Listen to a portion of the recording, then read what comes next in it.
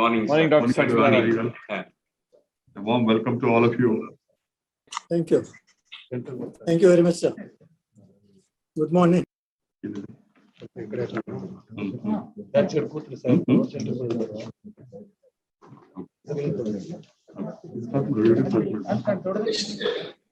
do the presentation? My presentation.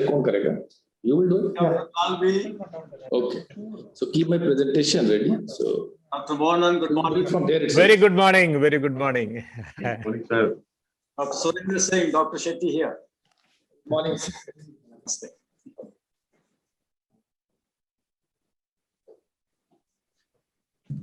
Vice Chancellor, Dr. Sachidanand, Vice Chancellor, good morning. Morning, sir. Morning, sir.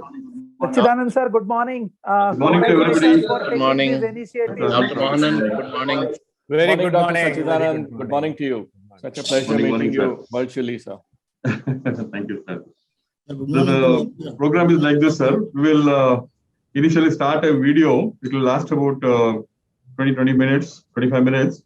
And then we start off with the keynote address, sir. So right now we will just join. All of us will be joining gradually. On this video, we have only the Vice Chancellors interacting with us. We also have connection with Facebook and YouTube, where others, all the college principals, faculty members, all they will be joining. They will not be virtually asking any questions. Whatever questions are only within the Vice Chancellor forum only. This is the program. And we will start off, sir. I'll ask my staff to start the video. First of all, on behalf of Rajiv Gandhi University of Health Sciences, I welcome all of you officially for this All India Vice Chancellors online conclave. It would have been nice if we had all met physically and then had this conference, but due to the present prevailing situation, it is not possible for us to be physically present. But however, we are all meeting virtually, and probably this is one of the first time conference where all of us are meeting virtually. Thank you so much. I would request Dr. Santosh to start the video, please. Thank you, sir. Ajnana Timirandasa Jnananjana Shalakaya Chakshurunmulitam Yena Tasmai Shri Guruve Namaha. A warm good morning to one and all. It gives me immense pleasure to inform you that Rajiv Gandhi University of Health Sciences, established in 1996, is celebrating its silver jubilee year on account of its completion of 25 years of glorious existence. The university had planned the celebrations as a year-long activity. Various academic activities, including international guest faculties, is going on from June 2020 onwards. It is a proud privilege that I inform that Honorable Prime Minister of India flagged off this activity on June 2020. It's a dream event of our Honorable Vice Chancellor, backbone of this conclave, Dr. S. Sachidanand. More than 40 health universities Vice Chancellors are participating in this conclave. As a part of this continuing academic activity, it is proposed that a conclave of the Vice Chancellors of various universities is organized to discuss on various issues. Our Honorable Vice Chancellor, Dr. S. Sachidanand, will brief about Rajiv Gandhi University of Health Sciences path tread in 25 years. Professor Dr. S. Chandrasekhar Shetty, former Vice Chancellor, RGUHS, and the present Vice Chancellor, Adichunchanagiri University, Karnataka, will deliver the keynote address, followed by 6 sessions from eminent speakers. And we have a panel discussion on these topics. I request you all for your active participation in the panel discussion. So now we'll start with the video.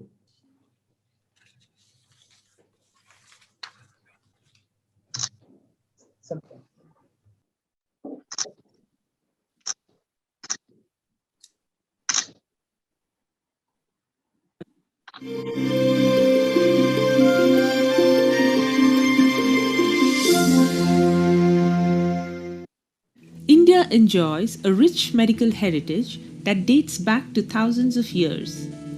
The sages and wise men harness the benevolence of nature to strike a balance for the health of individuals and society. The history of healthcare education in India dates back to the times when these learned men mentored their wards in the art of caring for people. Karnataka state has had a progressive and forward-looking administrative leadership. The need for training quality and caring physicians was integral to the establishment of healthcare services. Of late, various committees at national and international level have stressed on the need for unified and blended training of healthcare teams. The health professions education is seeing a paradigm shift towards integration of professional competencies at the educational level. With these sentiments in view, the Rajiv Gandhi University of Health Sciences, Karnataka, was established to bring about convergence of educational efforts in the healthcare domain. The move brought about revolutionizing changes in the way various health professionals are trained. The university is structured as an affiliating body for all health professions education. Such an ambitious goal ensures commendable academic standardization across the spectrum of healthcare training. These courses range from medical to dental to traditional medical systems to pharmacy to nursing and allied health sciences. The hierarchy of courses consists of undergraduate, postgraduate, PhD, fellowship, and certification programs. The university has emerged as a torchbearer of academic standards comparable to global benchmarks. Such an achievement, nurtured over the past 25 years, is the result of collective contributions from the students, teachers, administrators, and all the stakeholders.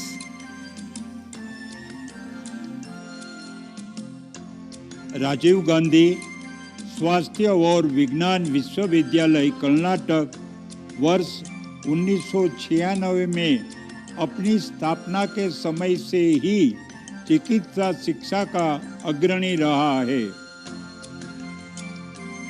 मैं पूरी team को बधाई देता हूं और कामना करता हूं कि वे इस क्षेत्र में सबसे बड़ी ऊंचाइयां प्राप्त करें और प्रजा के कार्य में लगे रहे।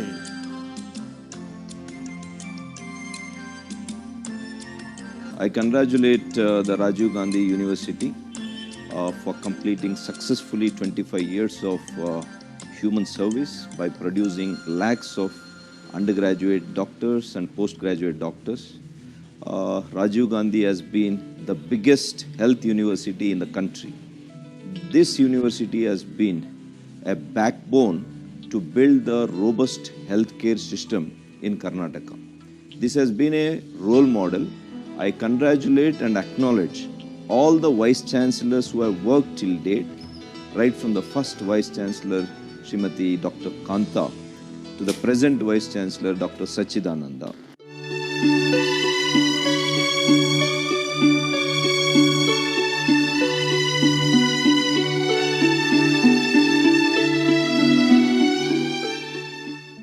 I am Dr. S. Sachidanand, Vice Chancellor of Rajiv Gandhi University of Health Sciences. I have assumed charge from June 2018. I almost completed 2 years and 6 months in this office. I feel very proud to be a Vice Chancellor of this esteemed university, Rajiv Gandhi University of Health Sciences, which is one of the top health science universities in the country. We are in the 25th year of our existence, and whatever we are today is all the contributions done by my predecessors, especially the 8 Vice Chancellors who had started this university from 1996 to 2018. I would like to take their names individually. The first Vice Chancellor was Dr. Mrs. Kanta Jadhav from 1996 to 1999.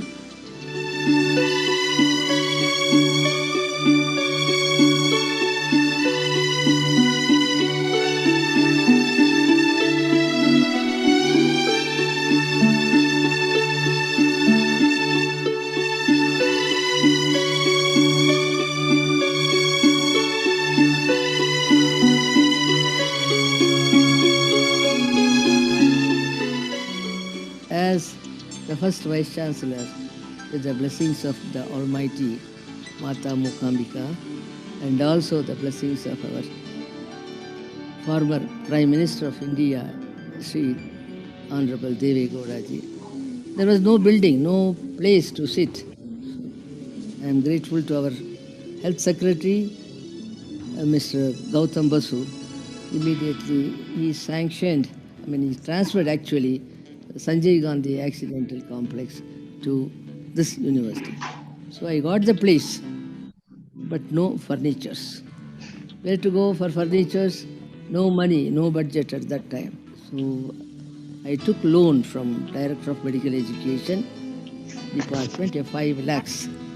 And that 5 lakhs I had to distribute to all components of our health university.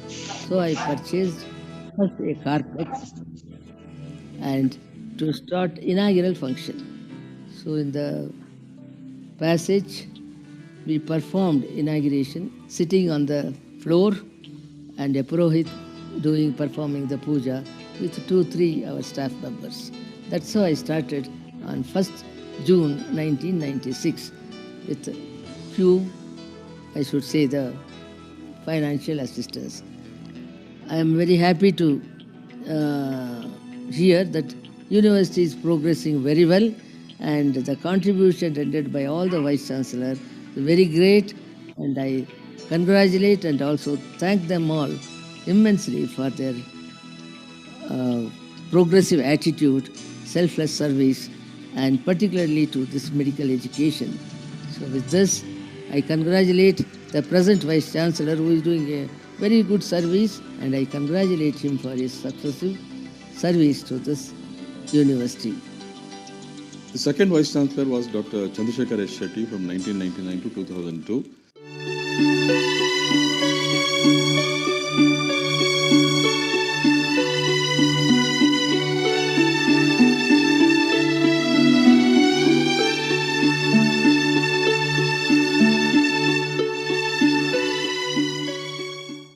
It was a great honor for me to be the second Vice Chancellor of Rajiv Gandhi University of Health Sciences during the period 1999-2002, the largest health science university in the country.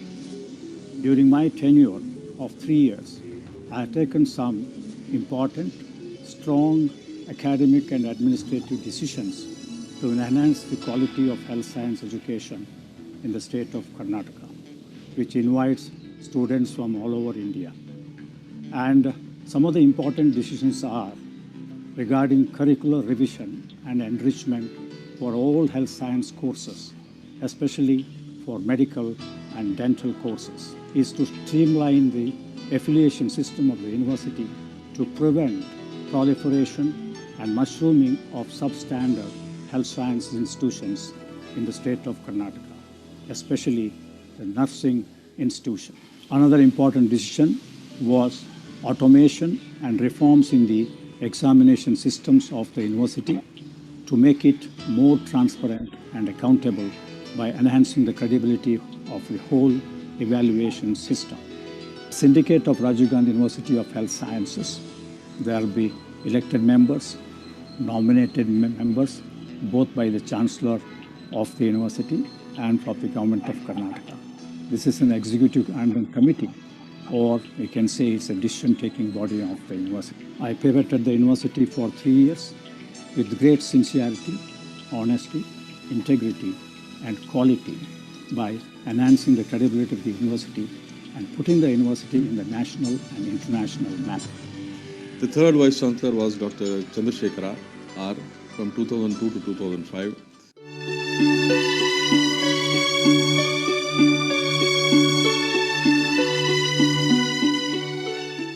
I was the third Vice Chancellor of Rajiv Gandhi University of Health Sciences between 2002 and 2005.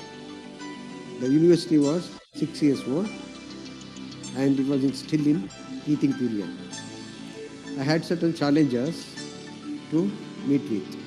First of all, I wanted to bring transparency in the examination system. So for that, I introduced bar coding of the answer papers and the question papers. In the bar coding, what I did was, all the sheets of the answer papers were bar coded. The same barcode was given to even the Viva voce examination and the practical examination. And we had developed an app in such a way that once we feed the marks of the answer papers, the vivavos, and the practical examinations or clinical examinations. The app used to consolidate them and give us the result immediately. During my period, 3 new medical colleges were started, and the government had formed a committee under my chairmanship to start 5 new medical colleges. We inspected 5 district headquarters, and we had recommended for 5 medical colleges. During the next period, they started, and I had introduced nearly 20 fellowship programs, both postgraduate and undergraduate fellowship programs. Undergraduate fellowship program, after MBBS, they used to be trained for 1 year, and after PG, they used to be trained for 2 years. This was almost on par with super specialty courses. But due to shortage of time, I couldn't do that. All these things what I could not do is because of paucity of time. 3 years period is not sufficient for a Vice Chancellor. I feel it is better to have a 5 years term. And after him was Dr. R. Prabhakara, who was a surgeon from Kidwa Institute of Medical Sciences. The first 3 Vice Chancellors were all from Bangalore Medical College. Dr. Prabhakara was from Kidwa Institute of Medical Sciences. He was a surgeon himself. And from 2005 to 2008, he was the Vice Chancellor. He also brought in a lot of changes. I was nominated as Vice Chancellor of Health University when our Honorable T.N. Chaturvedi was Governor and Dharam Singh was CM. That was the time there were a lot of reforms and changes are going on health universities. I am very glad to say that I am elevated also to have head one of the biggest health universities in the world. We not only have MBBS degrees, we also have AYUSH degrees, that is Ayurveda, Unani, homeopathy, nursing, physiotherapy, all medical related degrees. That time there were a lot of reforms, like a lot of new government medical colleges come up because government felt there was shortage of medical facilities, not only for education, also for health services. So at least 4 new government medical colleges come up. Along with that time, that period, there were a lot of medical colleges, private medical colleges, which became deemed universities. Many people felt deemed universities can cater much better, develop much better, give better medical education. We also felt in the university at that time, better to have Vice Chancellor Association from throughout India, because our aims and motives will be totally different from other universities, because medical education is totally different. So that time we formed Health University Vice Chancellor Association. Our main aim is how to part medical education, how to improve the health services, how to improve our teaching facilities. At the same time, we thought we should have a beautiful university campus. My predecessors also planned it. I was also trying to make something out of it. Even the present Vice Chancellors are also trying to do it. I hope a day will come, we'll have a beautiful health university with its own medical colleges. Dr. Ramani Shetty from 2008 to 2011.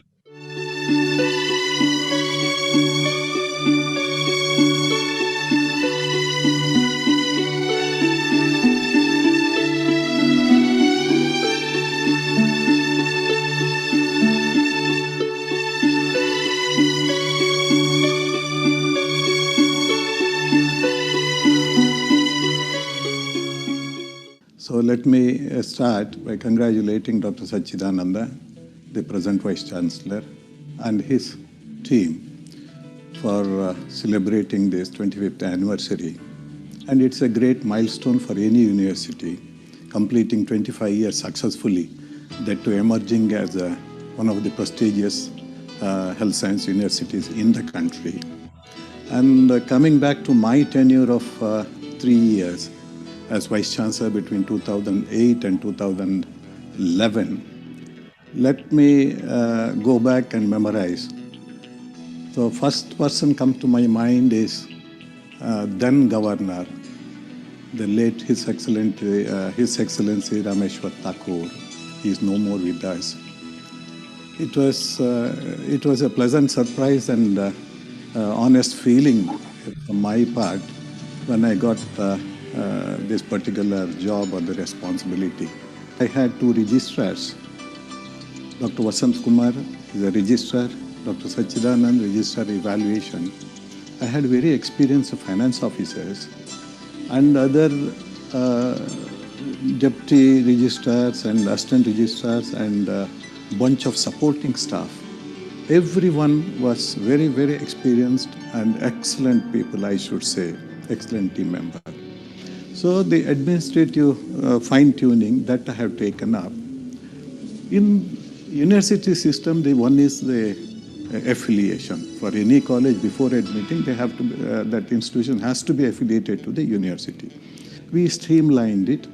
Affiliation has to be done at any cost. Day and night we worked for it, and that system we brought in place.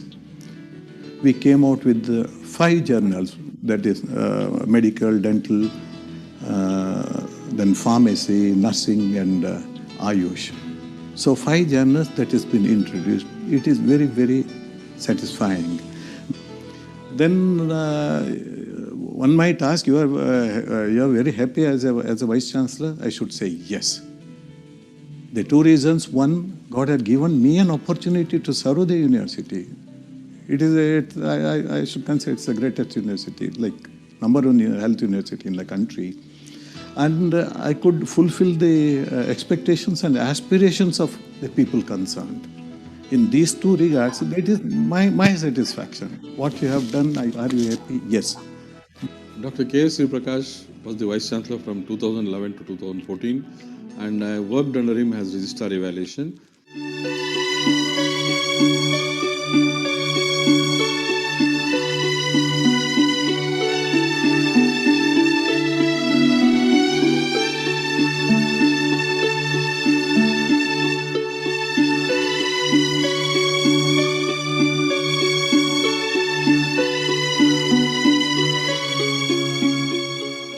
It is very important for the university, any university, to have multiple departments.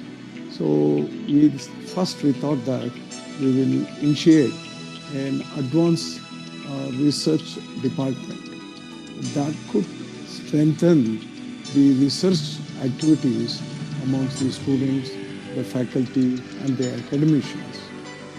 And coming back to certain students' activities, we wanted to promote students' activity in the area of gaining knowledge, skills, experience. So for that, we started having a students' exchange program with many of the reputed universities, internationally reputed many universities. One that I could mention is we have developed a students' exchange program with the Harvard University in the area of dental sciences. So this is a very big achievement from our university to have a tie-up with Harvard University. And the other activities which we used to regularly do was conducting postgraduate entrance test. I was the chairman, and we had a committee, and the 2 years we conducted postgraduate entrance test. Later it became NEET. During my tenure, I'm quite very happy. I could interact with many dignitaries, and we could move forward and achieve certain goals and objectives which we had set in the initial period, and we could create more than 8 departments. And at this point, I would like to thank Dr. Chandrasekhar Shetty, former Vice Chancellor, then Dr. Rajeshwari, Lieutenant General Dr. Raghunath, Mr. Varda, Dr. Nagesh. If I have forgotten, they were the directors of these departments who helped us in achieving all our endeavors. Thank you. Dr. K.S. Ravindranath was the next Vice Chancellor, and his period is from 2014 to 2017. Dr. K.S. Ravindranath was from Jayadeva Institute of Cardiology, a cardiologist.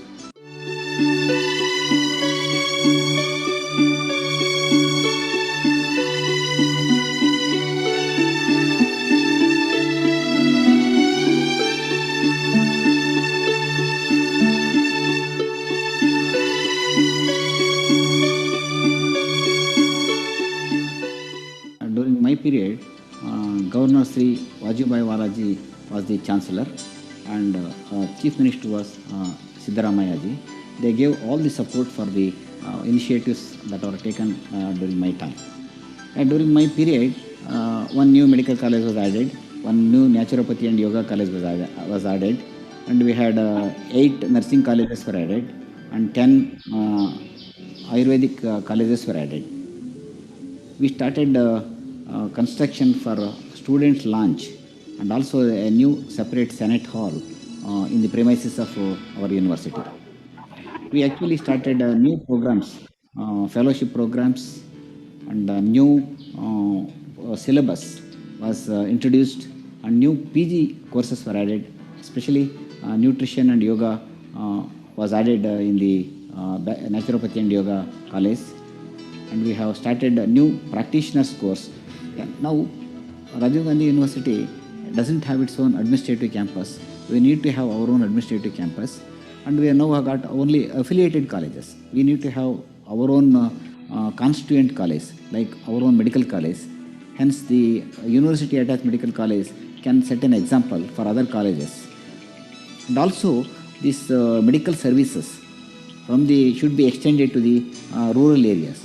Though 2/3 of our population in the rural area, still we are not able to serve the rural populations. So most of the graduates, they come out, they are actually in the urban areas. For that, I think there should be evolve some system where these young doctors can serve the poor and reach the remote areas and rural areas. And subsequently, Dr. M.K. Ramesh was there for a short period of 11 months, 2017 to 2018.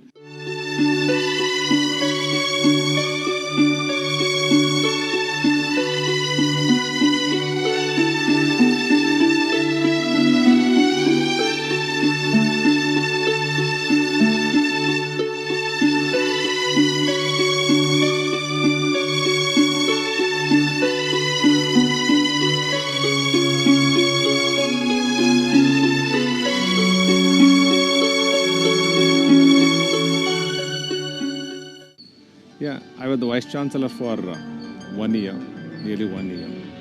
In fact, I should say it was a fantastic experience. I could do many things which I can cherish even now. The thing which gives me a lot of satisfaction, one is the Divine Mother-Child Program. This was done in Chikballapur district, covering 7 taluks and around 1,70,000 children.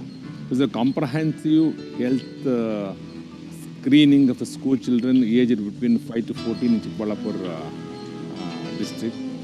In fact, it was so successful, now also it's going on. Other than what we did is, we involved the medical colleges, PNS and departments of medical colleges of Bangalore city, around 7 to 8 medical colleges were involved. We posted certain engineers, some house surgeons to there. In fact, after posting, they were so happily going there, without anybody forcing them, without any pressure or the directions. They happily went to the posting. They paired with the children there. It was a huge success. Even now, it's been going on, and in fact, now the government has shown keen interest in that.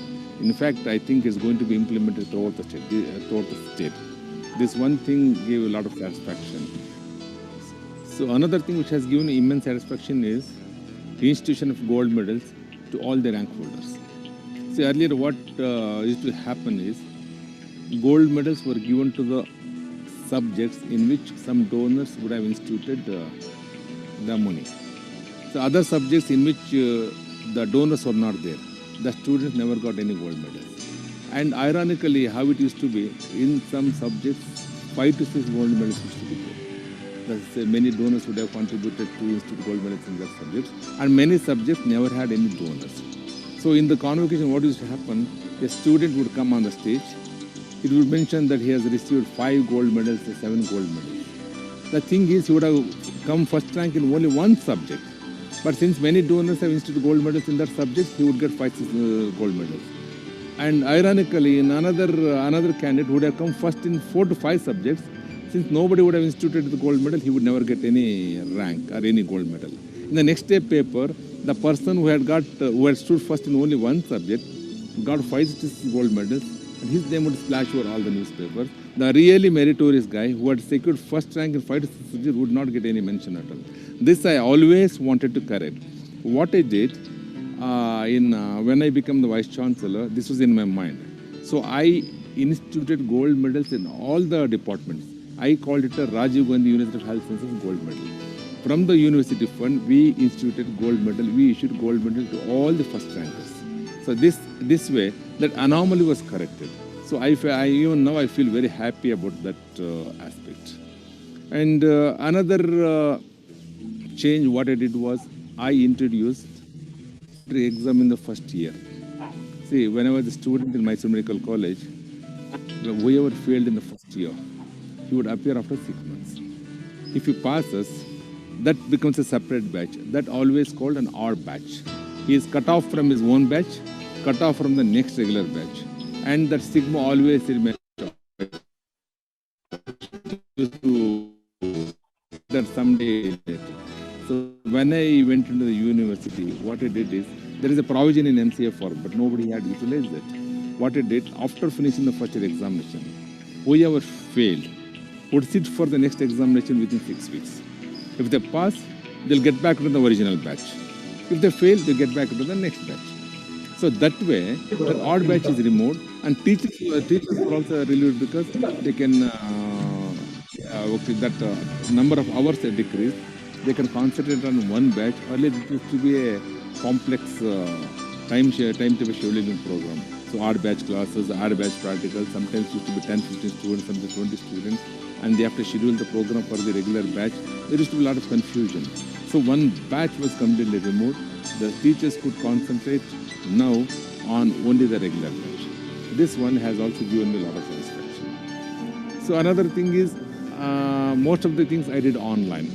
Dissertation submission, synapse submission, most of these things were done online.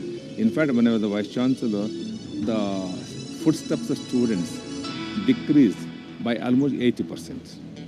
So earlier it was corridor to foot, so that was cut down because of everything became online. Only around very few students who had a genuine problem, they come to the university. That's one reform. It's going on quite well. And at that time, as a VC as well as a register evaluation, that the digital evaluation system was fine-tuned. Now everything is a digital evaluation. This could cut down the corruption, malpractices. All the things were done during that period. Now we have gone ahead. We are now digitizing the whole university. All activities under the whole student cycle is being digitized. We are analyzing the gaps that we have in this process and trying to fill up those gaps and try to see that by the end of this year, we will be having every activity digitized, and technology will definitely help us in improving our efficiency, and also the administration also will become much more stronger. At the same time, we are now trying to help out all the government colleges in Karnataka, wherein we are trying to establish one. We have already established digital validation centers in all the government colleges. We have now established museums in all government medical colleges. We are trying to establish simulation centers in all the government medical colleges. We are also looking at establishing, to further the cause of research, molecular biology labs in all the government colleges. All these things are happening during my time. And we are also opening up regional centers. Another contribution is where we are now trying to set up regional centers. The one at Gulbarga, which was started during Dr. Ravinath's time, is almost nearing completion. We are going to occupy that. Now the work for regional center at Davangere has already started. Then we also are in the lookout for starting the work at Mangalore. And similarly, the other regional centers will come up at Belgaum, then Hubli, Dharwad, and Mysore. So these are the areas where we're looking for establishing our regional centers. And of course, even if Rajiv Gandhi Institute of Health Sciences gets located in the Archakaralli, Ramnagara, we would like to have one more regional center in Bangalore itself. The Bangalore office is also being contemplated. So all these things are contributions and also helping out to decentralize the activities so that students and faculty need not come from far away and come to Bangalore for each and every work. When everything is digitized, these regional centers can themselves act as an extension of universities in those places. That's the advantage that we are establishing. What I see in the future is we would like to have our own campus, a campus which matches, state-of-the-art campus across the globe. It should be one of the best campuses that any health science university can boast of. That is what we are looking at. Once the campus is established, we also looking at starting many more departments, like Institute of Public Health. This is COVID, what recently we had has exposed us and given us an opportunity to bring to forefront the public health activity. It's very, very important. So Rajiv Gandhi University Health Sciences will have a Rajiv Gandhi Institute of Public Health and Center for Disease Control, which will help us in advising the government in an advisory role we can play when we have this institute in a full-fledged manner. In future, pandemics can be handled better. That is what is the vision of university. We are also looking at establishing an advanced research center wherein all the faculties of Rajiv Gandhi Institute of Health Sciences can come and have their research programs being conducted. And that is one center we are looking at. And we are also trying to establish Center for Health Informatics, wherein this is the age of information.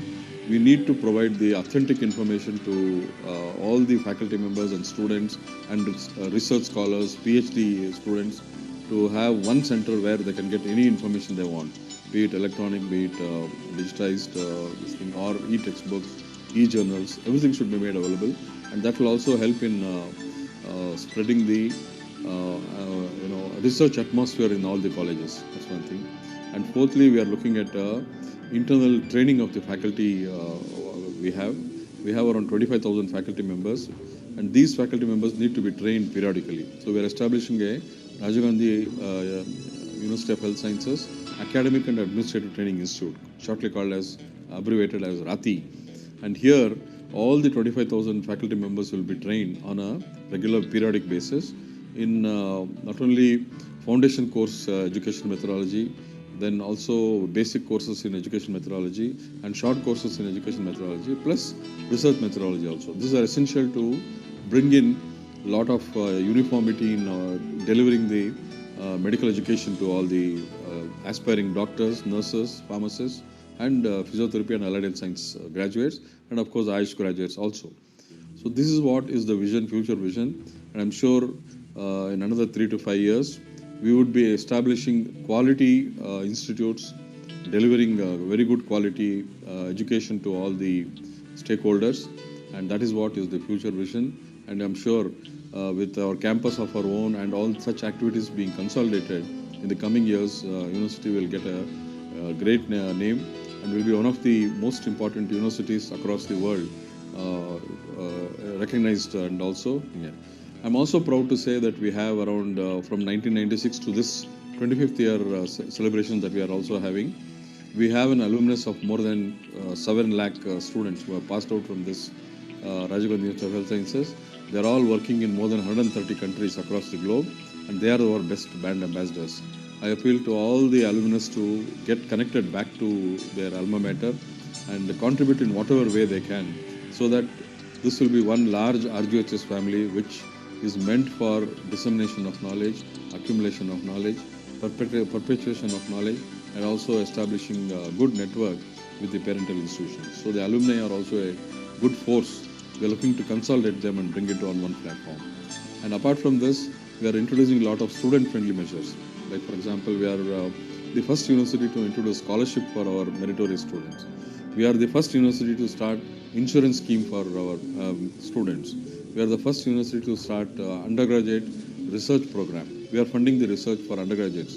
We are the first university to start massive collaborative research programs with our faculty, getting opportunity to collaborate with premier institutes in our country like Indian Institute of Science, Bangalore, National Center for Biological Sciences, Human Center for Genetics, Jawaharlal Nehru Advanced Center for Research, and many other such triple ITB, IIM Bangalore. We have a collaboration with all these, not only within the country but also overseas. We are also looking at collaboration with University of Maastricht, University of Utah, then many other such universities, Russian universities, and universities in the Middle East. So here we are trying to have faculty exchange and student exchange programs, then double PhDs, and also MD PhD programs. These are the vision that we have.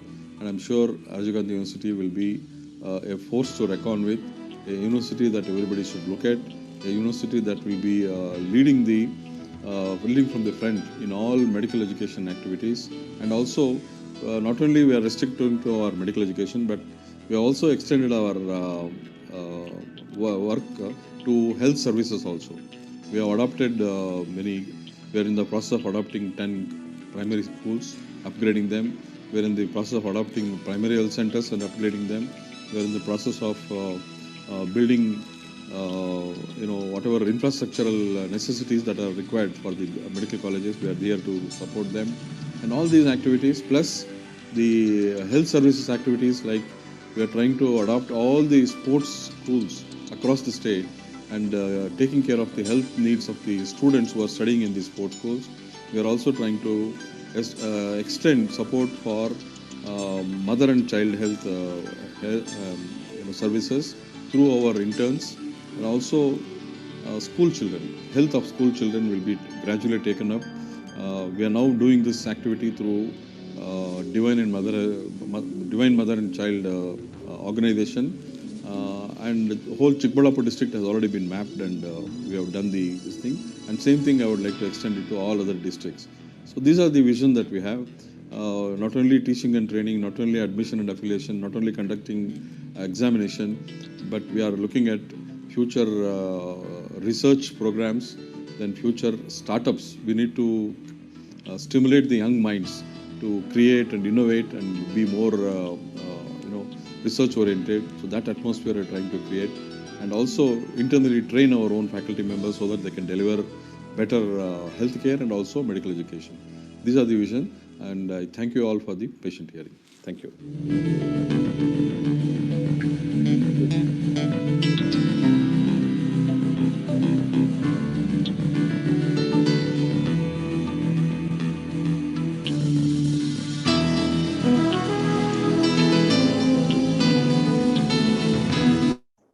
Thank you one and all for that patient listening. 25 years is a very, very small time in the large this thing of time. Whereas for a university, 25 years is a very, very important step.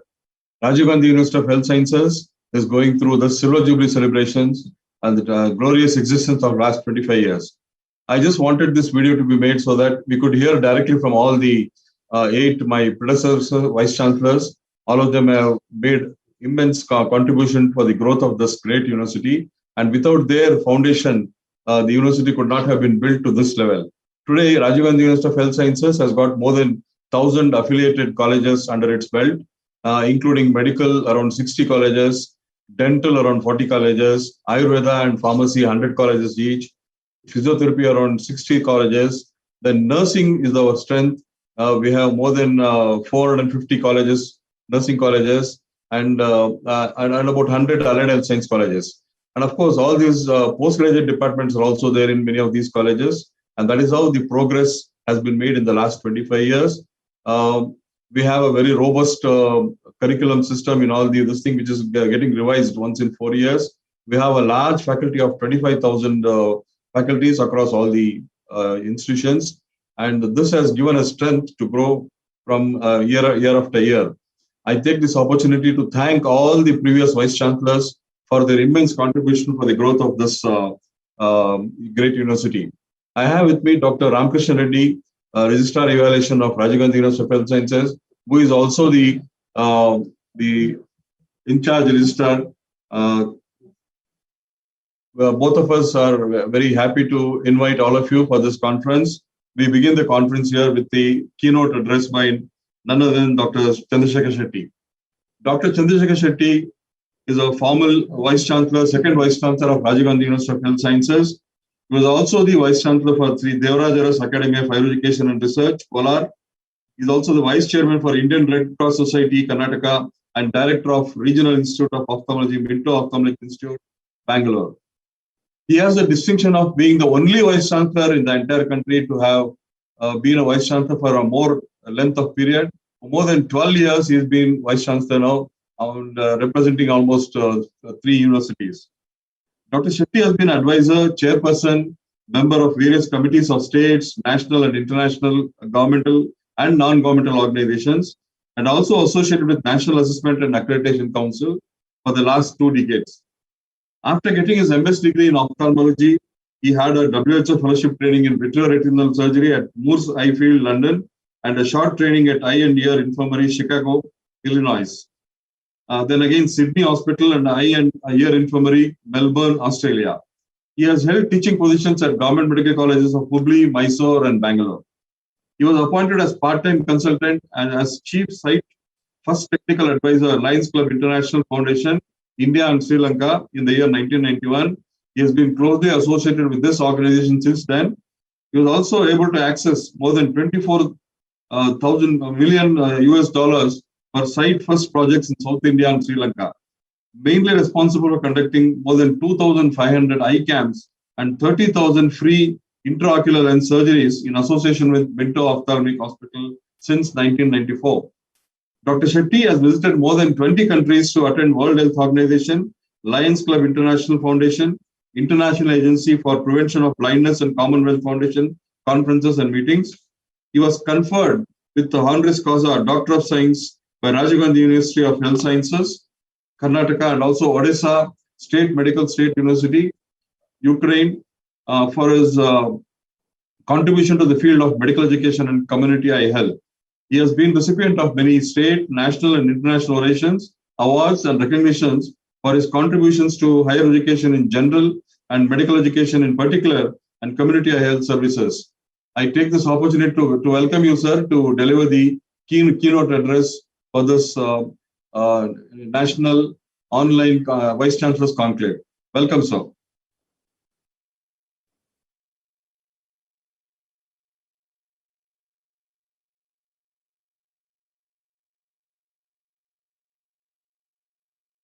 Address of my experience of having seen the growth and development of Rajiv Gandhi University of Health Sciences for 25 years.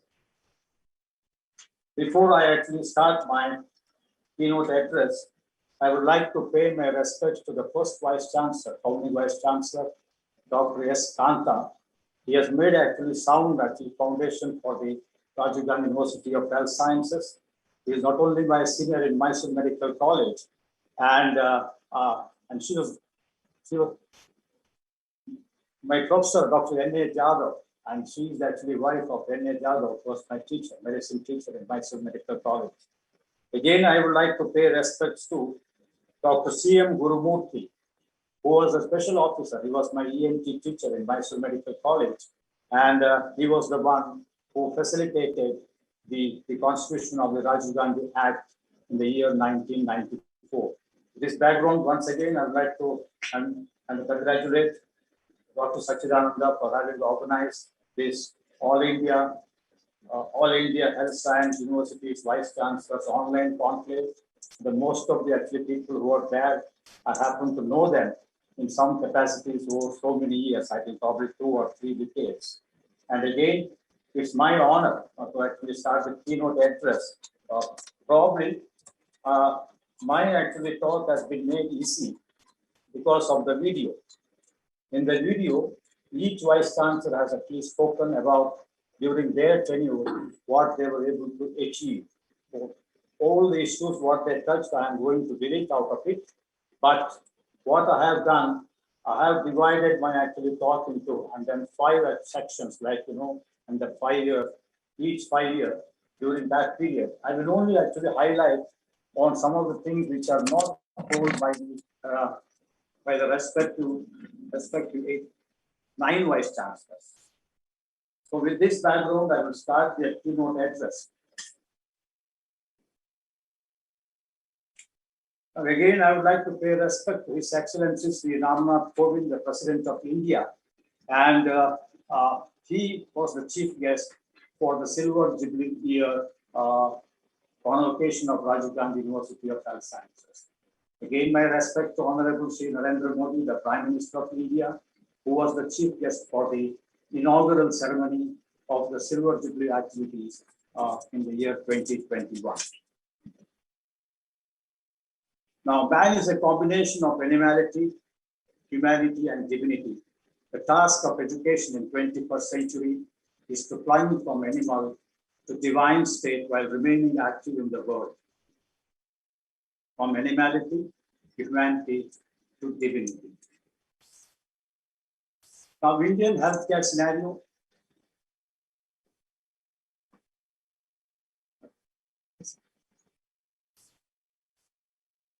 India spent immensely 4% GDP on healthcare, US about 17%. And central and state governments account for 25% of the total expenditure on healthcare. India accounts for large global burden. Maybe it may have some kind of updating is required. However, and maternal health 19%, neonatal death 30%, under-vaccinated children around 37 to 44%, leprosy 50%, the tuberculosis 25%. 70% of the healthcare expenses are out of pocket.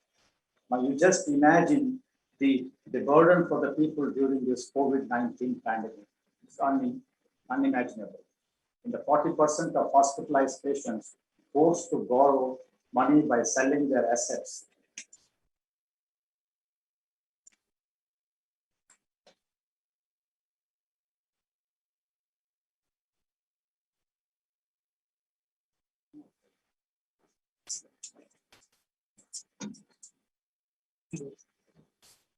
Sir, any issues, sir? No, it's okay. It's all right. It's all right. I would like to highlight the fundamental values of medicine. First is the preservation of life. Next, relief of suffering. Then comes the cure of disease and the care of person and the prevention of disease and promotion of health. I would like to talk the progression of Rajiv Gandhi University in the last 25 years. People who mattered most. In this progression, we have the actually honorable chancellors, his or her excellency, the governors of Karnataka. We had 6, out of which 1 was the lady governor. Honorable chief ministers 10, honorable pro-chancellors, honorable ministers for health and family welfare, and the minister for medical education 10, honorable vice chancellor.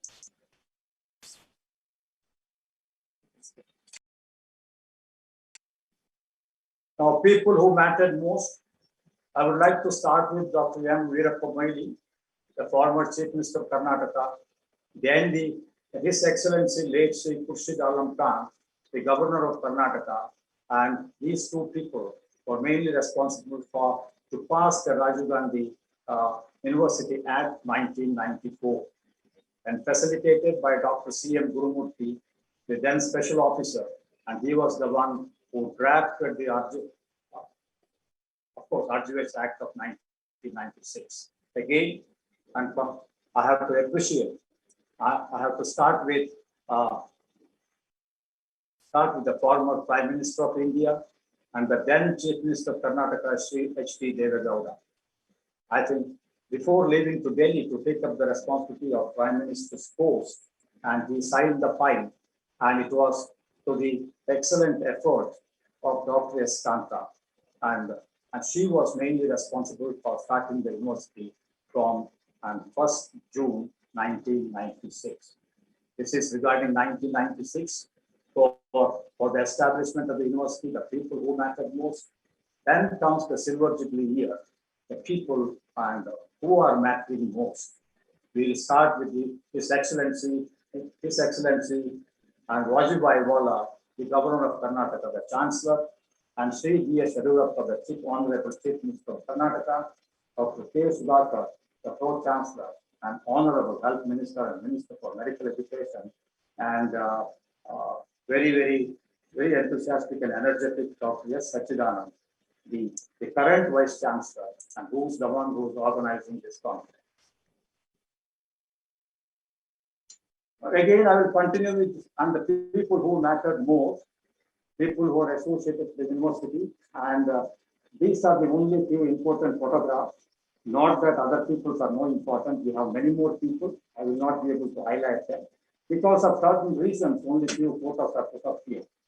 Let me start with Honorable Justice S. Abdul Nazir, for the current, I tell you, one of the senior most judges of the Supreme Court, and who started with the advocate of the Rajiv Gandhi University of Health Sciences during 99, I think, what I can say, late 90s. Now he is the currently, and he is the Justice of Supreme Court of India. Next, on the other side, he is actually former Chief Minister of Karnataka and Sri H.D. Kumaraswamy. I think during his period, there was an amendment was brought to Rajiv Gandhi University Act where the headquarters was shifted to Ramanagara.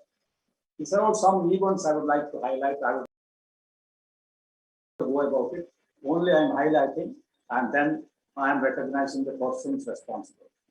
Now look at in the center, we have the young Deputy Minister of actually State of Karnataka, who started as the Senate member. From the first Senate, he was there in the second Senate, and later on I lost count. And later on, he became an MLA in a matter of actually silver jubilee years, 25 years, from a medical doctor to a lawmaker. And now at this point of time, and he was earlier, he was the medical education minister too. Now he is the Deputy Chief Minister of the state of Karnataka. That is Dr. C.N. Ashwath Narayan. On the right. And the bottom side, we have Dr. Sharan Prakash Patil. He was in the Senate of Rajiv Gandhi University of Health Sciences and the former Minister for Medical Education, Government of Karnataka. During his tenure, he made an amendment to the Rajiv Gandhi University Act, which I think probably a little bit diluted the actual act, wherein a lot of bureaucrats were actually undergoing may not be actually put for the interest of the university. And if I am wrong, I should be pardoned. And on the left side, again, a Senate member of the Rajiv Gandhi University of Health Sciences, and Sri S.A. Ramdas, the current MLA of in Mysore. He was the former medical education minister. And these are all the people who are associated with the university. But there is one more gentleman, a very senior professor, and none other than Dr. B.M. Hegde. He was in the first syndicate of the Rajiv Gandhi University of Health Sciences, only for a few months in the actually, and the second tenure during my tenure. He became the Vice Chancellor of Mahe, that is Manipal. Now, he has actually gone to the height of receiving Padma Vibhushan. And Dr. Hegde is a very, very unique and person. And the many more people who are associated with the university, they have become the actually justices of the High Court of Karnataka. They become lawmakers, and they have gone to the actually progression. And few of the former vice chancellors have gone to and they become vice chancellors of the different universities. I would like to stop at this and continue with the next slide. Now, this is the progression. I am quite shocked to know in terms of institutions started with 100 and the old one was 650. Now, I was told by the Honorable Vice Chancellor it is almost touching 1,000 institutions. That is 10-fold increase. I don't know how the Vice Chancellor is managing 1,000 institutions. And in terms of teachers, 5,000 to 25,000. And then you have the actually other aspects of what is going on. The students from 10,000 to 130,000. So much increase. And you have alumni world over. You have alumni world over. There are about 700,000, 7 lakh alumni. Now I'm going to analyze the period into 5. That 5 slides I'm going to talk. My talk has been made easy because each of the 9 vice chancellors, they have spoken about and their contribution during their tenure. So all those things I'm not going to repeat. Only certain issues which is very unique for the Rajiv Gandhi University of Health Sciences, I am going to touch that one. Now the first vice chancellor, Dr. Kanta, she was responsible for strong foundation, sound structure, and proactive leadership and good governance. Then curriculum revision and enrichment. I have to give credit to our senior most professional, Dr. D.K. Srinivas. In terms of revision and enrichment, this has been done. First, we have done it for the medical and then the dental. And this curricular revision and enrichment was taken as a basis for developing the revision of and curriculum at the level of Medical Council of India and Dental Council of India. Then reforms in teaching, learning, and evaluation process. And we have introduced double evaluation and double and triple evaluation, and for postgraduate and 4 evaluations and 5 evaluations. These evaluation reforms were challenged in the High Court of Karnataka, and it went to the divisional bench, and it has stood the judicial scrutiny, and it has stood this test of time. This is one of the earliest reforms we are able to bring in to have a system in which you would like to cut down the errors of evaluation. Here also, I have to compliment them for doing all those things. We have to take the help of our registrars at point of time, and we have Professor Chancellors and Srinivas Gowda at that point of time, and the registrars. Then came the conducting medical and dental postgraduate entrance tests. These tests were earlier conducted at the Directorate of Medical Education. On the request of the students, this responsibility was shifted to Rajiv Gandhi University of Health Sciences. We are able to introduce a system in which the answers are actually and then put on the net. We ask the students to ask for any one of they are asked to question the key answers. We are given some time, then afterwards a questioning them, we used to appoint some staff members to go through that one. If the students challenge is right, we would actually change the key. All these changes were brought about. And next one is, starting university recognized scholarship programs. We used to think about that. There is to have a kind of a 1-week fellowship and then 15 days and fellowship like that from different organizations. First time the university developed a very structured fellowship program of 1 year and 2 years. Later on, it was reduced to 18 months because the MCA started questioning any kind of a capacity building of the professionals. If it becomes 2 years, it will be questionable because there's a different, what's called PG diploma and programs were there.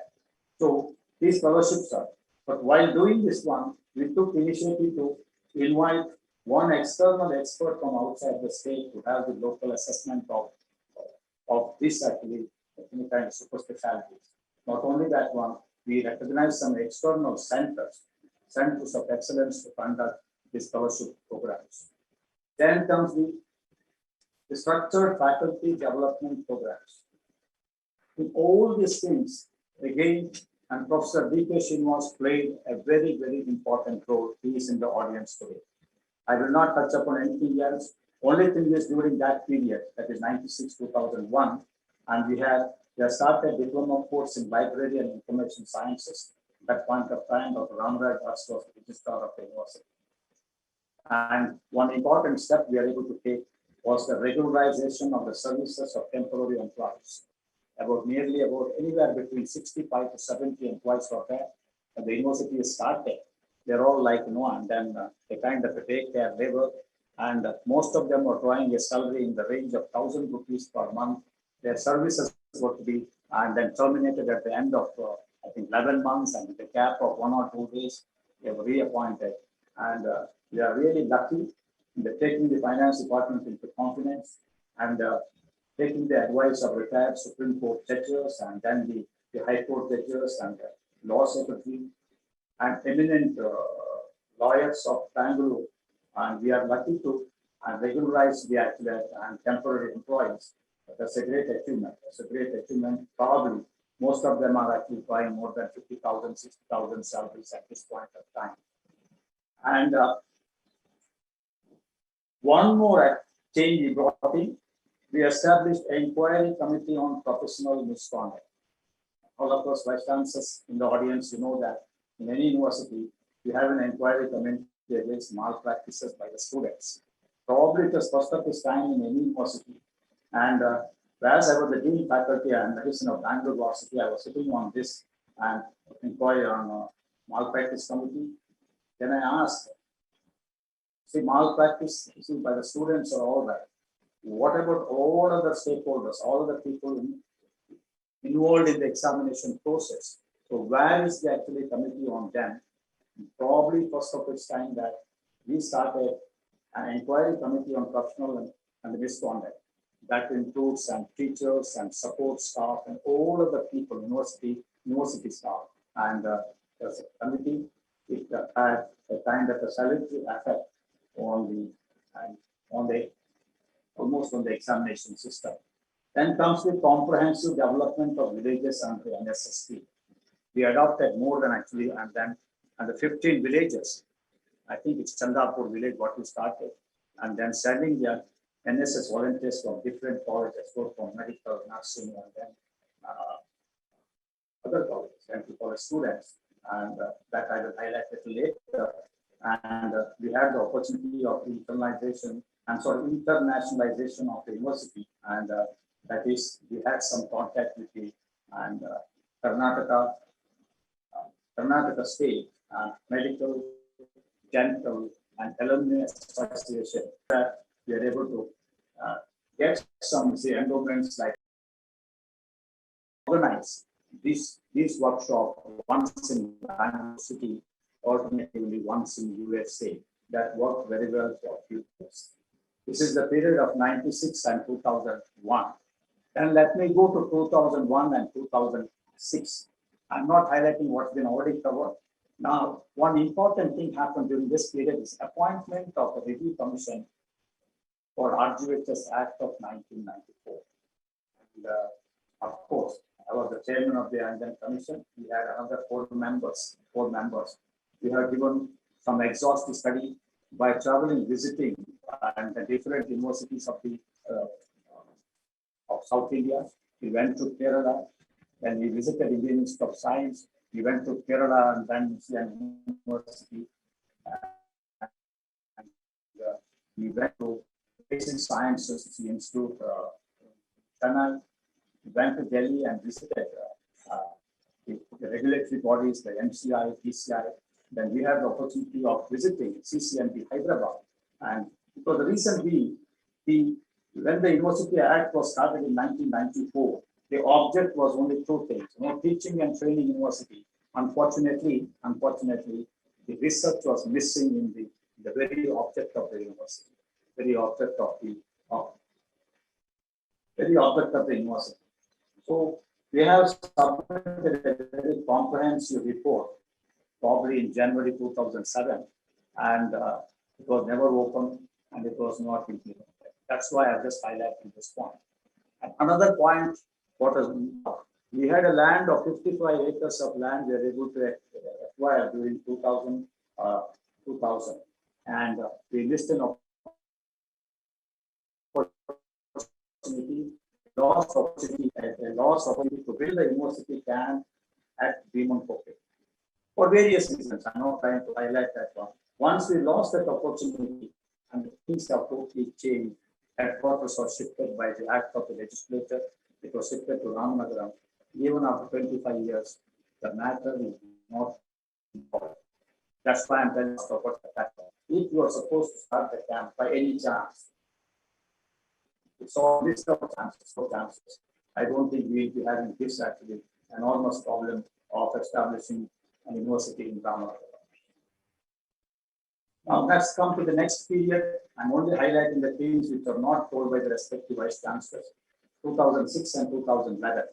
Streamlining of collection of huge university fees from affiliated colleges to online system. And Rajiv Gandhi University, probably 98% of these 1,000 institutions are under the private sector. Are 2% or 2.5% of institutions are government institutions. That's why I said it's self-financing. Rajiv Gandhi has got, and it's a very, very rich university in this country. Probably the richest university in this country. That's what I would like to highlight. And but unfortunately, on this affiliated institution fees to collect university fees, and they were not transferring it, and that's a kind of a backlog we can. It's a very, very difficult. So during this period, it was streamlined. Other things they all touched. Then one more thing happened. I'm again highlighting it. Amendments to Rajiv Gandhi University Act 94 and shifting the headquarters to Ramanagaram. A great setback. Then the first time, and Dr. Honoris Causa was awarded to social reforms. I These are the few left out points I'm highlighting. Next period is 2011 to 2016. And I will again highlight amendments to RGUHS Act 1994, a retrograde step, maybe for whatever reasons. And again, in the earlier Act of 1994, we had a lot of autonomy, lot of academic autonomy and administrative autonomy. In the syndicate, and there were no bureaucrats in the syndicate. With all great respect to and bureaucrats, ultimately they themselves go and sit in the secretariat. They are going to review the action taken by the, because any decision taken at the board of, syndicate of the university, approving or giving affiliation institutions, it was supposed to be sent to the government for either approval, either for partial approval, or putting it back for further review. And once they're again going and sitting out there, probably, and with so many universities in the one, they hardly find time to attend this meeting. And it's my personal opinion, I think that it was a retrograde step for whatever reason it was brought about. Again, further continue, only highlight Dr. Honoris Causa to former Vice Chancellor of RGUHS. So this was done during the period of 2011 and then 2016. Moving forward, now the current period, 2016 to 21, this is the fifth phase of the progress and development. Yes. Again, all these things are highlighted by Professor Ramesh and then the current Vice Chancellor. Only few things it's all been highlighted by and Dr. Sachidananda. I don't want to add anything more. All these things are highlighted, but again they continue to honor people with Dr. Honoris Causa to eminent and then persons. After this brief and the highlighting of the 5 phases of Rajiv Gandhi University Vice Chancellor, now the Vice Chancellor has given me a responsibility of making a SWOT analysis of the university, the strengths, the weaknesses, the opportunities, and the challenges. I would like to go one by one. The largest health science university in the country, producing largest number of human resource of health, we agree. A self-financing, viable and long-term sustainable public university. A constant curricular revision and enrichment in emerging areas and value systems. And digitization of university system for effective and efficient academics and administration, and continuous faculty development programs. Promotion and facilitation of research activities and publications. Activities are in only affiliated institutions because the university, again, encouragement and support for functional MOUs with national and international centers of academic and research excellence, and the collaborative research programs in Indian Institute of Science, already been highlighted by the Vice Chancellor, then the social accountability of health science education of relevance, excellence, equity, and cost effectiveness. Then coming to the weaknesses, not having its own campus even after 25 years due to continued political juggernaut. This is very, very important. Not having its own actually constant colleges and departments, okay, with an exception of the Department of Public Health, even though it is called as Rajiv Gandhi Institute of Public Health and Center for Disease and Control. At this point of time, Dr. Pallavi is heading this department. It remained as a small department. It has to grow and develop. And postgraduate and doctoral studies. Absence of central research laboratories and instrumentation facilities for interdisciplinary research and patents and publications, because there is no campus, no constituent institutions. So this is the handicap. Poor access to externally and funded research projects. And proliferation of substandard institutions, especially nursing. I'm sorry to make this comment. There is a committee on actually review and a committee on nursing institutions. And there are some institutions where I used to go around India as a chairperson or a member of the NAC and then committee. There are incidents that the nursing students coming out of Rajiv Gandhi University of Health Sciences are treated differently. I will stop at that because it will be very hurting for all of us. I will stop at that. And one more thing, the commission has recommended, because this country is having more than, say, 1,000 universities, more than 50,000 higher education institutions. There is only accreditation body for this country till the point of time is NAC. Unfortunately, not even 10% of the health science institutions, that includes universities also, they have undergone assessment and accreditation in this country. So you can't wait. Even the national education policy coming up in 2020 just started now. It will not go on up to almost, you can expect some reforms taking time, and it may go on to 2035. I think did not wait. And we have recommended long back in 2007 itself to have its own assessment and accreditation body. What the committee or the commission has recommended, it has to be named as HAB, Health Sciences Assessment and Accreditation Board.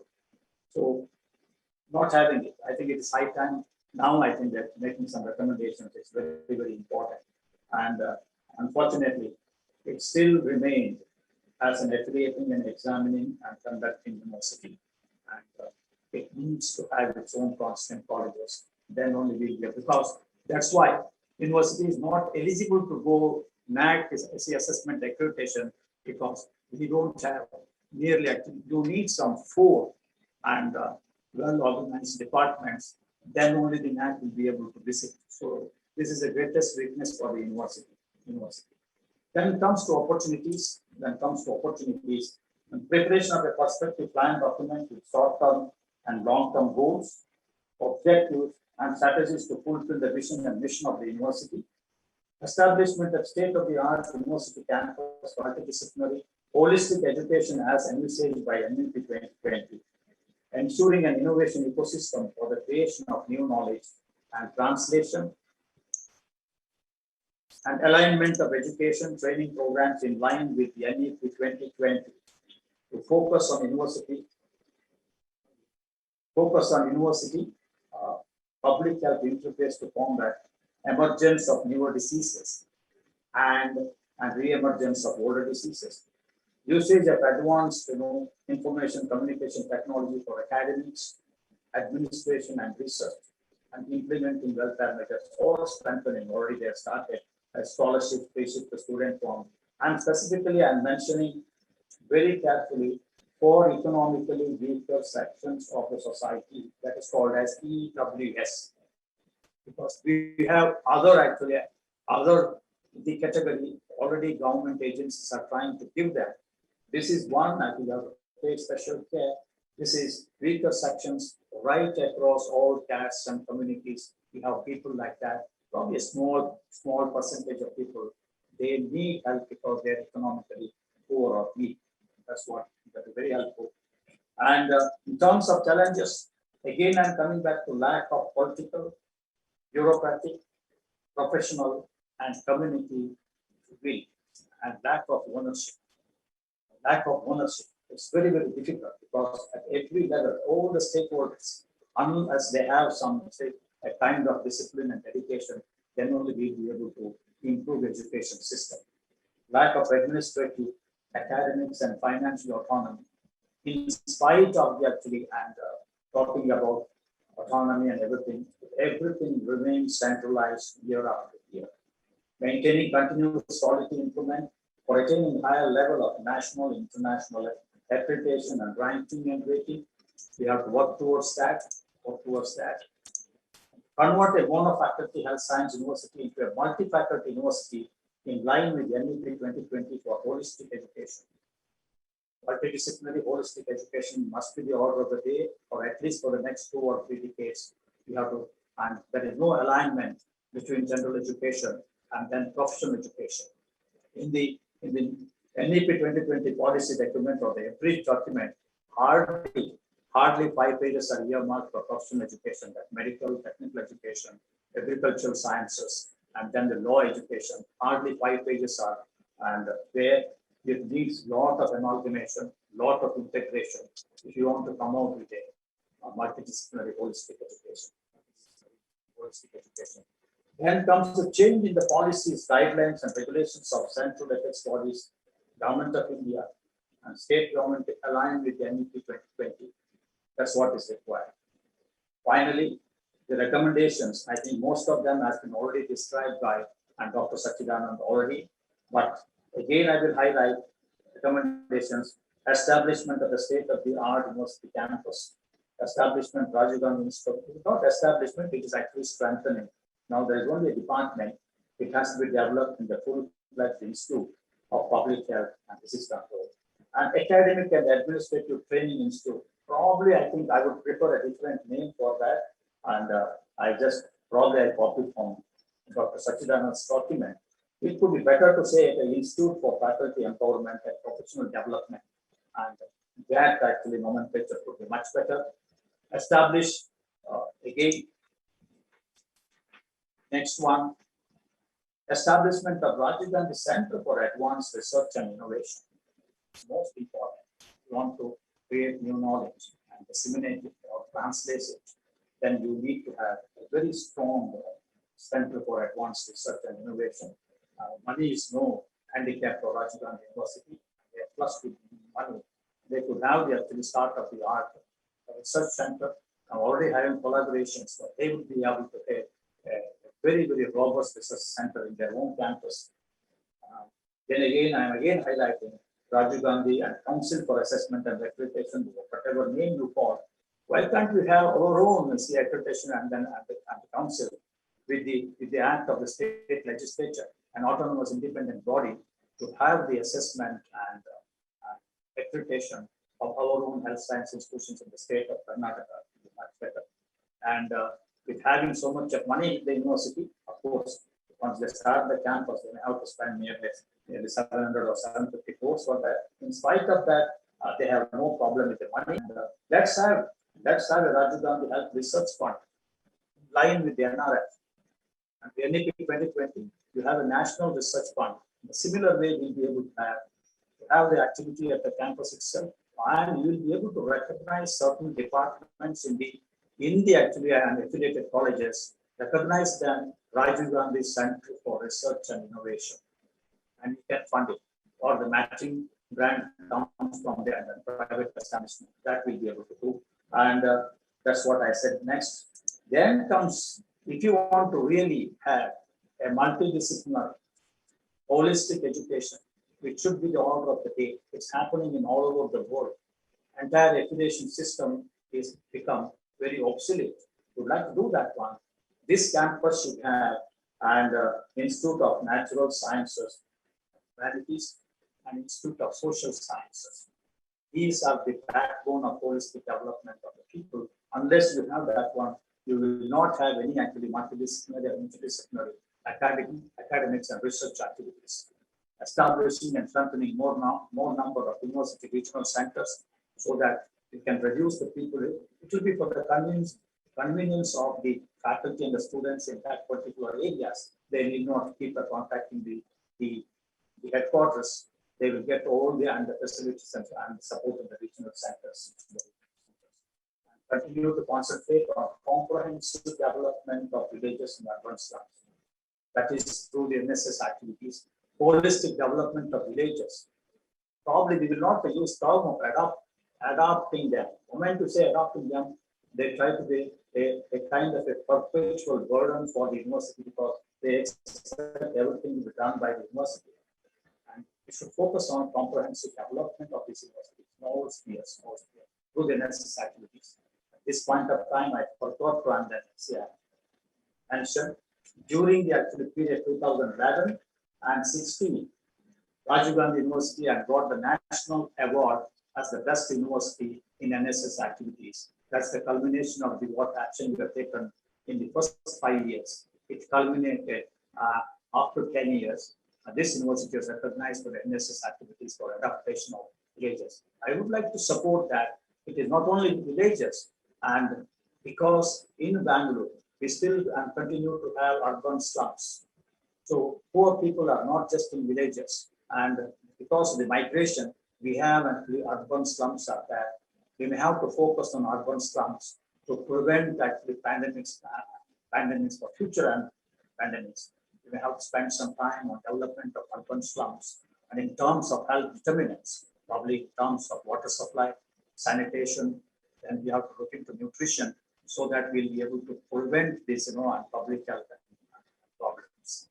And again, to support environment and sustainable green initiatives, support healthy lifestyle and physical and mental well-being through RGUHS programs, So these are all certain recommendations made to repetitive because I have given me a responsibility. In my concluding remarks, I would like to highlight certain things because it's very difficult while highlighting. It doesn't remain that only we are actually and then patting our backs and say that our university is glorious, we have done so many things, as if there are no weaknesses, as if there are no pitfalls. There are pitfalls, but it is not the time when highlighting to highlight the weaknesses more. I would like to avoid.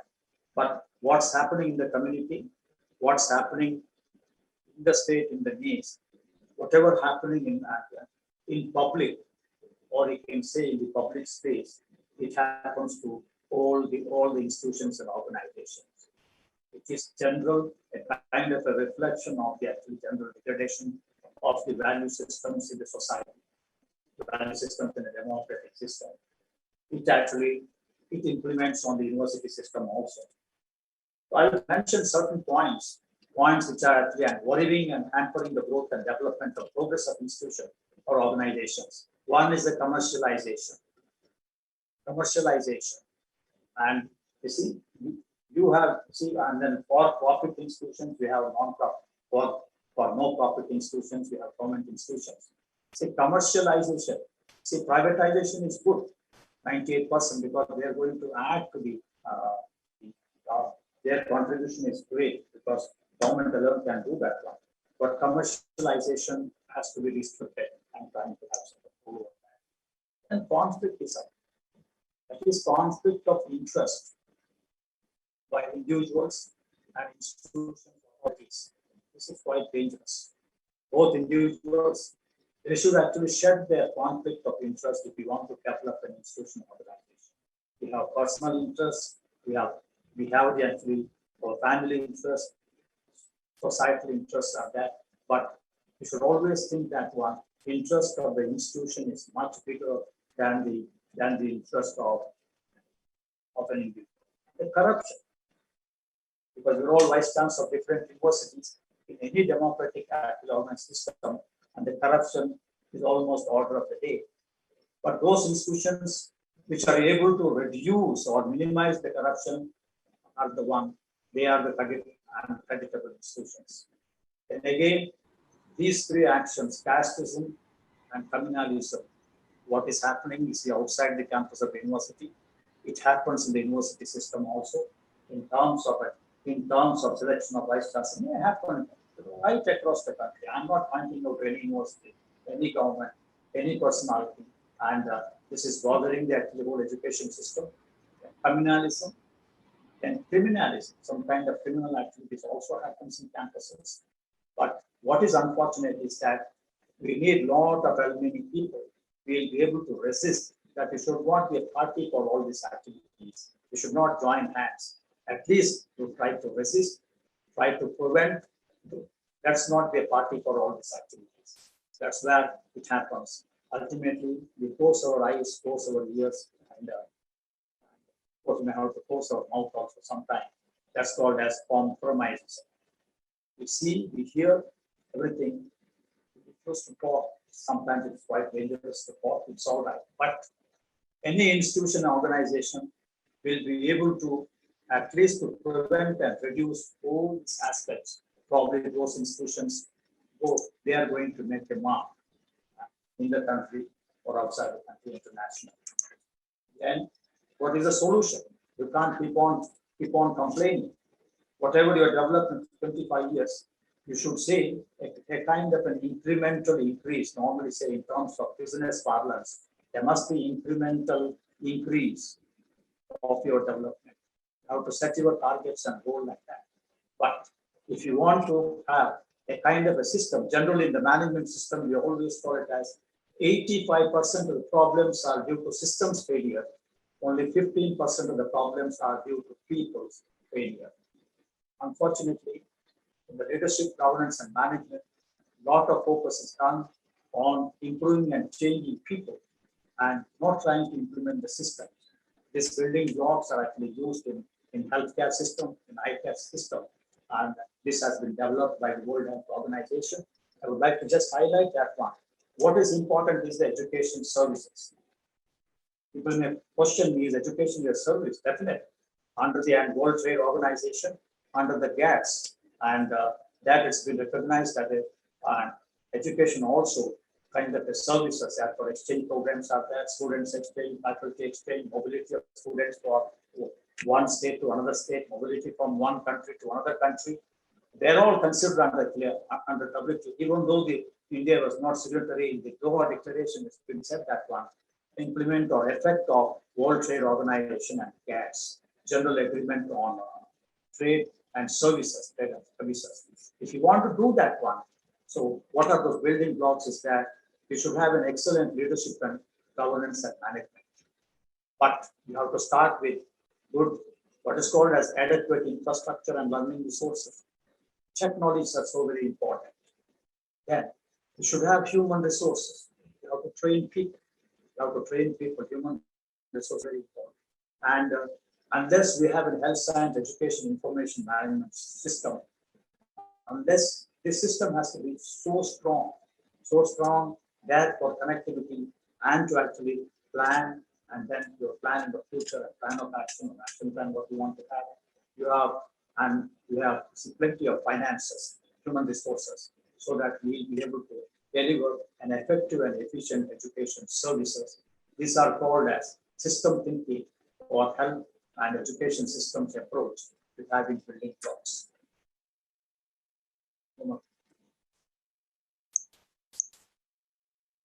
Now, social accountability of health science education. And this is Charles and Bolan. Most of us who are in the field of medical education, we know this one. I'm just trying to apply that. Let's run that one.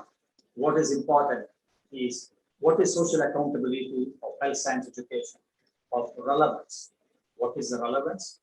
What kind of excellence you would like to, and then put your quality standards and equity.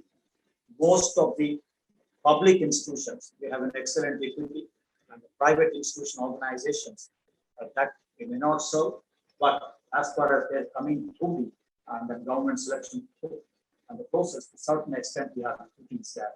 What is most important is make the health science education cost effective. That means affordable.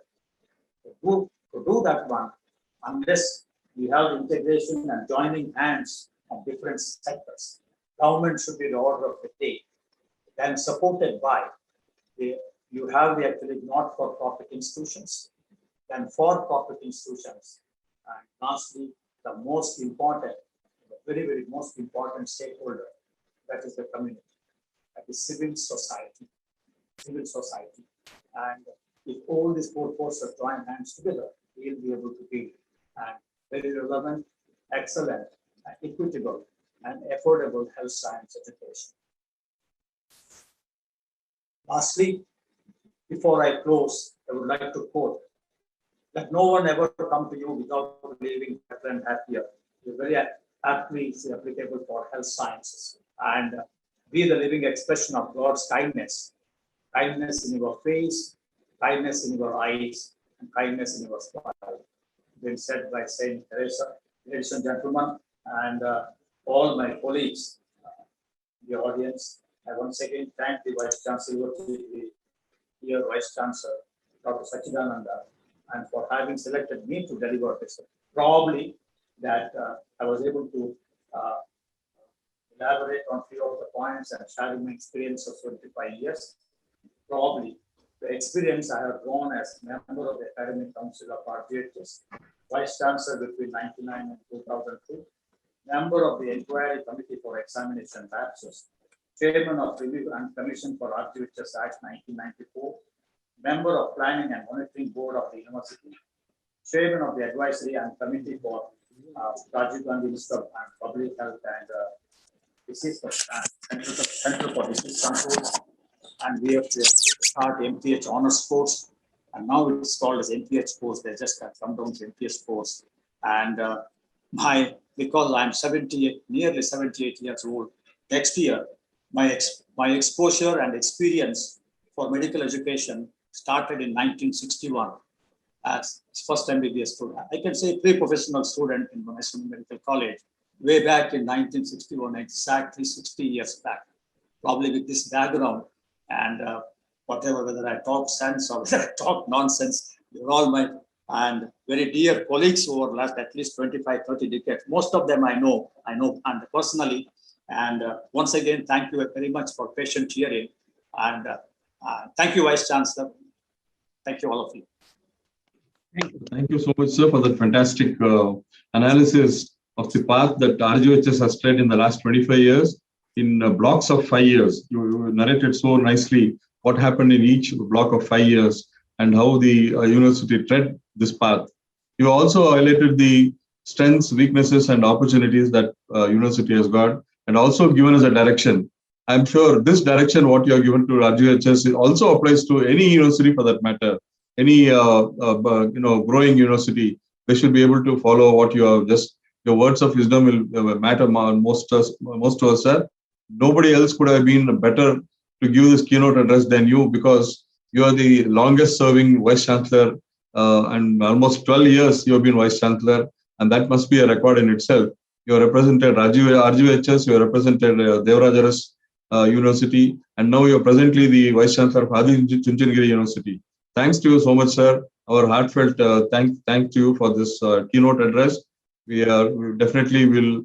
There will be a lot of questions in the talk that you have raised, sir. In the afternoon, we will please join us in the panel discussion. We can bring out some points. With this, I hand over the mic to Dr. Yuvraj. Kindly take over the proceedings, please. Thank you. Thank you, sir. Thank you, sir. Respected dignitaries, delegates, greetings from RGUHS. It is my honor to introduce Dr. Surinder Singh. Dr. Surinder Singh is a medical graduate, MD in microbiology. He has about 33 years of professional experience in different aspects of drug regulatory, planning, and administration. He has served as a Drug Controller General of India, Central Drug Standard Control Organization, as a director in National Institute of Biologicals, in-charge director, Regional Drug Testing Laboratory, Chandigarh, additional director, Central Drug Lab, Central Research Institute, Kasauli.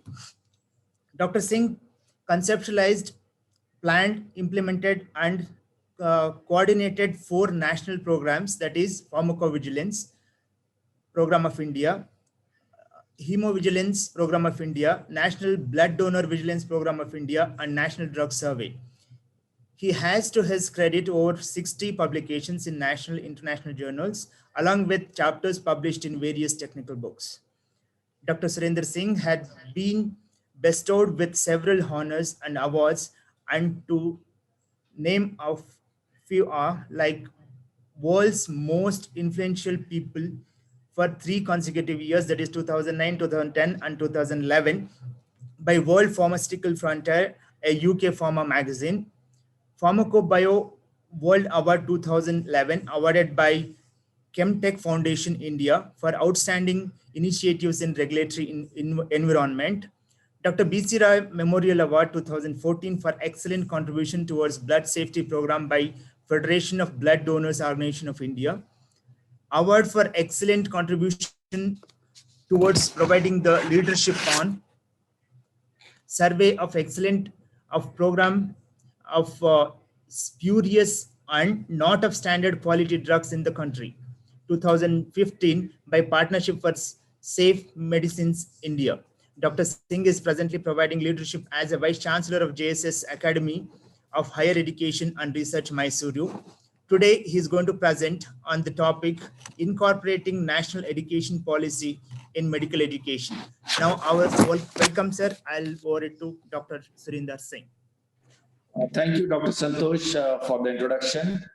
Good morning to all the Honorable Vice Chancellors of the State Health Universities and deemed to medical universities. who are attending this conclave, online and offline. I would like to, at the outset, express my profound gratitude to Dr. S. Sachidanand, the Honorable Vice Chancellor of Rajiv Gandhi University of Health Sciences, for having invited me as a speaker on this this conclave, which has been organized on the occasion of 25th year of Silver Jubilee celebration. It's indeed a privilege and honor for me. My presentation, I think it is a carry forward of the the opening remarks my predecessor, Dr. H. Chandrasekhar Shetty ji, today he gave, and he laid down the various elements of NEP which he wants to be incorporated into functioning of Rajiv Gandhi University Health Sciences. I think same I will carry forward in my presentation also. And this topic for my presentation is incorporation of National Education Policy 2020 in medical education. Now, next. There are 5 pillars of this national education policy, that is access, equity, quality, affordability, and accountability. And this national education policy of 2020, we are having almost after a gap of about 34 years when we had our national policy on education in 1986. And this also happens to be the first education policy of the 21st century. And besides these 5 pillars, which I have just enumerated, this policy basically is aligned with the 2030 agenda of SDG, that is Sustainable Development Goals of UN. And there are 2 or the 3 main areas which I feel this national education policy basically emphasizes, and which has also been touched upon by Dr. S. Chandrasekhar Shetty ji in his presentation. Number 1 is that education has to be holistic, flexible, multidisciplinary, and I think he emphasized the word multidisciplinary for Rajiv Gandhi University also, and which is suited to the 24th century needs of the students. And second is to bring out the unique capability of each student, because it's very important that the entire education system becomes student-centric. And these 2 are basically required to transform India to become vibrant knowledge society. And also, as our national education policy lays down, we should also aspire to be a global knowledge superpower. And I think this is something which will be in our reach maybe over the next 2 or 3 decades, as these various elements of national education policy, they get rolled out and implemented into our own education system across the length of the country. Now, as I mentioned, excuse me, sir, the slides. Yeah, please. Sorry, the slides are not fitting in the screen. They need to be fitted in the screen. I think the slides are, it's problem with others also, but at least I'm not able to, I mean, they're a little too much zoomed in. Can we make it in the it is okay. It is okay here. I think now Saoji, you have to adjust your. Okay. It is okay. It is okay. Okay. I'm sorry. Okay, fine. Otherwise, I could have it in the presenter's view. But okay, if it's fine, then it's. So as I was mentioning, that the first and the foremost thing which is there in our national education policy is that recognizing the unique capabilities of each and every student. And I think that is the one which is being highlighted in this also. And there are 22 elements in our these guiding principles which have been laid down in our higher education for the students. And out of these 22, what I could identify, there are about a couple of them which have got a direct bearing, almost 9 or 10 of them which have got a direct bearing on our medical education. And just to highlight them, number 1 is a multidisciplinary and holistic education, emphasis on conceptual understanding, encourage creativity and critical thinking, develop life skills, focus on regular formative assessment for learning, extensive use of technology, synergy in curriculum across all levels of education, teachers and faculty as the heart of the learning process, and the outstanding research. So though all these 22, the fundamental guiding principles of NEP, they directly, indirectly, they do have a bearing on our medical education. But these are the ones which I highlighted in red, which I feel they have got a very critical role to play in strengthening our medical education in the country. Next. Now, this national education policy, it has brought sweeping changes in our entire country's education policy. And this is with regard to revamping of our curriculum, pedagogy, assessment, and student support. And this is basically all geared up to see that the students, they get a enhanced learning experience, and the faculty also, they are in a position to meet the needs of the students of the 21st century as well.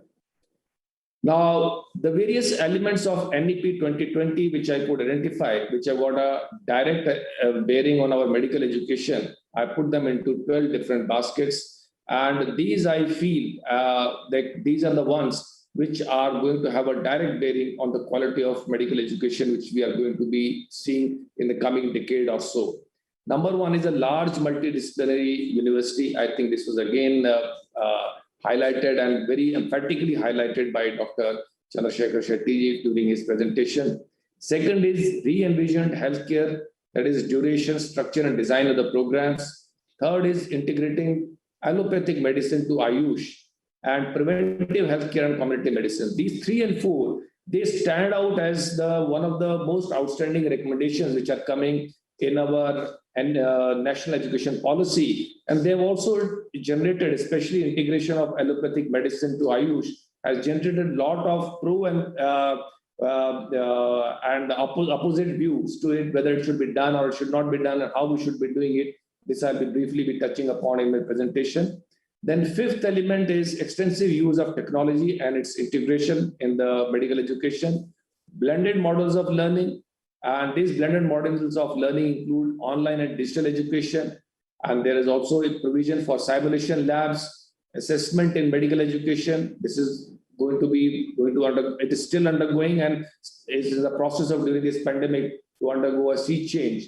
Then online assessment and examination, and it's the first time that the National Medical Commission has allowed online assessment also during the PG examinations and UG examinations also. Then integrating research with education, and last is the regulatory bodies. So I'll be taking each one of these elements one by one and taking it through that how these 12 elements of NEP 2020, they are going to have a bearing on our medical education. And some of these elements have already been addressed in our CBME, and that also I'll be touching upon. Next. Now, this is the first one, that is the large multidisciplinary university. And I think the time has come that this is taken cognizance of it, because the universities need to have an expansion of the various programs which are offering, especially in the area of health sciences. And just to name the few, like allied health sciences, medical devices, health economics, urban health planning, artificial intelligence, and 3D printing. Now, in this, we also had, like Dr. Shetty highlighted, that we need to have like urban health planning with regard to development of these slums and the smaller towns, and urban health planning, so that if we integrate our health into the planning of the cities, I think these types of problems which we are facing now would not be there and in the times to come. Then the areas like artificial intelligence, 3D printing, they also need to be incorporated into our medical education. And these, if we take the steps, they will help us in attracting good students by offering them quality programs in the niche and emerging areas, especially with regard to artificial intelligence. Now, data analytics is playing a major role, especially in our medical colleges and in the super specialty hospitals. And this data can be leveraged to strengthen our healthcare system in the country. And the next step is to introduce new faculty streams and suggest new programs and departments. So these can be like medical genetics, or the areas where we are covering our environment, or the areas where we are covering our new areas in public health, which we can address, especially to deal with the global pandemics and the types of problems which we are having at the moment with regard to our own drug supply system or to the vaccines, and how to address these challenges which are unforeseen and the scale at which they are occurring, which we have never seen before. So a lot of innovative thinking needs to go into is devising the new programs and then also cutting out new departments which can basically strengthen our healthcare system to get up to these challenges. Next. Now coming to the second point which is there, that is the re-envisioned healthcare system, whether it is with regard to duration, structure and design of the program. And in this, the first 2 points, that is the duration, structure and design of the educational program, they need to match the role requirements that graduates will play. And this needs to encompass holistically all the roles which now is going to be played by our all healthcare professionals, including our graduates. And now we have got our even final year students and also interns being deputed for COVID hospital duties, which was unthinkable, something which was there in the past. But these elements of NEP, which gives us the flexibility and adaptability of the system, I think this needs to be now incorporated into our medical education so that we can meet the challenges which we might have to face in future also, because it's not once that it is gone. And here I can just add that WHO itself has got a R&D blueprint in which it always keeps on updating it almost every year. That is, there are 10 diseases in this R&D blueprint which are there, and this is available on the WHO website also, where they have these 10 diseases listed for which no countermeasures are available, or diagnostic or medical countermeasures are available to handle or treat these diseases. And there are a number of diseases in this, and the last disease in this WHO's blueprint list is always called as the disease X, a disease which we don't know. And this 10 is a constant number. The elements which are going to be this list, it keeps on changing. And this COVID-19 happens to be the X factor in this one, which we have seen coming up from last year. The students will have to be assessed at regular intervals on well-defined parameters primarily required for working in primary care and in secondary care hospitals. So we need to equip our students who are coming out of our various medical colleges, that they have the requisite skills and wherewithals to be in a position to strengthen our primary care and secondary care hospitals which are there. And these medical colleges and hospitals, they don't remain in silos and isolated, but they basically get integrated into a public health system, so that our students, when they are coming out, they are well aware of the role which they are required to play to strengthen the health system in our country. And it's a huge challenge. I think it is the first time, it's a wake-up call for the entire country that there's urgent need, that we cannot be complacent in this area. And it's very good that to notice that our CBME has basically brought in a major shift of our medical education. And I think for this we need to give credit to National Medical Commission and the CBME team, which has brought many of the components of NEP 2020 already into our curriculum. And this is addressing the issues which are being raised. Now, these are some of the, there are 17 basically components which are there in CBME. And I put all of them besides the two which are there, like with regard to status reports. But these 15 are the key components of our competency-based undergraduate curriculum for medical education. And in this, what we find is the ones which I have highlighted in yellow. These are almost 9 areas which have already got a place in our CBME, and these are the elements which are there in National Education Policy 2020. And I think this also speaks for the foresight of the team which has been engaged in CBME, that they were well aware of that this is the need of the hour, that our medical education remains relevant, and it is basically geared up to meet the present challenges. And in this, the new areas which we saw, which I highlighted in yellow, are attitude, ethics, and communication. I think this is the first time, even as a medical graduate, I feel very satisfied that ethics is one issue which needs to be highlighted to the medical students right from the phase 1 itself, and that is being addressed over here. Then the second element which has been introduced in our CBME this year is, though the CBME will be covered quite exhaustively by Dr. Avinash Supeji after me, but I'll be just touching upon. This is the first time the foundation course for undergraduate medical students has also been done. And what I also get a feedback from the students is that is well accepted by the students. They feel very happy about it, this 1 month foundation course, because they sensitize them in a holistic manner that what is expected of them, and also opens up to their mind to the various opportunities, and they also get an opportunity to have a close bonding with the faculty and with the peers also. Then another element which has been incorporated into CBM is early clinical exposure.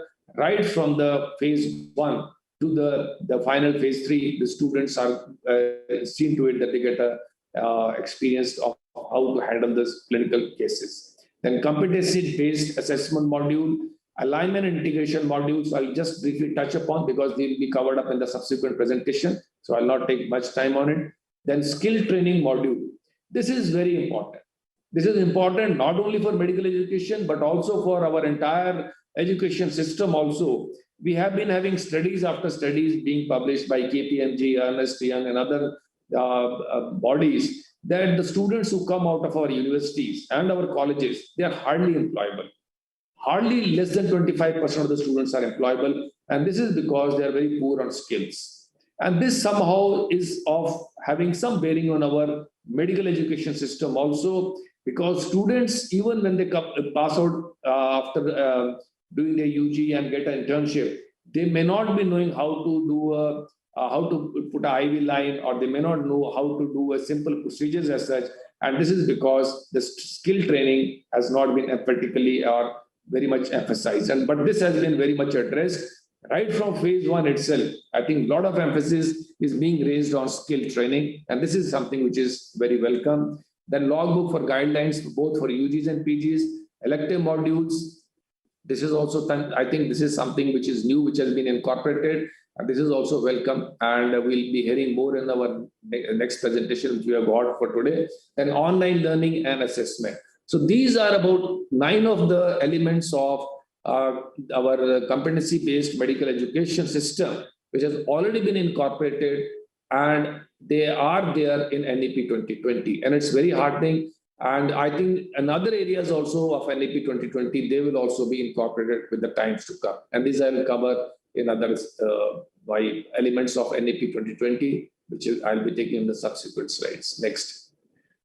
Now, these are the 2 areas which I have taken together, that integrating allopathic medicine to AYUSH and preventive healthcare and community medicine. This has been laid a lot of emphasis in our National Education Policy 2020. And with respect to integrating allopathic medicine to AYUSH, our NEP states that our healthcare education system must be integrative, meaning thereby that all the students of allopathic medical education must have a basic understanding of Ayurveda, Yoga, Naturopathy, Unani, Siddha, Homeopathy, and vice versa. And this is, I think, one area where our experts, they need to work upon, because it is easier said than done. How to achieve this? I think it's a tall order, but if there is a consensus amongst the experts, a way can be found out that how we can go about it. But if this is done, then I think the number of physicians and the medical specialists, which we have got a shortage in our country, this can be addressed to a large extent, because the WHO norms are that for 1,000 population, we should have one medically trained person. But if we are able to achieve this, even at this juncture, we will be in a position to have it in the ratio of 1:800. But to achieve this, I think we need to do a lot of homework in this regard needs to be done, and exercise to see that how it can be integrated in a best possible manner without overburdening the students who are already undergoing the allopathic studies or Ayurveda or Yoga and Naturopathy. And another element is that there should be a much greater emphasis on preventive healthcare and community medicine in form of all healthcare education. So these are the 2 major elements of NEP which need to be addressed in our medical education in a holistic manner. Though preventive healthcare and community medicine is there, but I think it has to play a major role also into this, and especially in a type of a scenario which we are witnessing in the country at the moment. Next. Now, this is fifth area of an element of national education policy, which needs to be integrated into our medical education. That is extensive use of technology and integration. And it's the first time I think we have seen that the National Medical Commission has allowed for the online examinations to be done and vivas to be conducted without the faculty actually coming over here. And this is all possible because the technology which has come to our own rescue. And this technology, it also needs to be adapted that in all the stages, especially with regard to seeing that this it is incorporated into experiential learning and also in the hands-on training which is being imparted to the students, and it becomes a standard pedagogy in all curriculum as such. And to close the gap in achievement of learning outcomes, classroom transaction, this has to have a shift towards competency-based learning and education. And in this also, our technology can play a very important role in saying that this is how well we can achieve it. The new CBME curricula stress the importance of proficiency in several clinical skills by medical graduates rather than mere acquisition of knowledge. And this I have already spoken of when we on the previous slide and emphasized that clinical skills, they have been like emphasized again and again. And because what we feel is that besides acquiring the requisite knowledge, the equally very important is that the skills have to be honed to an extent that our medical graduates, they can meet the needs of the patients and the people who need them the most, their help, in a more effective and efficient manner. Next. Here I would just add that the module 8 of our CBME, it basically already has addressed this issue of use of technology, and it's an excellent document which has been brought about, which very nicely lays out the roadmap that how we can go about this online teaching and learning process. Now, this is, I think, already like module 8 I was mentioning, this is already taken care of these blended models of learning. And it also defines that what we mean by online learning and what we mean by blended learning as such. Online, it is defined as learning that occurs entirely or partially through the internet, and this definition is already adopted by NLC in its documents. And for blended learning, it is defined as seamless integration of traditional face-to-face learning with online activities to enhance the learning experience. And both these different models of blended learning can be identified for appropriate application for different subjects, and this is being done also at the moment. But this, like, since India is a huge country, so there might be technological gaps in the medical colleges in certain states and certain remote corners of our country, but a beginning has been made, and these types of changes don't happen overnight. Basically, what is happening is that there is an intent that this has to happen, and that's why these policy directives are there. But these might take some time to be implemented uniformly all over the country, because there will be challenges with regard to imbibing technology, and there will be technological gaps which might be existing in various parts of the country. But I think we have to be positive and optimistic that with the passage of time, this all will become a reality. It is already becoming a reality with all those colleges and the universities which are equipped with the wherewithal. But I think with the passage of time, this will become some sort of a routine thing, even in the remotest and those colleges which have got some technological gaps, and they are facing some handicaps at the moment. But thing is that the governments now, they are aware of it and they are seized of this issue, and especially our policy making bodies, they are again and again emphasizing it. Next.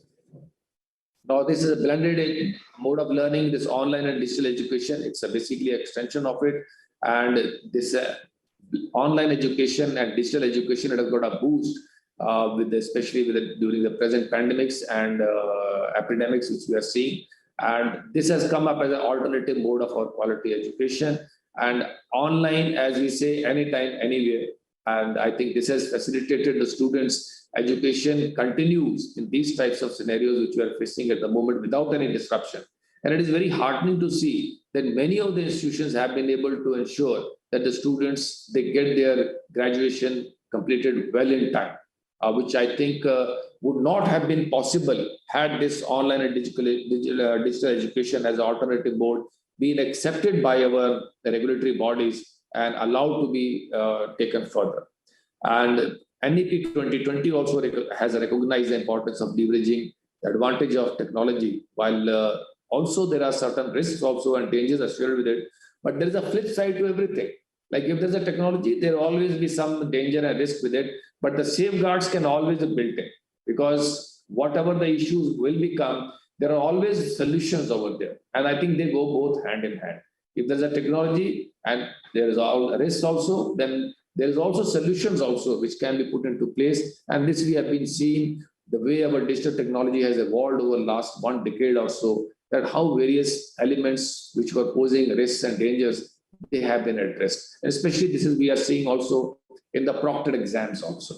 Now the proctored exams are becoming a reality, remote proctored exams, and how we can ensure the digital platforms are used for the students so that they can appear in the exams sitting at their home also. And at the same time, the risks which are there with regard to things going wrong at their end, they are also addressed by using the technology. So there have been solutions coming up. I will not get into the specifics of it. And then this digital education and blended mode, it has already been adopted in the medical education by the NMC. And as I said, Module 8, it very exhaustively lays out the roadmap, how it should be done. Now, only thing which we will be seeing is that how it is uniformly implemented across the length and the breadth of the country. Next. Now, this is another area which has been very much emphasized in NEP also, and also by our MNC, that is the simulation labs. And the introduction of simulation labs is very important and component of our medical teaching and learning. And this simulation, it allows the clinical skills to be acquired by the students and by the even those faculty also, they practice on it. And at the same time, they acquire the requisite skills and hone up their proficiency. But at the same time, there is a reduced risk to the patients and the learners, and there is improved learners' competence and confidence. And this all has happened because of the simulation labs. And this simulation labs incorporation into the medical colleges has been very much emphasized by National Medical Commission. And the requirement of a good simulation lab in the medical institutions is becoming a reality. All colleges do not have it at the moment, but I think it is catching up this idea. And the very positive feedback is also coming from the students and the faculty who are using these simulation labs, that this really has benefited them in basically acquiring the requisite skills without posing any risk to the patients. And also even the learners are also safe because they can repeat these procedures n number of times and see to it that they can be more proficient in these skills in the shortest possible time. Then another area which is the assessment in the medical education, and this has also undergone a sea change over the last couple of years. And in this, the clinical skills competencies, including communication skills, history taking, professional attitudes, awareness of ethical basis of healthcare, and assessment of many other skills have been addressed, especially in the core undergraduate curriculum which is there. And this has been basically the new curriculum which has come. It has taken care of all these issues and addressed them. Then another area which has been emphasized in NEP is regular formative assessment. And this also has been assessed, basically emphasized in the new curriculum which we have competency based, that more emphasis is being given on the formative assessment rather than the summative. So that there's a continuous learning of and upgradation of both the learning methods and the methods which are used for teaching continuously during the entire session itself. And this shift from the summative assessment to regular and formative assessment, which is more competency based, promotes learning and development and tests higher order skills such as analysis and critical thinking, it is becoming a reality. And I think all the colleges, more or less, they are now practicing it and have started implementing it. And the real challenge is basically to train the faculty in this regard. Because the first and the foremost thing is the faculty needs to be trained in all these new areas which have been recommended. And this is being done in a phased manner. Though the absorption of all these technologies and the new guidelines which are coming, it will also take some time to sink into the system, and also the proficiency coming into it. And online assessment and examination, especially during pandemic, this has become a reality. And we are seeing that this online assessment and examination is happening almost in all the medical colleges which are there. And it's a design and implement assessment framework has already been worked, encompassing all its features like competencies, portfolio, rubrics, standardized assessment, and assessment analytics. Though there are numerous challenges to conducting online examination, and these are already there, like scale, the limitation or type of questions which are to be asked, how to handle the network and the power disruptions which we see. Even the internet connectivity is as a problem and a challenge over there. And the last is, which I mentioned earlier, unethical practices. But there also, if there is a unethical practices, there are also solutions to it. If there's online assessment going on, now we have got a technology to see to it that these unethical practices, they can also be handled.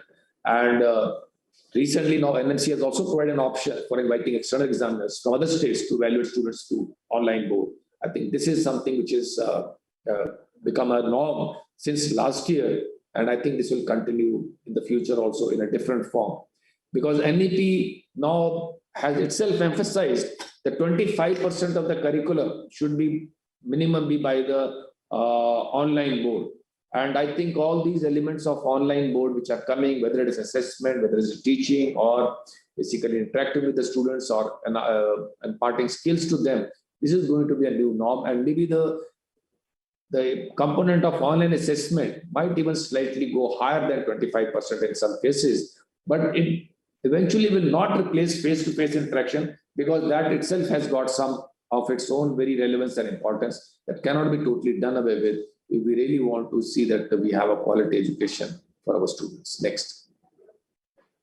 Now, integrating research with education, I think this was also highlighted by Dr. Chandrasekhar Shetty ji in his presentation, and he laid it out for Rajiv Gandhi University of Health Sciences, that just like you got a National Research Fund which has been created, and during this budget 50,000 crores have been earmarked for it for next 5 years.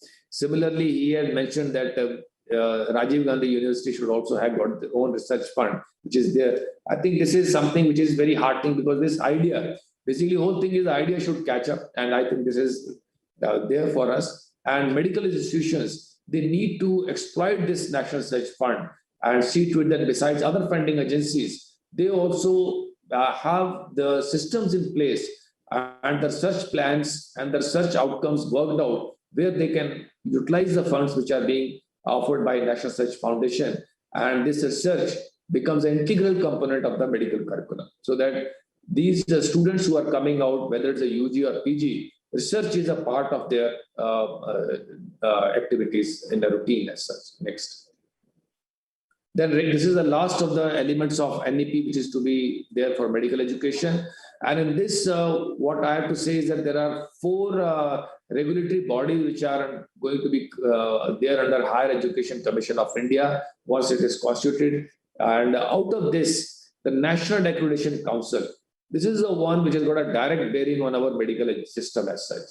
And though we have got a National Medical Commission which is fully autonomous, and I said that it has brought this competency-based undergraduate curriculum and medical education systems in place. But this medical assessment and rating board, till it doesn't come up, which is there, till then, I think National Accreditation Council will have some role to play as far as accreditation of our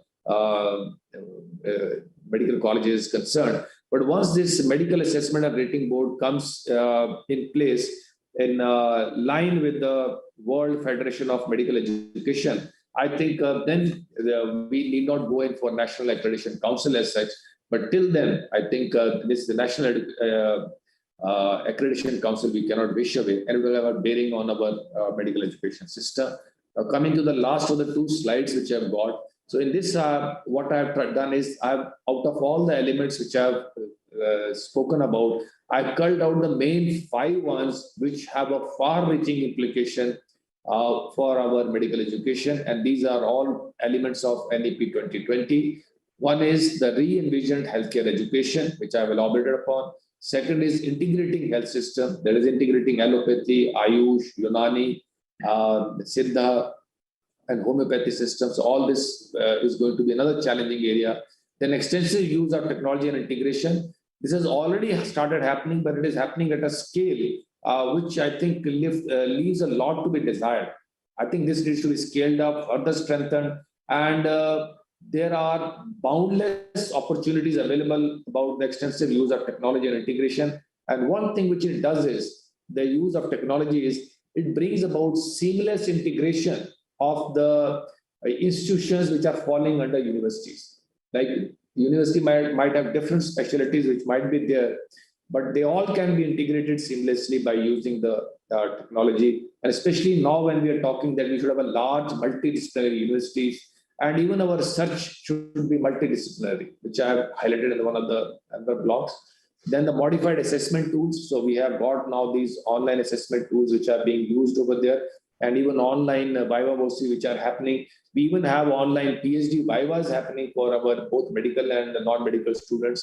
And the last is thrust on multidisciplinary research. I think the time has come that we not only graduate to interdisciplinary, but we get into multidisciplinary research, because in the light of the pandemic which we are seeing at the moment and the challenges which has faced, I think we need to strengthen our healthcare system. So medical colleges need to work together with the industry, or with the pharmacy colleges, with the life sciences colleges, university departments which are doing research with regard to vaccines, with regard to diagnostics, with regard to medical devices. They cannot be in isolation. Our medical colleges, I think, they need to come up the silos and to be integrated into other institutions which are coming under the university. And this can only become a reality by giving a thrust to the multidisciplinary research. And National Research Foundation Fund, it will have a very important role to play in this regard. Next. Now, this is my last slide where I conclude that the various elements of my presentation. And as I have shown in the presentation that the technological advancements which we have seen, and the rapid globalization which we are seeing, and the pandemic situation in which we have got unprecedented developments because of this COVID-19 pandemic, it has really transformed the way we work. And it is also going to transform the way we are going to work in future also. So it is very important that our existing education model needs to be reassessed continuously in keeping in line with the challenges of the global economy and technological advances. It's not that we've got one NEP and one competency-based medical education, and that's it. This also needs to be re-looked into from time to time and modified, and has to be flexible so that it adapts to the challenges which are going to be there, because the challenges are now going to be not be faced after every decade or so. The challenges, I think, we are going to face much more frequently, and we have to be geared up accordingly and see to it that we can see that we are in line with the global economy. Now, the second element which I would like to emphasize is that there has to be emphasis on multidisciplinary and flexibility of holistic development of learners. And this is basically the spirit of it is captured in both the reforms which we are seeing in both NEP and CBME.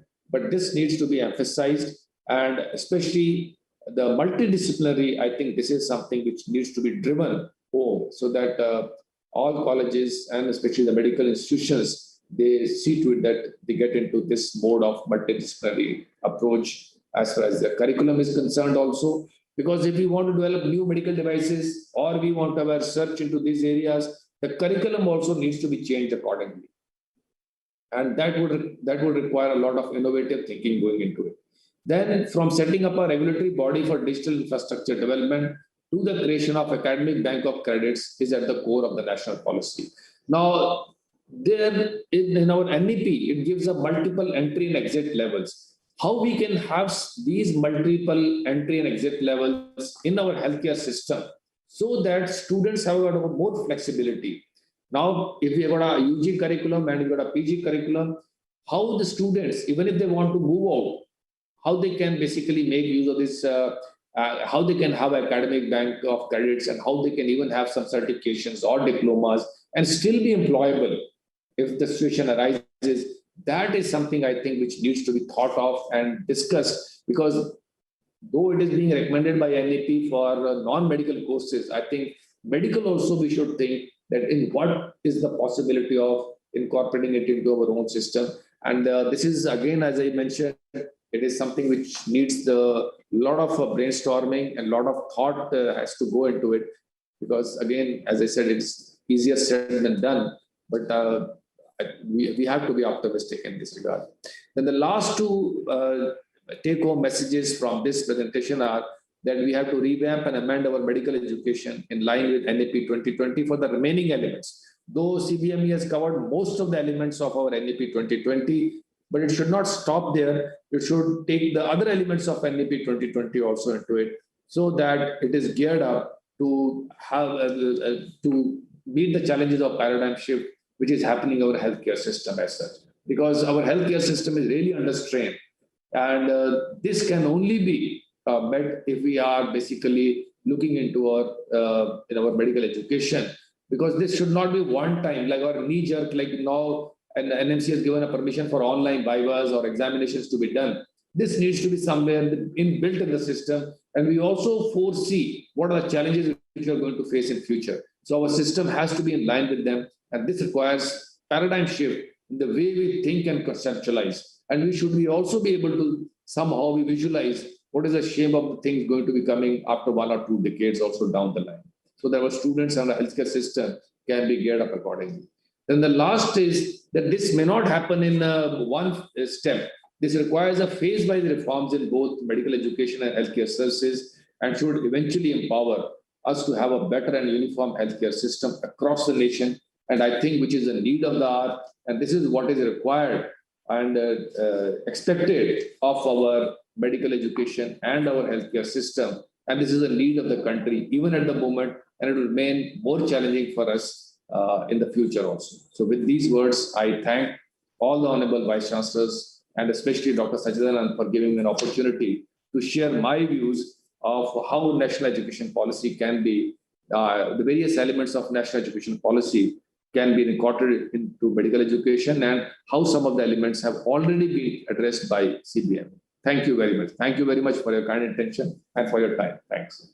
Thank you so much, sir, for that wonderful lecture on how to integrate medical education as per the guidelines of NEP 2020. You brought out very relevant points. I think we'll take up some questions in the afternoon session, sir. Thank you so much for that. And with that, I hand over the mic to Dr. Dayanand. Please continue the proceedings.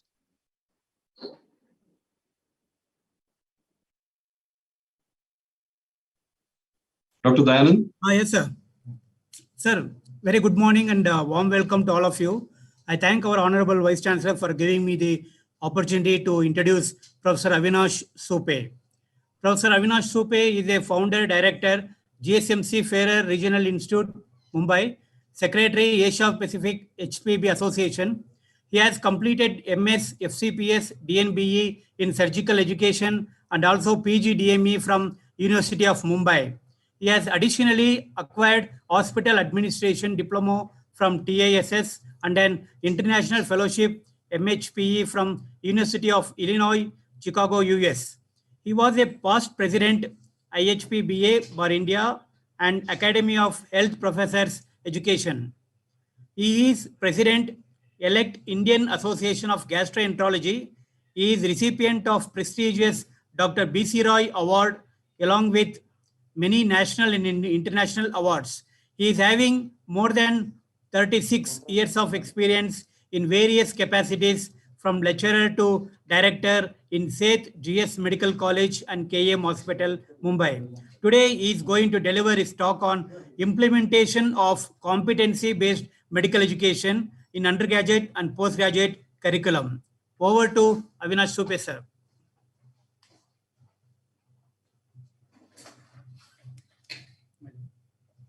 Can you hear me well? Yes, sir. Yes, sir. Okay. Thank you, Dr. Sachidanand, for this really opportunity. I'm really honored to be with all of the honorary vice chancellors.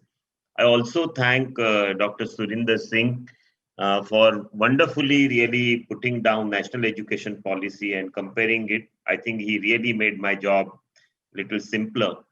And the ice on the cake is to see my mentor, Dr. D.K. Srinivasan, who has guided me throughout my life in the field of medical education. Thank you, sir, for really being there. Now, I understand we are running late, so I'll directly come to the topic. And before I congratulate Rajiv Gandhi University for completing 25 years. Rajiv Gandhi University has been a guiding force to even Maharashtra University of Health Sciences. So I have no conflict of financial interest to really declare. And I would like to thank Rajiv Gandhi University for all what they did for 25 years to all of us. Now, if you really see issues in the current education where didactic teaching, there was a subjective assessment, inadequate community exposure in teaching learning, lack of self-directed learning and research experience, and lack of student-centered learning, active learning versus an integration. And there was not much emphasis on attitude, communication, and ethics. So students only trained for NEET and not for the clinical practice. And that was the major challenge all of us are facing. So if you really look the three domains, cognitive domain was rote memory, subject-based. So doctors now advise more on investigations rather than the taking into the clinical picture. And we have seen this every day in our practice. Psychomotor skills, there's something called as an hyposchilia. We find people are not competent when they come out with any degree and to the extent what they are expected to be. And poor communication skills, which has resulted into doctors and the hospitals being whammed. So there is a need for really converting a lot of effort to make a good doctor-patient changing relationship. So we also need a curriculum which is globally integrated curriculum, which has all the elements which have been said before. And it also needs to be aligned with the World Federation of Medical Education by 2018 and 23. I'm sure we are also trying to align it with the national education policy, as Dr. Surinder said. So there is a need for a paradigm change. So we needed from rote memory to clinical reasoning and problem solving skills. We needed to go from motor skills to simulations, deliberative practice and focus training. And we needed to go to the formalize the informal and hidden curriculum. We used to always say, I learn from my mentors. Yes, we continue to learn from our mentors, but there is need for formalizing the informal and hidden curriculum to make it explicit. Now, Vision 2015, many of you were part of this vision, to provide a quality of healthcare to all Indians by promoting excellence in medical education. So this was done by Medical Council way back in 2011. And it really provided a model of Indian medical graduate, which was basically had 5 roles: clinician, leader, communicator, lifelong learner, and professional, and then subject-based and role-based competencies trying to put into one of these kind of roles, which will make you an Indian medical graduate. So this is a conceptual framework on which the whole concept is being based. So there were recommendations of the UG group, which I'm sure was told very nicely by previous speaker, and therefore I would not really go into details. And so basically there was a need for the wider clinical exposure from first MBBS, more emphasis on the skills, attitude, and communication, make our students lifelong learners, and of course, emphasis on the own sec reward and recognition. Now, when we talk about competency-based or outcome-based education, maybe the slight difference is there, but it's mainly the outcome-based education. We must really say that doing the right thing, what doctor is able to do, that is technical competencies are extremely important. That means clinical skills, practical procedures, investigations, management, health promotion. He should be able to do all these things very well. Doing the thing right way. How does doctor approaches the practice? So that is the second element of any competency-based education. That is scientific understanding, attitudes and ethics, decision-making, and team working. So these are the elements which we should really emphasize. And the third is the right person doing it. That is doctor as a professional. So these 3 elements really formulate an outcome-based education. So that comes to the personal development of any person. Having said that, what are the requirements of CBME? The learning outcomes are identified. That means you make it very clear what do we expect at what stage. Made it explicit and communicated to all concerned. Everybody should know what is being expected at that particular stage from that particular student. So students and faculty are on the same page. Decisions about education program, what is taught are based on the agreed learning outcomes.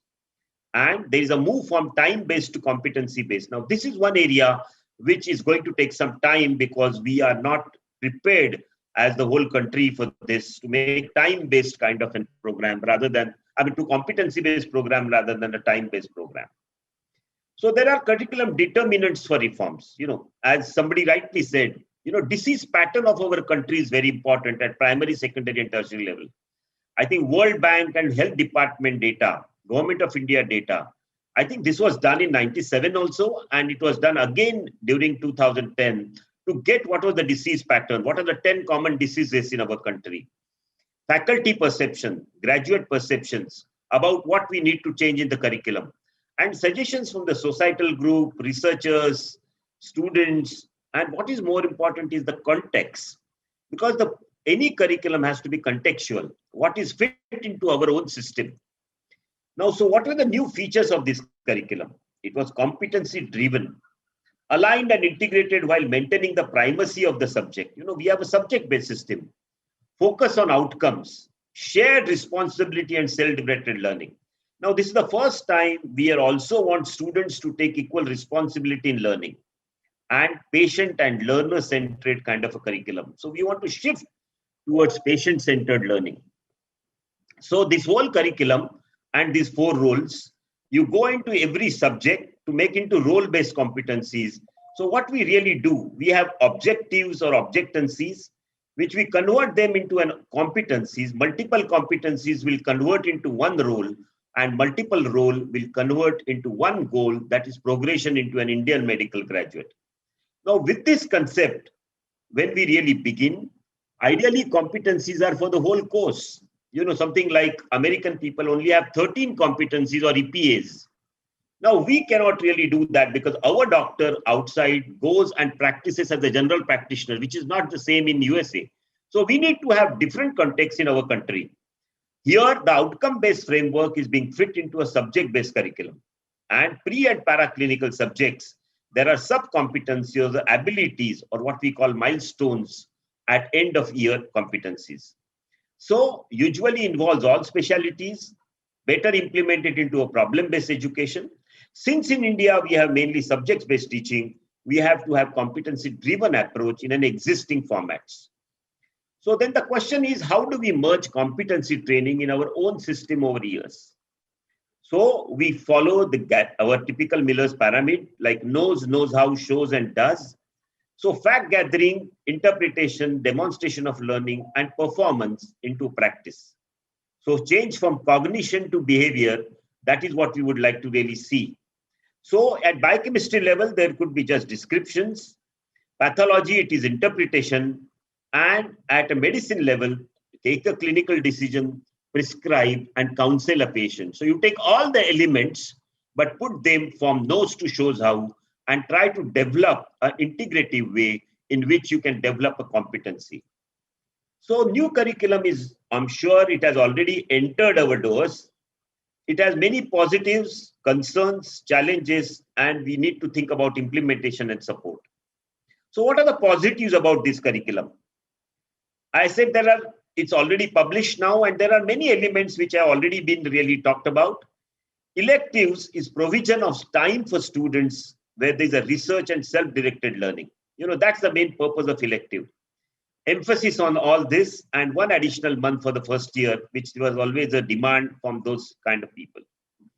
Emphasis on skills and attitudes, higher level of learning, less didactic teaching has been reduced to 1/3, which was there in 97 also. So we have been trying to do it now here again, that we don't want too much of didactic teaching. Outcomes are important. Early clinical relevance. Students must learn what they feel relevant, and certifiable competencies. And this is one element where I think all of us should really work more. So what are the new curriculum recommendations? Competencies were well defined. There are 3 big books, which I'm sure there are on the net. Structure fitted into subject-based system, better clinical context, and maybe the next, which is likely to come, will have more problem-solving questions, case-based questions, which will bring the context into competencies better. This was an American structure, which is there, where there's an EPAs, there is a domain of competence, there are competencies and there are milestones. We have a slightly different structure, but the main elements already cover the driven element. So the competency document is concordance with these global competencies as per GMAR. And they are work of subject experts. More than 360 subjects experts have worked on this. Broad framework of list of competencies. I'm sure there is a scope for improvement. I personally feel every 5 years there is a need to change and people can revise it online. At each subject level, there are sub-competencies and predefined outcomes, abilities, and that will ultimately build the competencies at the end of the course. Sub-competencies are each subject of all domains, definition of an acceptable level of performance, vertical and horizontal integration. Areas have been defined. These are minimum areas. People can do more than that. Miller's pyramid is used, and procedures for certification are 48. And I'm sure that universities can take better decisions on this. So these are the booklets which are now available, and I'm sure all of you have gone. When we talk about integration and alignment, as you know, Hardon had 12 levels of integration. We thought India is a vast country. We cannot really have a uniform application of all these at 12th level. So we selected these 4 levels. Alignment, these are middle 4 levels: temporal, coordination, sharing, correlation, and nesting. And we thought that these levels are easily acceptable at any college. Those colleges want to go at higher level, they are free to go, and they can do integration at much higher level also. Then, of course, as was rightly said by Dr. Surinder, that emphasis on skill enhancement has been the major part of this curriculum. Skill labs have to be established in every medical school. Maybe it's a basic lab, but I feel there are some of universities have one of the best labs, I'm sure. And simulation plays a major role in this era of patient safety. And patients really want now the doctor to be competent before they would like to be treated. And there has to be a structured training. You know, this was one of the area where I think India has made definitely a good progress. I've seen skill labs coming up in the last 3 or 4 years in many medical colleges and universities, and that's a very welcome kind of a move. Another thing was affective domain was new curriculum recommendations were AdCom module. You know, it was started somewhere in 2015. It was a case-based module incorporating values of professionalism, and it was a typical Indian stories. It was a longitudinal program for 4 years. For last 6 years, I have seen this being really adopted very well by many medical colleges. There are more than many publications, books on this, emphasis on communication skills, connecting with patient needs, formalizing the informal curriculum. You know, people have to just make aware of this. People will learn on this. What we need to improve on this, how do we improve it in the formative assessments and make people aware of the ethical issues and attitudes of physicians. It's not so easy. But once you start building the program from the first year, slowly this attitudinal change will occur. And that is the main purpose behind this AdCom. So this is the first time in professionalism was introduced in our country. Well-developed modules structured in a graduate medical regulation, customized modules to our setting. And that is the main strength of this module, and vertical implementation across curriculum. So once people build over time, that gets better accepted by people. So overall, 97 curriculum had outlined basic fundamentals of curriculum. 2019 curriculum will achieve in practice the principles that were emphasized in 97 curriculum with many new elements, because over the last 25 years, there has been a lot of change which has happened. What are the concerns? This is not a pure competency curriculum like which is in the West, customized to Indian situation and needs. So therefore, understanding of all faculty is absolutely necessary. Need for IT and other infrastructure. Work of subject experts. Assessment of AdCom is workplace-based assessment. New elements of assessments have come into this.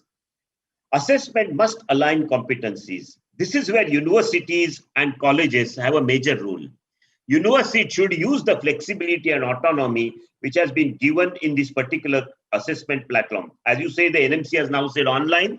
However, we need to have a blending. We need to have a programmatic assessment. We need to have a plan for assessment of each university, which is feasible and practical. And that will really bring the best part of this curriculum. So what are the challenges? I'm sure there's a lot of interdepartmental collaboration is going to require, not only interdepartmental. I think Dr. Surinder rightly said we need to have interfaculty.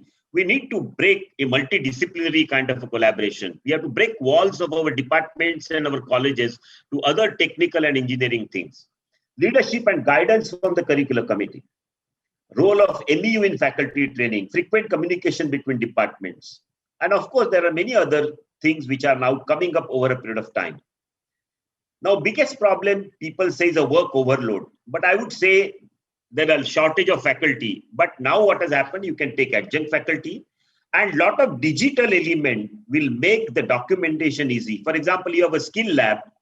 then you will always find that if the student does it, it will create automatic record, logbook, it will give a message to the teacher, so he can really see it, and practical time is better utilized. Unwillingness to learn new skills. But I think our country as a whole has done extremely well in understanding and learning these new skills. I see a lot of enthusiasm all over the India, and many universities have taken initiatives. So I personally feel very happy about that. We have always shortage of resources, but I'm sure with the pandemic coming up, the government will have a change in their thoughts and we will get more health resources. There's an inertia, complacency, and alienation. So as I said, this takes some time for making a change. Difficult in creating meaningful assessment tools. But I think the industry, IT industry and the education industry now is geared up to develop multiple assessment tools.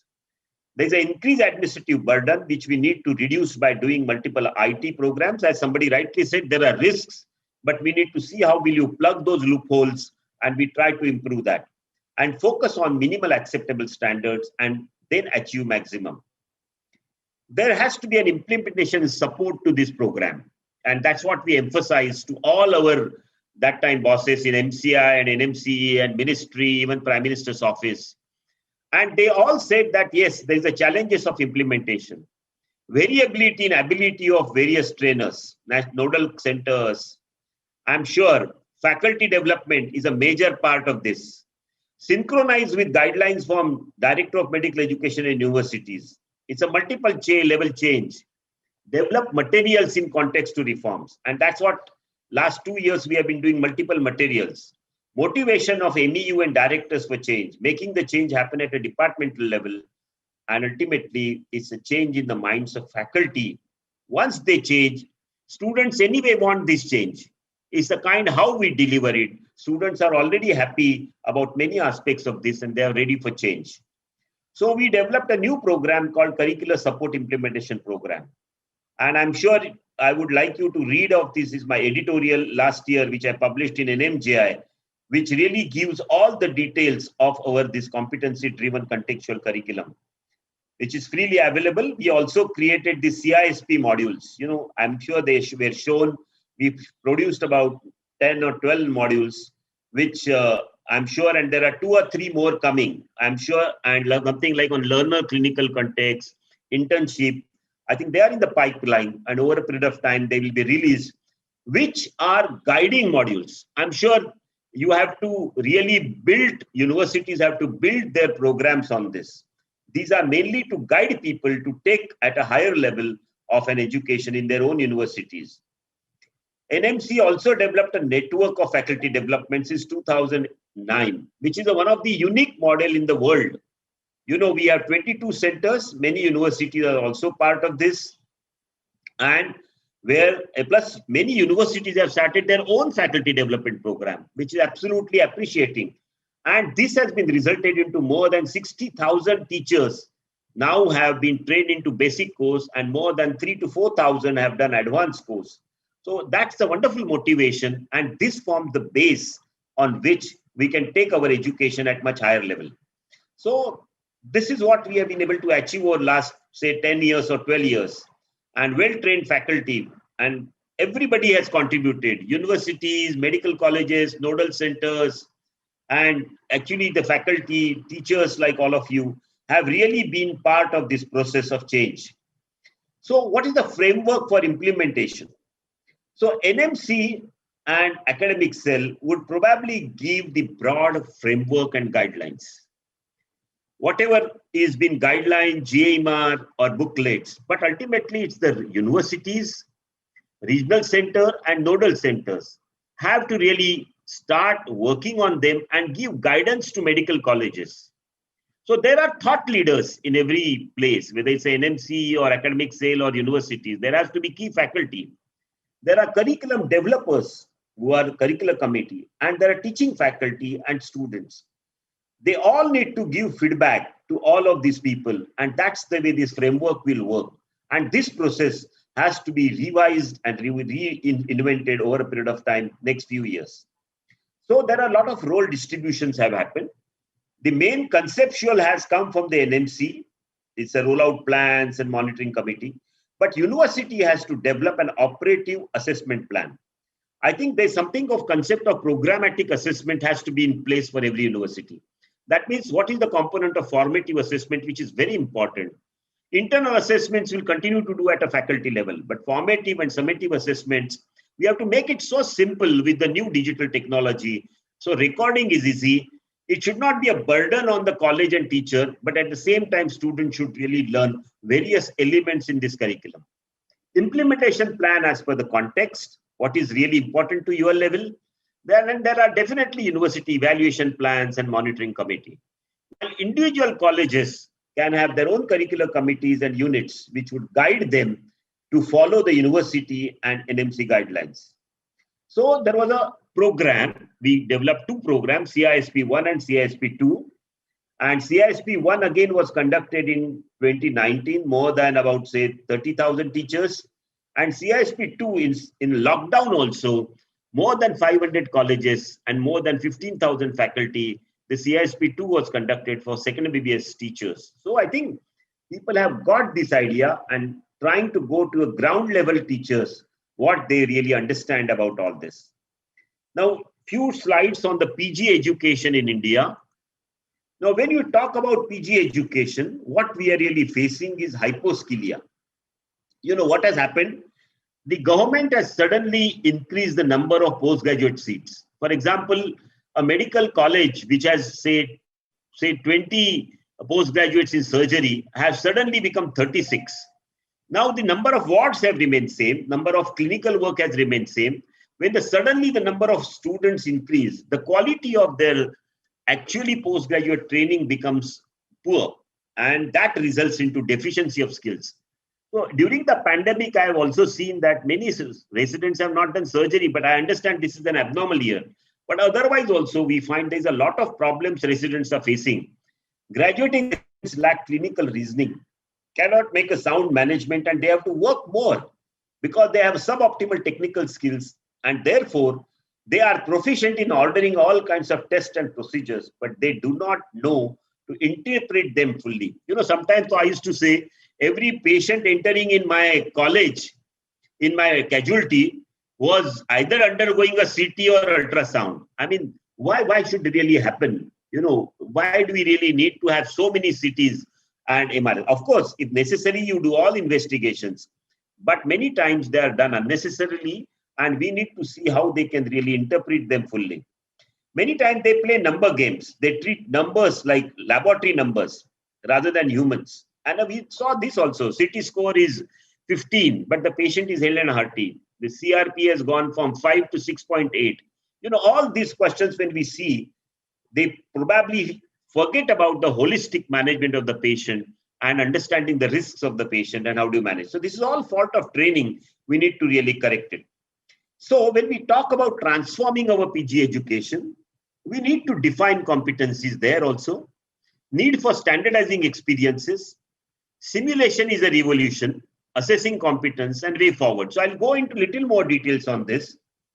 Now, when we say defining competencies in a postgraduate, if you see all over the world, there is a wonderful exercises done. There are some 126 booklets of milestones. You know, they have been created by the ACGME, and they are so in detail.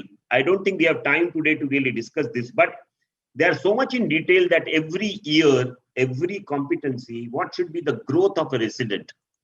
Now, so that doesn't really happen so easily in our country. It happens little slowly.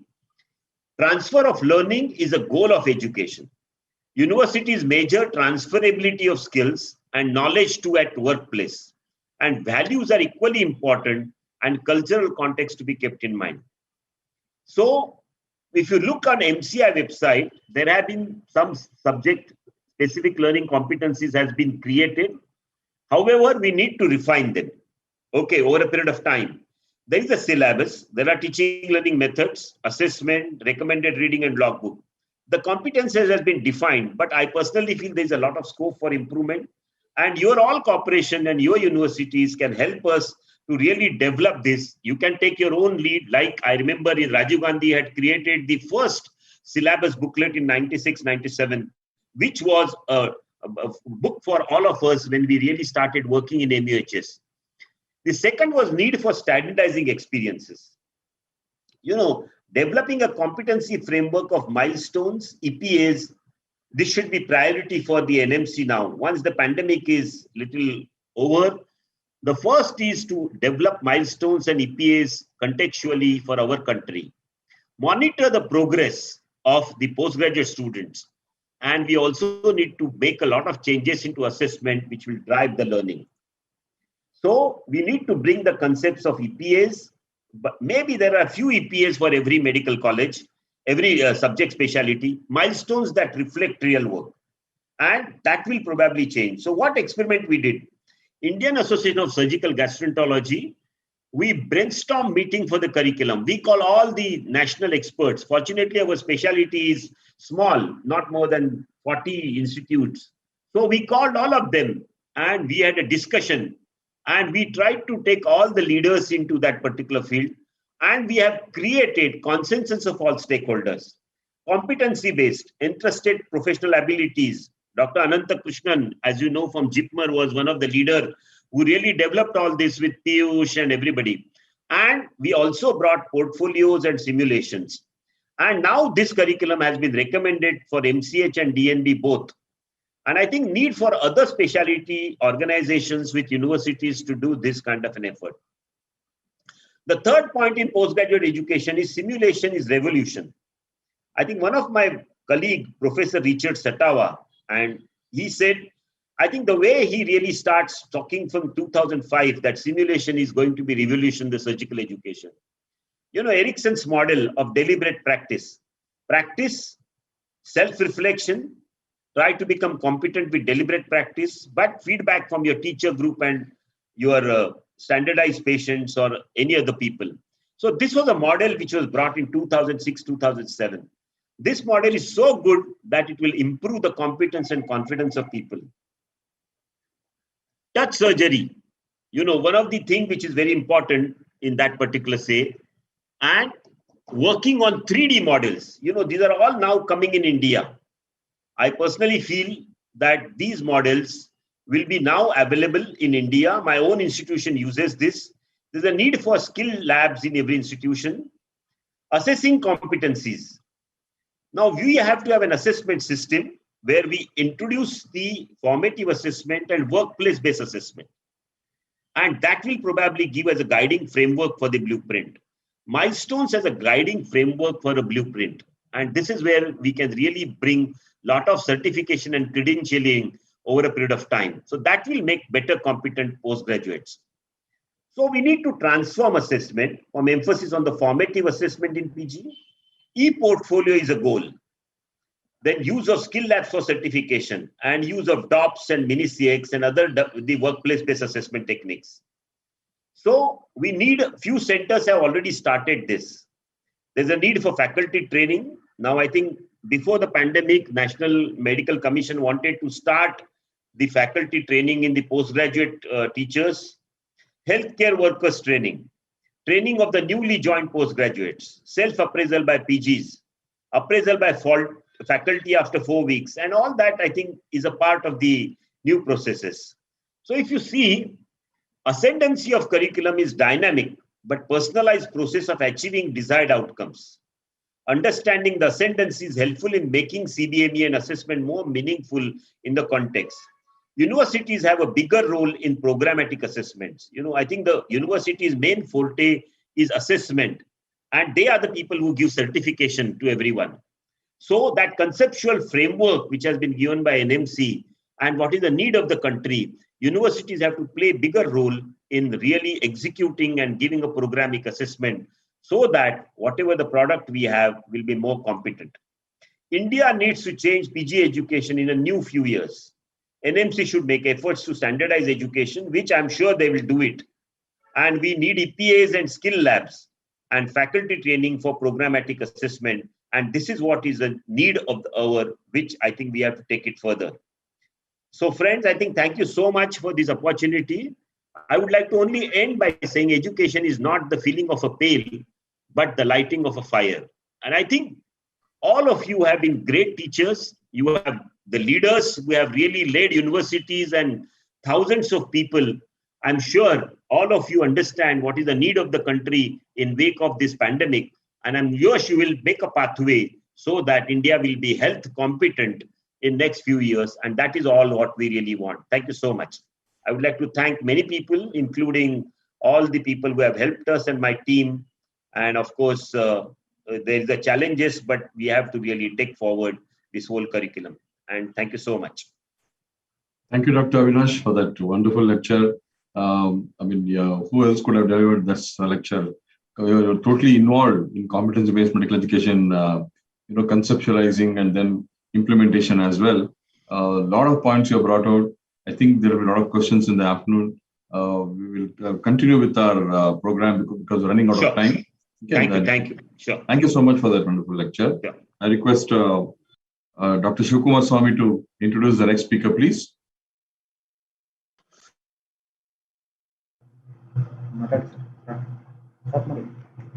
Good morning, everyone. It's my proud privilege to introduce Srimati Dr. Sudha Sheshayan, who was a senior faculty in the prestigious Madras Medical College.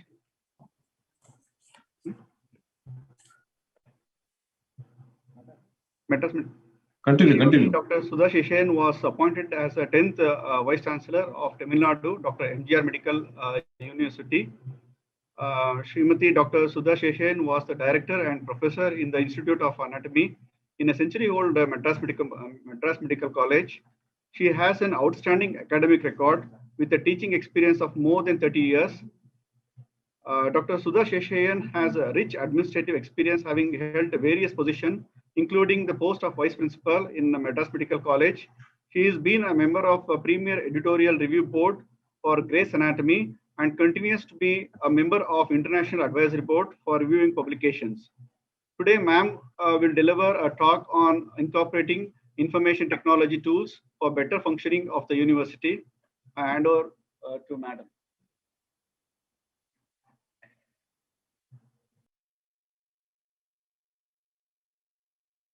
Chancellor of the Rajiv Gandhi University of Health Sciences and the organizing members. At the outset, let me congratulate the Rajiv Gandhi University of Health Sciences for having completed a wonderful tenure of 25 years, and I wish the university grow more and more. Since we are running short of time, I think I'll straight away jump into the topic allotted to me, incorporating information technology tools for better functioning of the university. I suppose the presentation is already with the host. If you can kindly share the slides. Dr. Santosh, kindly share the slides, please. Yes, sir, we'll share. Of course, much has been told about incorporating IT tools in the university by my previous speakers, both Dr. Surinder Singh and Dr. Avinash Supe. I would not elaborate on areas which already have been touched upon, but would try to give a comprehensive overlay of what kind of information technology benefits that we could derive as a university. Information technology has already been put into use in several of the universities. We know, especially the health universities. The next slide. However, the matter as such becomes more and more relevant and more complicated in terms of the world we live in today. We do find there is a lot of explosion of information. There is a kind of a hegemony of science and technology. And there is accelerated globalization. Now, all these factors contribute to the compounding of the fact that IT tools require to be implemented and utilized in the functioning of any university, leave alone the health university. My previous speakers had touched upon virtual education, blended classes, online examinations, and so on. And all these have already been implemented.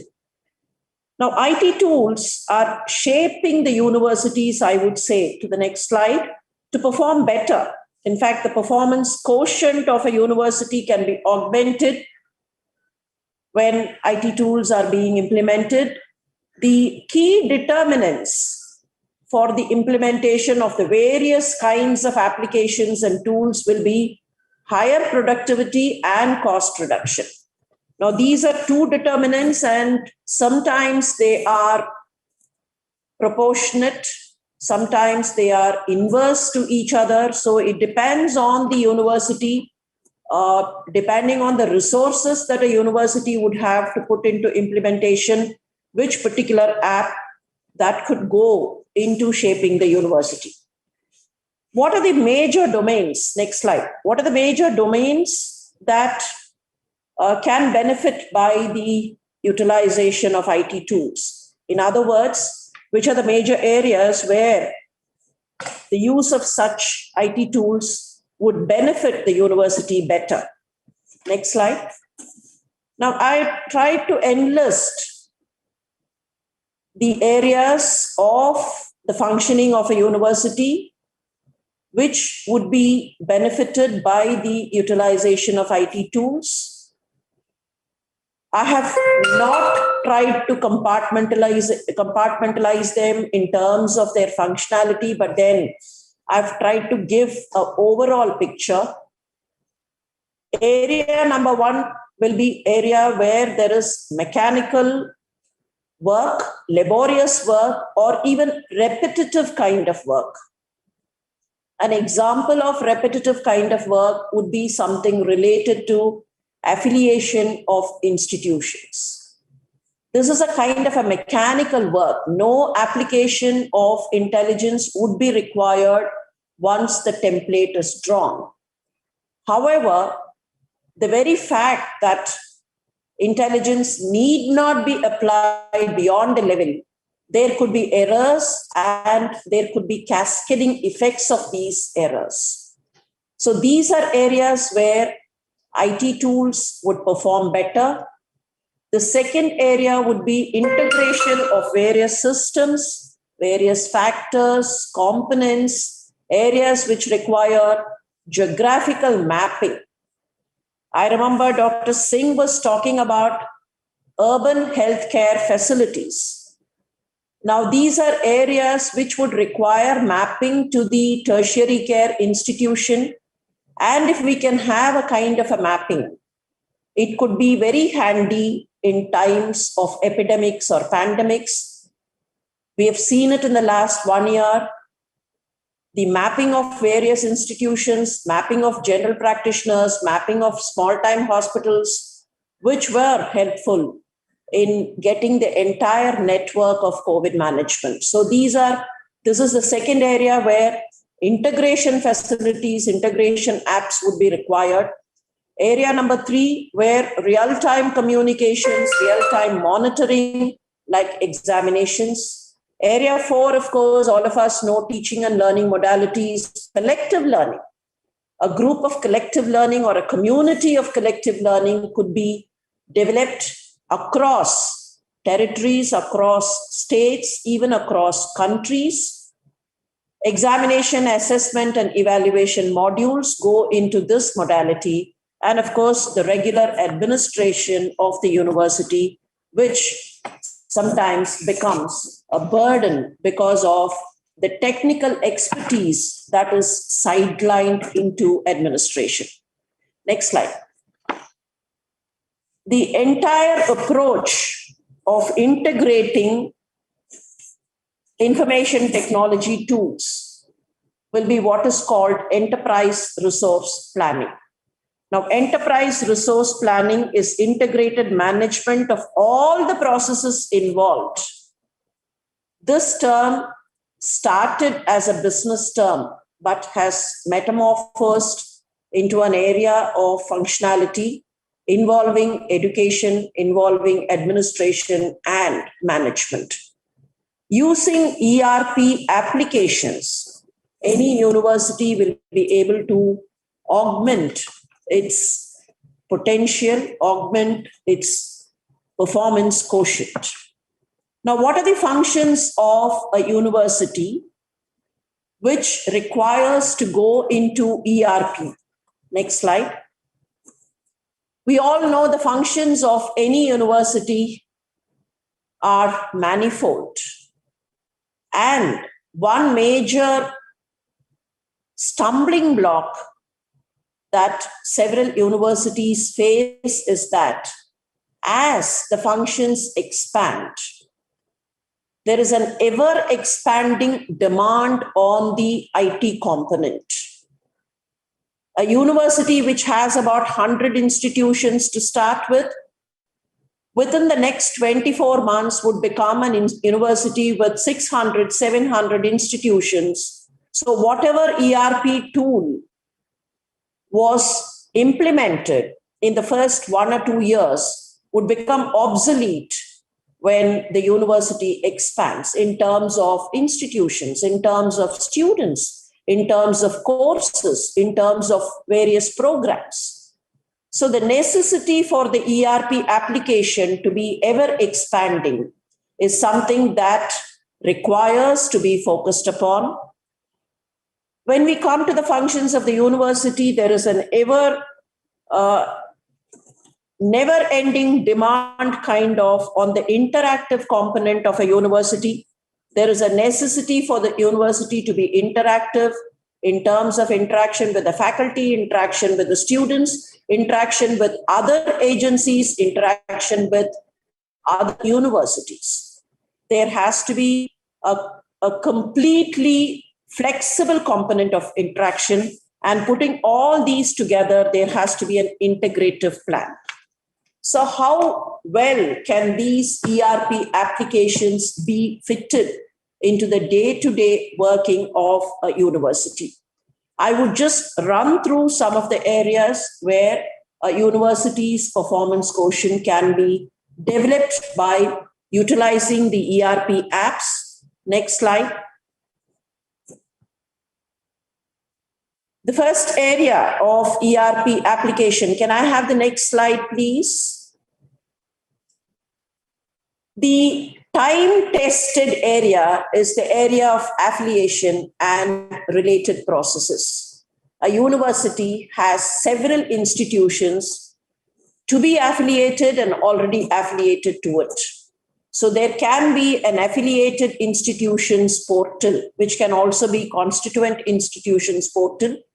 And this portal can look after online enrollment of the institution, not the students, online enrollment of the institutions, online approvals.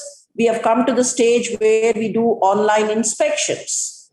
We don't have to send teams physically to inspect the institutions. The portal can be developed using artificial intelligence in such a way that there can be online inspections and online approvals. And all these would save time and resources, make verification faster, storage and retrieval of documents faster, because once an institution is affiliated, the institution would stay with the university for time immemorial, maybe 50 years, 100 years. As the university grows, the storage and retrieval of documents will become very, very important.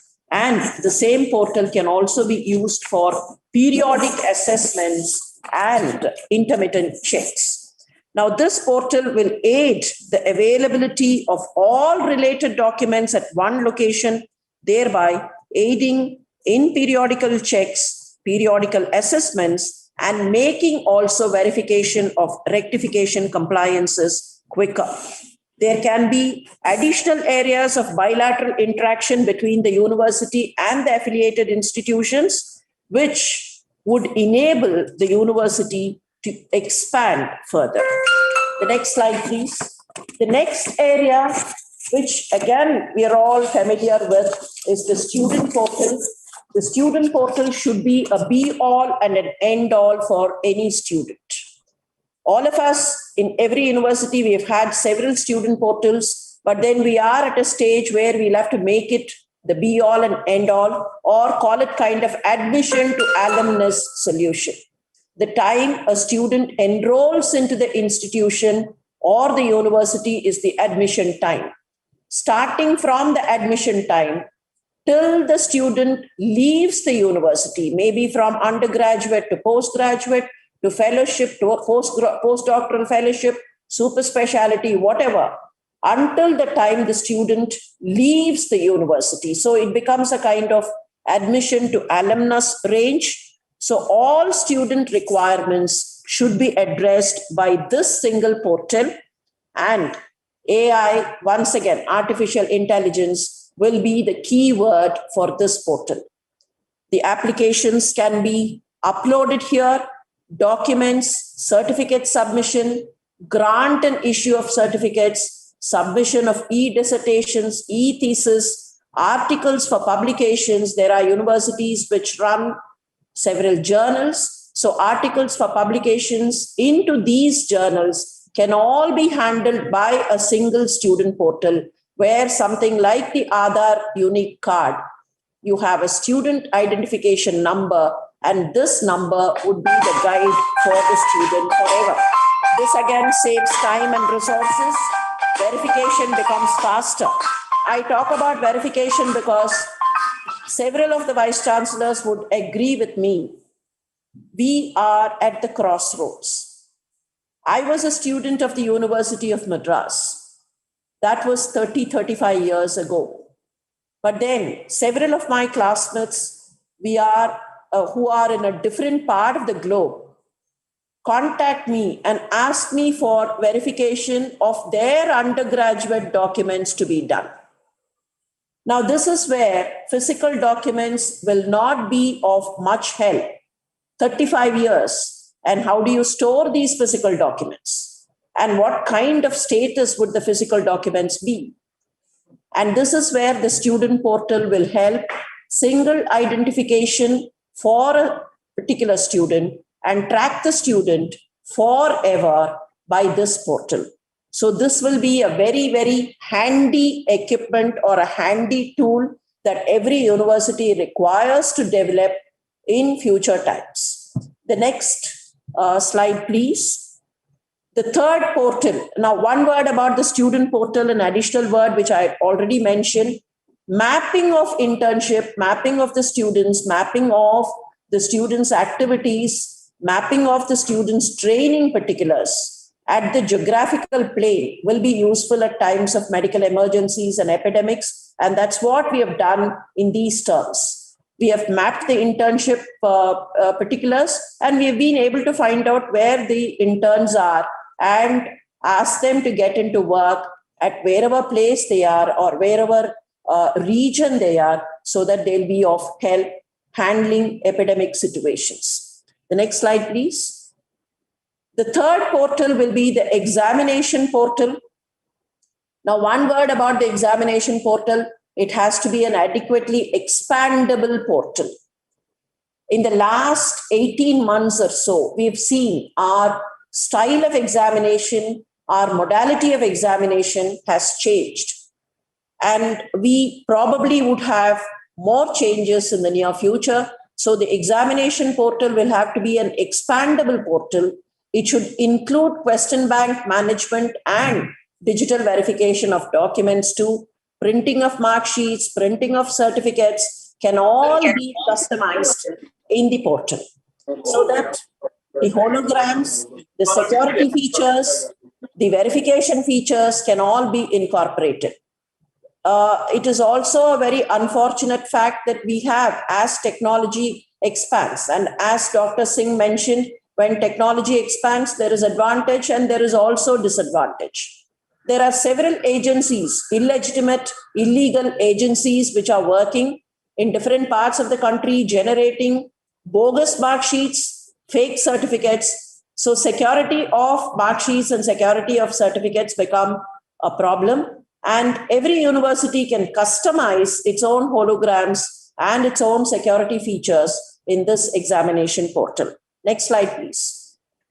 The university management portal. Now, any university will have to concentrate on students, concentrate on institutions, concentrate on examinations. Nevertheless, the back office of the university will have to function for the front office to expand.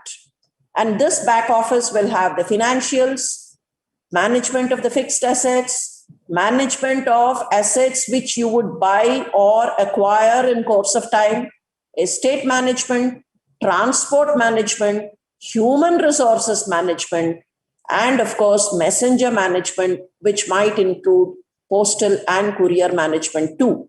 Now, all these financial accounting will have to manage areas of receipts, areas of various fees paid by the candidates, paid by the institutions and others, transit, guest accommodation, guest house management, quarters management, all these will come into the estate and realty management. And of course, human resource, the payrolls, the performance reports, auditing of the performance reports, assessments, employee details, and all such. Now, these are areas which have laborious processes, repetitive processes, and there can be cascading of errors. So these are areas which can be easily managed if the university develops a university management portal, or what we call as university administrative system, the UAS. And the UAS will take care of everything starting from the leave letter of a single employee to the time where the employees would have to be given any financial benefit. Next slide. The document management portal. Now, this is what I mentioned a little earlier, retrieval from the recent times to the remote times. Documents are the cornerstones of the functioning of any university. And as times advance, we find documents are needed even after half a century. I would not be wrong if I mention when the Medical Council of India, the erstwhile Medical Council of India, tightened its procedures, there were several members of the faculty who had either graduated 30 years ago or 25 years ago, who had never taken their degree certificates from their respective universities. You know, when MCI tightened its clutches, they had to kind of seek as to where their university certificates, degree certificates were there. And they had to kind of get them from their respective universities.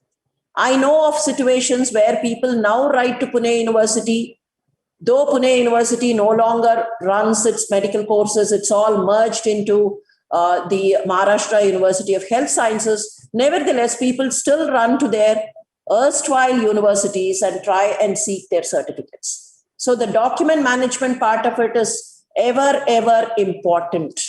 Retrieval from the recent times to the remote times will have to be managed, and this has to be a well-designed portal which will facilitate archival of all important and pertinent documents, as well as make retrieval easier.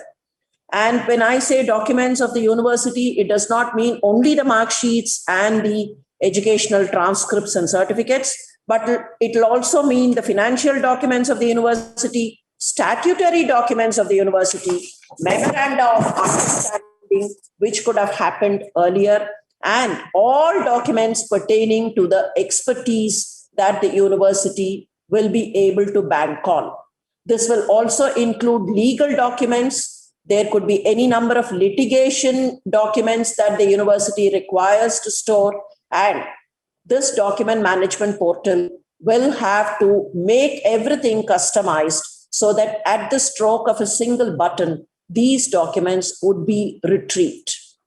This portal, in the long run, will also form the basis of further development and aid in appropriate amendments and modifications. I remember Dr. Shetty was talking about amendments to the Act of the university, the statutes of the university, the ordinances. So this document management portal will be the spine of the university in the long run. The next slide, please. Library management portal will be the next one. And when we say a university library, it means there is convergence and consolidation of required information and material. And access to this converged, consolidated material will be the mainstay of this library management portal. Library management portals are already available in piecemeal forms. Probably the health universities, if I may be permitted to suggest, the vice chancellors of the various health universities of the country could probably have a session and develop a kind of customized portals which will help every health university in the country. Maybe further modifications could be done later on. The next slide. Website content management will be another area where AI will have to help. The website is the digital address of the university. I would even call it the front office of the university, and it should not only be the reckoner of information, but also be a charismatic patron in the sense this website will lure prospective candidates into the university. So it is a kind of the charisma of the website, not only the content of the website, but then the charisma that will have to make the university expand and grow. Next slide. Once we have enlisted and enumerated the various areas where IT tools can be put into better use, I would like to emphasize on certain specialty areas. One such specialty area is the area of examination. Many of the health universities of the country have migrated into online evaluation pattern. Why did we have to do that? On the left, you find the problem. The problems identified with regard to the evaluation of answer scripts will be growing volume of scripts, more number of students, more number of candidates, more number of subjects, more number of institutions. So there is an ever-growing volume of answer scripts to be evaluated. The more the number, the more the risk of misplacement. As we customarily say, the more you speak, the more the chance of uttering a lie. Similarly, the more the number of scripts, the risk of misplacing these scripts either during transport or during consolidation, collation, or even during evaluation can happen. Sorting, coupling, evaluating, collating, preserving, everything becomes a job of the drudge that leads to delayed publication of results. Transport and pooling of scripts becomes a problem. Storage of the scripts becomes a problem. And there is a total dissatisfaction in the entire process of examination.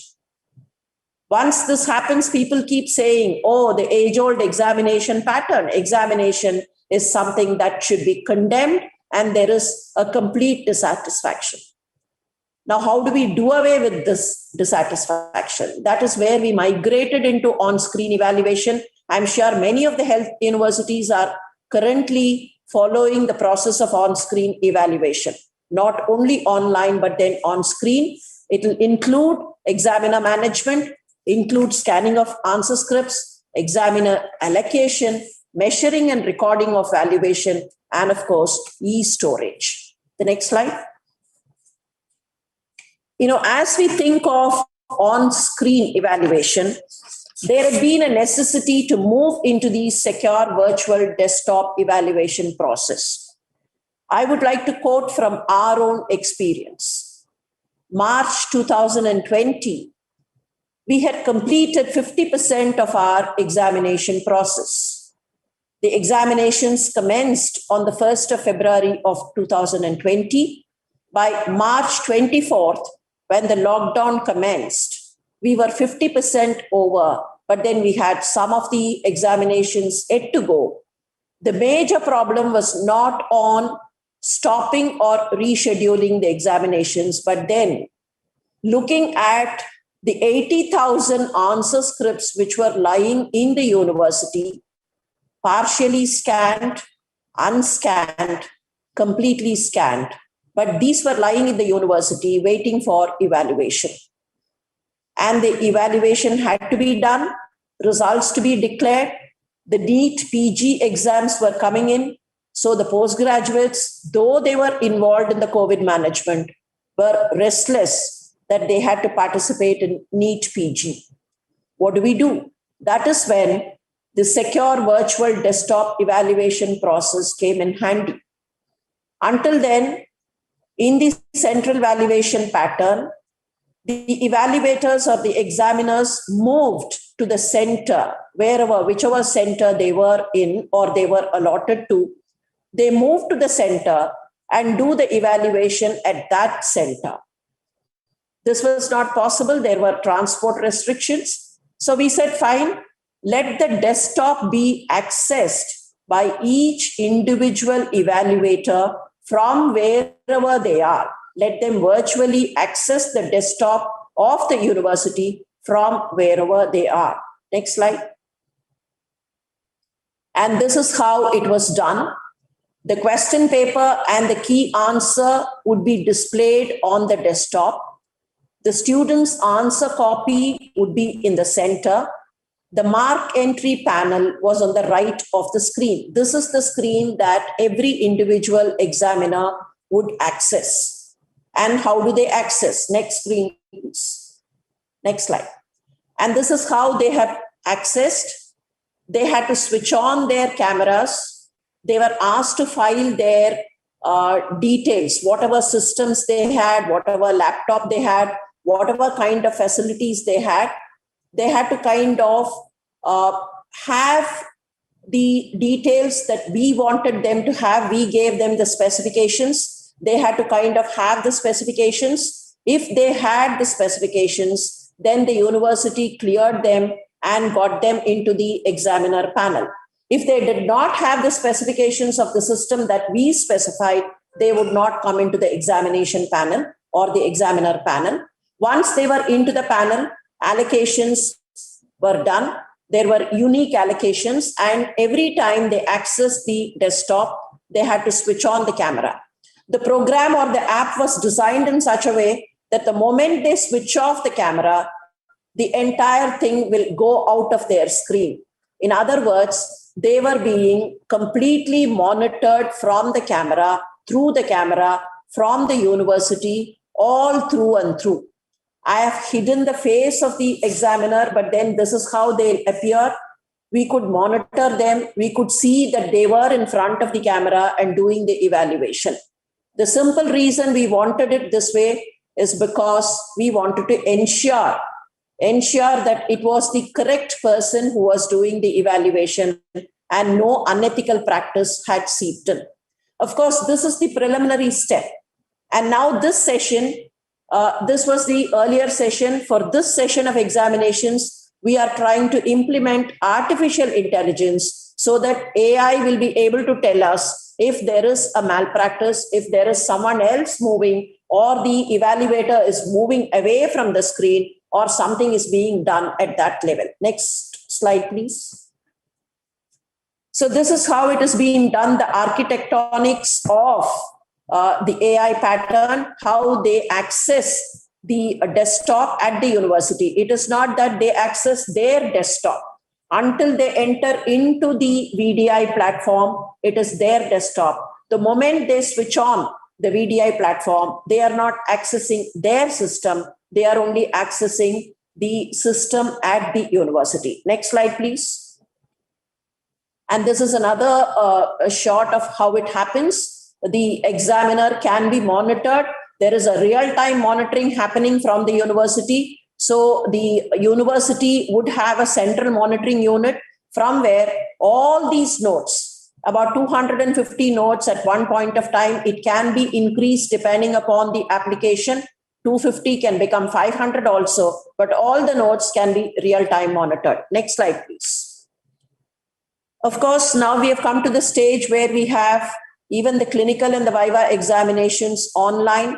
50% of examiners could be online by various clearances given by the central regulatory agencies. And we have some of the screenshots, all of them made into a collage for the sake of this presentation, that we find real-time monitoring can be happening, real-time examinations and the university will be in a position to monitor and keep up the quality of the examination. Next slide, please. Once we bring in all these, all the doctoral and postdoctoral viva can also become online. And what we have found in our own experience in the last 12 to 16 months is that all the backlog had been pushed. When it was a physical PhD public viva OC examination, there was some kind of a backlog. The examiners had to move to the center, the public viva OC center. There was some kind of a restriction. Somebody could not travel, and because of that reason, it had to be rescheduled. But now all that had been eliminated, and we find all these doctoral and postdoctoral research programs go on time because they are online. Next slide. Of course, another area where ERP will have to be customized is that we develop the collaboration tools. Of course, some of the collaboration tools are already available and we don't have to customize, like email is available, chat is available, video conferencing is available, but administrative software, document sharing software, task management can all be customized for the particular university, for the demands of the particular university. Next slide. Teaching learning modalities, of course, I'm touching this the last because all of us have treaded into this. There had been digital classrooms, there had been monitoring remote invigilation systems, and massive open online courses are already available. There are various digital platforms. I would not want to name those platforms for want of two reasons. One, many of my colleagues know those platforms. Second thing, there could be brand loyalties there, but MOOCs are becoming very, very handy. And one advantage that a health university will have in MOOCs is that we could unify and coordinate various types of courses. Now, I'll explain this for a minute. If a medical college runs its courses, these courses are predominantly for the medical students. The nursing college runs courses which are for the nursing students.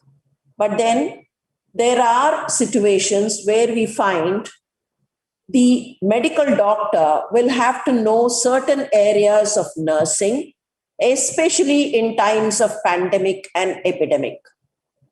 And that is when we find we are not very, very aware of what is happening in another area, which is very closely related. These are all areas of health sector.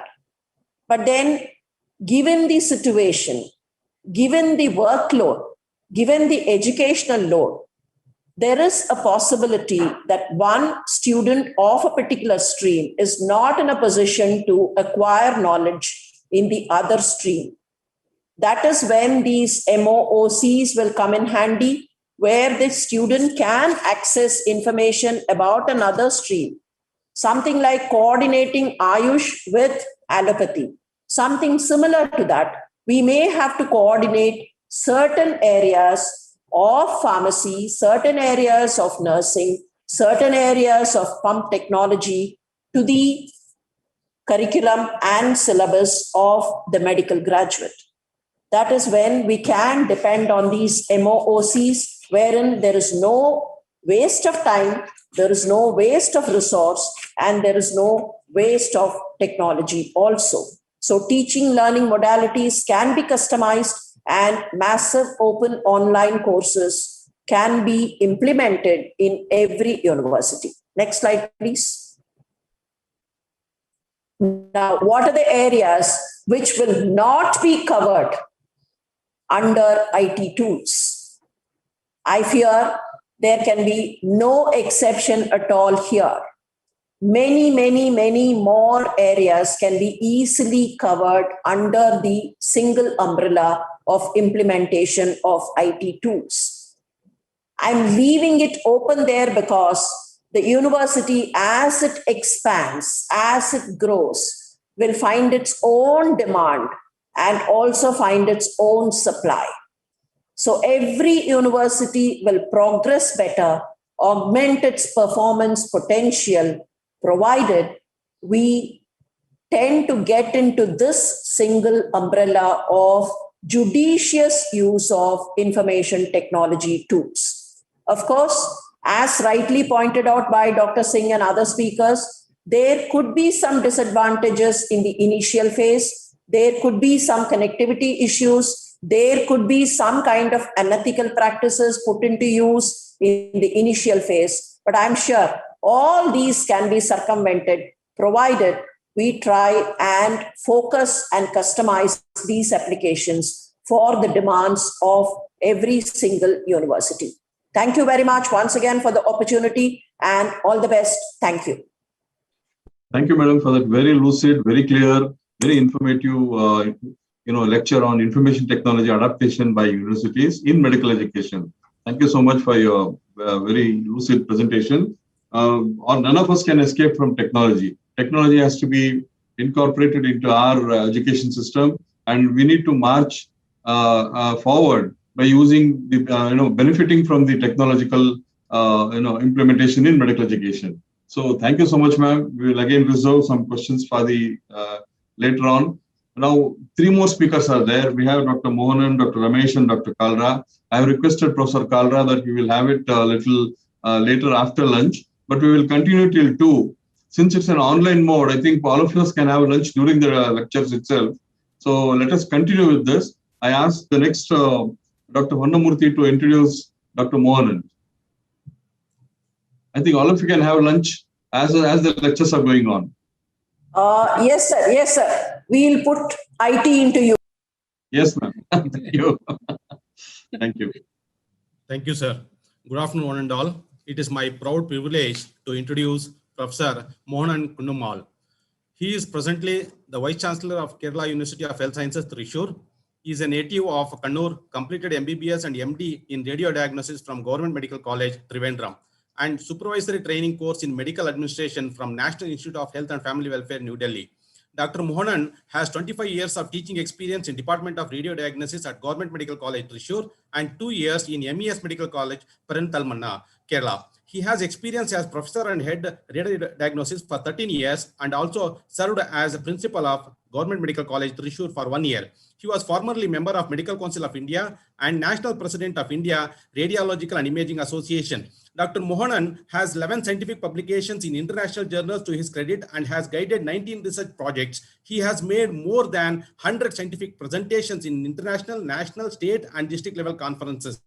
Dr. Mohanan has been awarded as a best doctor in the state by Government of Kerala in 2016, along with Dr. P.J. Alexander Memorial Oration Award of Kerala IMA. He is fellow of Indian Academy of Medical Specialties Radiology, Executive Counselor, Asian Oceanic Society of Radiology, corresponding member of Radiological Society of North America, and associate membership of European Society of Radiology. With this brief introduction, I now request Professor Mohanan Kunnumal to deliver his lecture on implementation of MD, PhD programs and promotion of research activities by the faculties and students of the university. Thank you, sir. Thank you. Thank you very much. Shall I share the screen? Yeah. Yes, sir. Please go on, sir. Hope my screen is visible. Yes, sir. Yes, sir. Okay. Thank you. Thank you.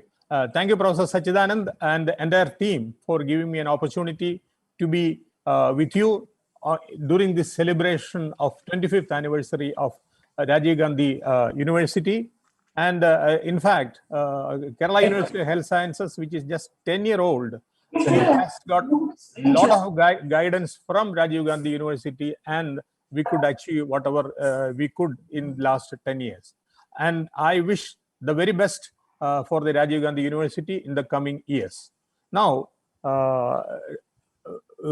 as an university, what is our main job? Our main job is to disseminate knowledge and create knowledge.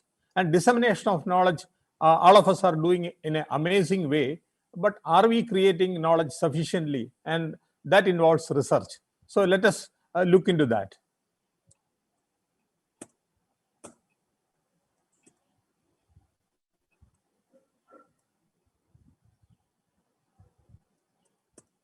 Something is wrong. My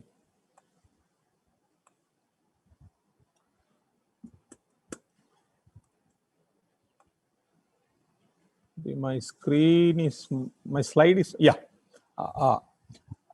This is a very famous saying. If you want to destroy a nation, it's very simple. You spoil its educational system. And in other way around, if you want to save a nation, the best way is to improve the education system, the research system, the teaching, everything. Now, let us see some of the points, India's aspirations. After US and China, by 2030 or 2032, India would like to become the third largest economy with 10 trillion. And 10 trillion economy will not be driven by natural resources. You cannot have natural resources suddenly improving, increasing, but it is by knowledge resources. And knowledge resources, from where will you get? Quality education, research, and these are the key parts of transition to the knowledge economy. And research and innovation is central to growing and sustaining a large and vibrant society of economy. And now, what is the component of research and how does it causes economic growth? This is, I'm quoting from the Government of India document on national education policy. An annual increase of 0.2% of GDP on research and innovation investment would result in an annual increase of 1.1% in GDP. That means a 5-fold return for the investment you make on research. And now, how much amount we are investing on research? India is investing just 0.69% of the GDP for research, whereas United States invests 2.8%, China 2.1%, and Israel 4.3%, and South Korea 4.2%. And now we know why Israel and China and Korea are so advanced in innovations and creations of new things. And how many number of researchers are there in India? As per this document, per lakh of population, we have 15 in India, 111 in China, and an amazing number of 423 in US and 825 in Israel. So such a large number of researchers in Israel, and that's why this small country is surviving. Now, how many patent applications have been, that is the final result, you apply for patents. China has applied more than 13 lakh patents, and among them, only 10% are non-resident Chinese. USA, more than 6 lakh patents, and India, 45,000 patents, and of which 70% are non-resident Indian. So we don't invest and we don't have patents. That is natural. And this document says what are the impediments of research and innovation. Of course, lack of funding, we know that, and lack of research culture. We don't have a research culture, and lack of research capability in most of the university. That is why we had to discuss how to improve research. And now, very important point, the decision to separate research and teaching in post-independence India, that was a very wrong thing. Because India has got amazing research centers, standalone research centers, ICMR, CSIR, and such centers. But universities are separate. There is no funding for research in the university. Universities create graduates, postgraduates, professionals, but they are not trained in research. Whereas the standalone research centers don't train any graduates or postgraduates, and they just conduct. So there is a dichotomy, and that is a major problem which has to be addressed.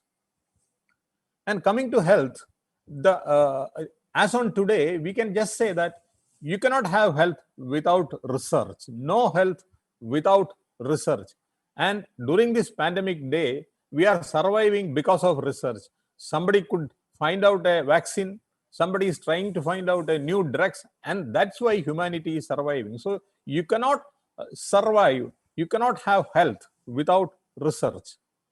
But we have to know what is the research capacity and what is the gap. That gap we should know as far as a country is concerned, as far as the university is concerned, what is the gap?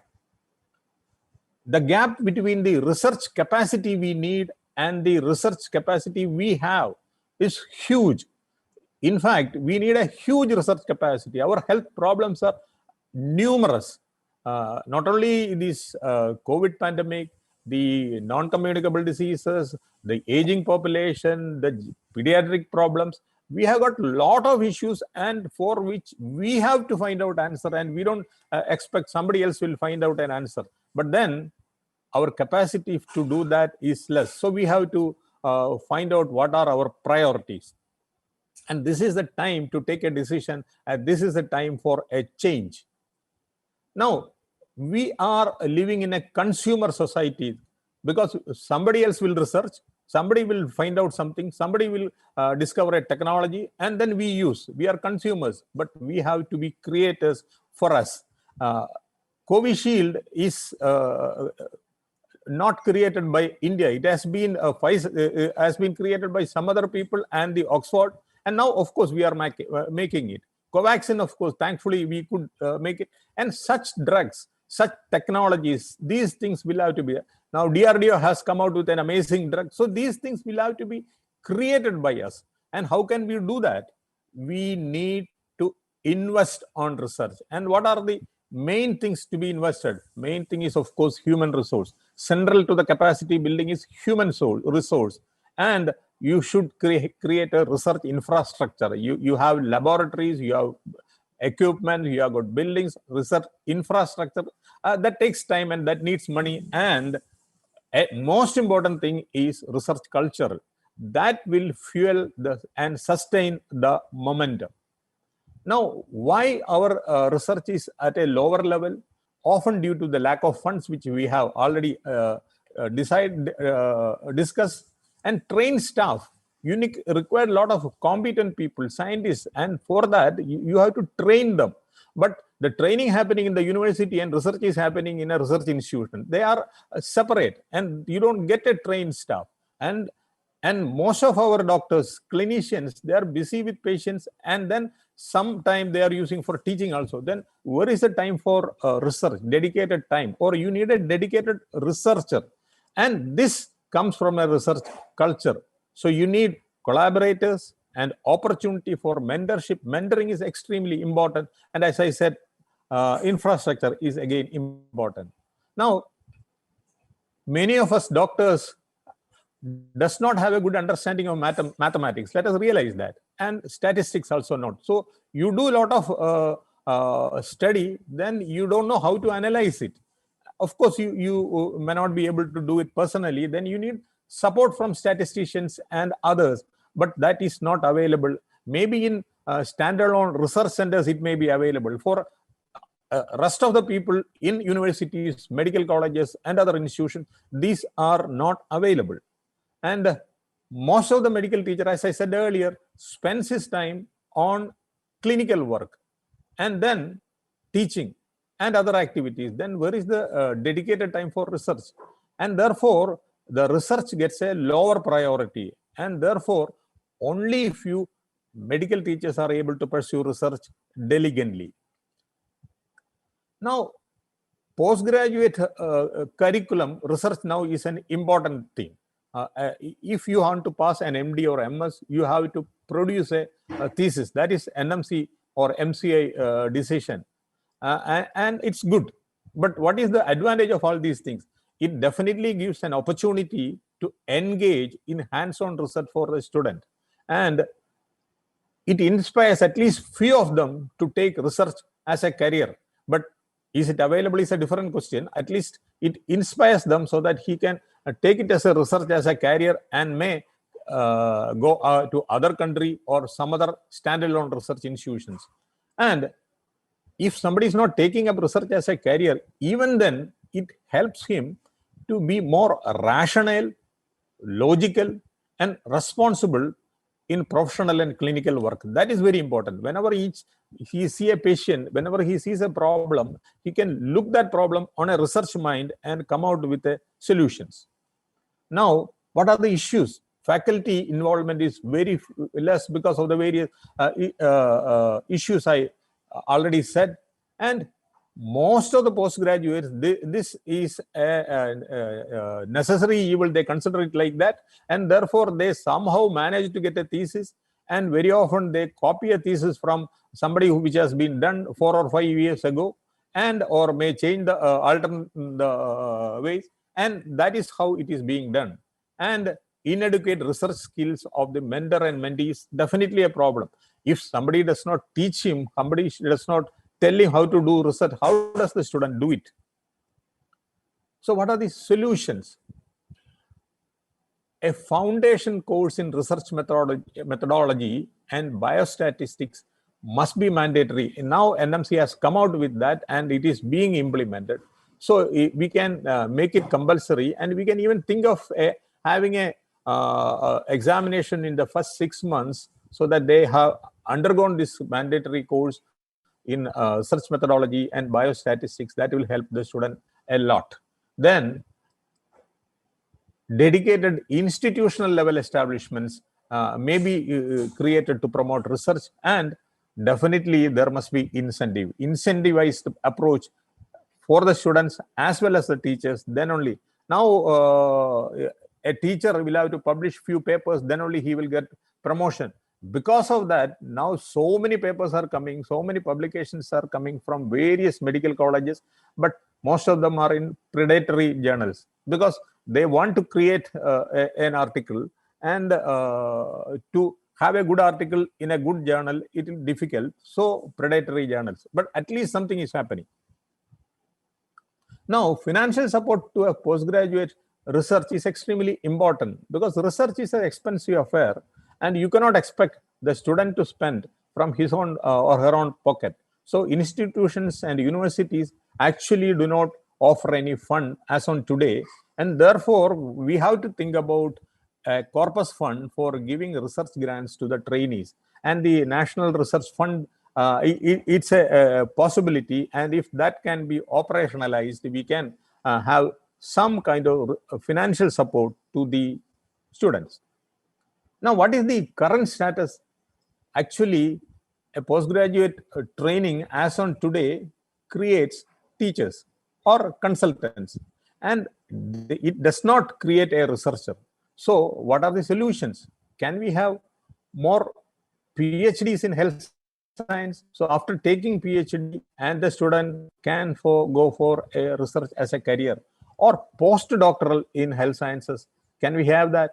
Very few people take PhDs, because the NMC criteria, you don't need a PhD for a promotion. For an arts and science college, for an engineering college, a PhD is mandatory, and therefore they take PhD. But here, MD is more than enough, and MD has got a thesis component, and that is considered as a research. But standalone research as PhD does not have any value as on today in the medical education system, and they are not given any special incentive, and therefore people are not really interested. So some kind of incentivizing should be there for people who take PhD in health sciences. Networking is the most important thing in a research activity. We have to establish and sustain research networks. We have to have interaction between various researchers in various institutions, and because we cannot remain in an island, and we should have networking within the university, outside the university, within the country, outside the country, because this will help us to know what is happening around us, and therefore this will be extremely useful for us to maintain quality. And this again keeps our motivation very high, knowing that that fellow is doing that, this university is doing this, and I am on par with them. Therefore it gives a lot of motivation. So networking is a very, very important aspect of research. And partnering with other organizations, professional organizations, capacity building in health research is a national priority. We know that. Otherwise, we are not going to survive. So, and research, as we all know, is a teamwork. Collaboration is the key. And encourage wider participation and support for capacity building. Now, what are the university specific things we must think about and we must act right now? In general, university must strengthen a research culture. That's very important. You should have a research culture. Now we don't have a research culture. We have admission, academic course is conducted, a certificate is given, convocation, and finished. That is the end of it. And most of the health science universities are affiliating universities, and we don't have our own schools or our own centers, and therefore you are just like an examination conducting system. That is the tragedy of most of the universities. So we should create a research culture, and we should create priorities. What are our priorities? Which are areas we have to do research? And standards has to be created. Standards have to be created. And we should translate a link research to policy and practice. Capacity building as a part of UG PG training, it's again important. Make research skill building program mandatory. Offer program to promote mentorship. That is very important. Mentorship is important. Mentors are needed for having good research.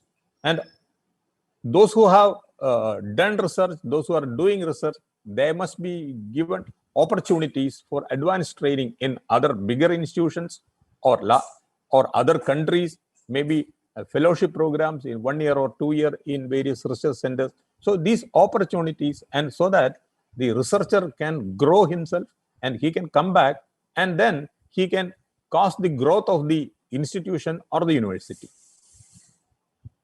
And of course, every research institution should have an institutional research committee, and university should supervise that, and university also should have a university research committee, and institutional review boards must be there, the ethics committee, and promote research facilities. The facilities has to be there. Again, funding may have to be given. And library very often is a big problem, especially in government sector. You don't have funds for library, and you don't have journals. So getting online journals available on all areas, it's extremely important. And for that, a national consortium of health universities can be thought of, so that everybody can get journals, and that also can be with a lesser cost. And each university should establish schools and research centers within the university. Now, Rajiv Gandhi University has been saying that even after 25 years, they are yet to establish, they have established only a public health school. And similarly, Kerala University of Health Sciences, again, we are in the pipeline to establish a public health school, and school of health policy, school of molecular biology. These are all in the pipeline, and it takes time, and you don't get any support, and you don't get any money. And government thinks that university's business is to create graduates, and that's all. And research will be done in a standalone research center. University need not do that. And that is a major problem. And if that attitude continues, India will not be able to produce too many researchers and too many publications and too many patents. That is very clear. So if and only if the universities are strengthened, and all the students coming out of the university are having a research culture, then only we will have research, and not in isolated standalone research islands, which has been going on in the country.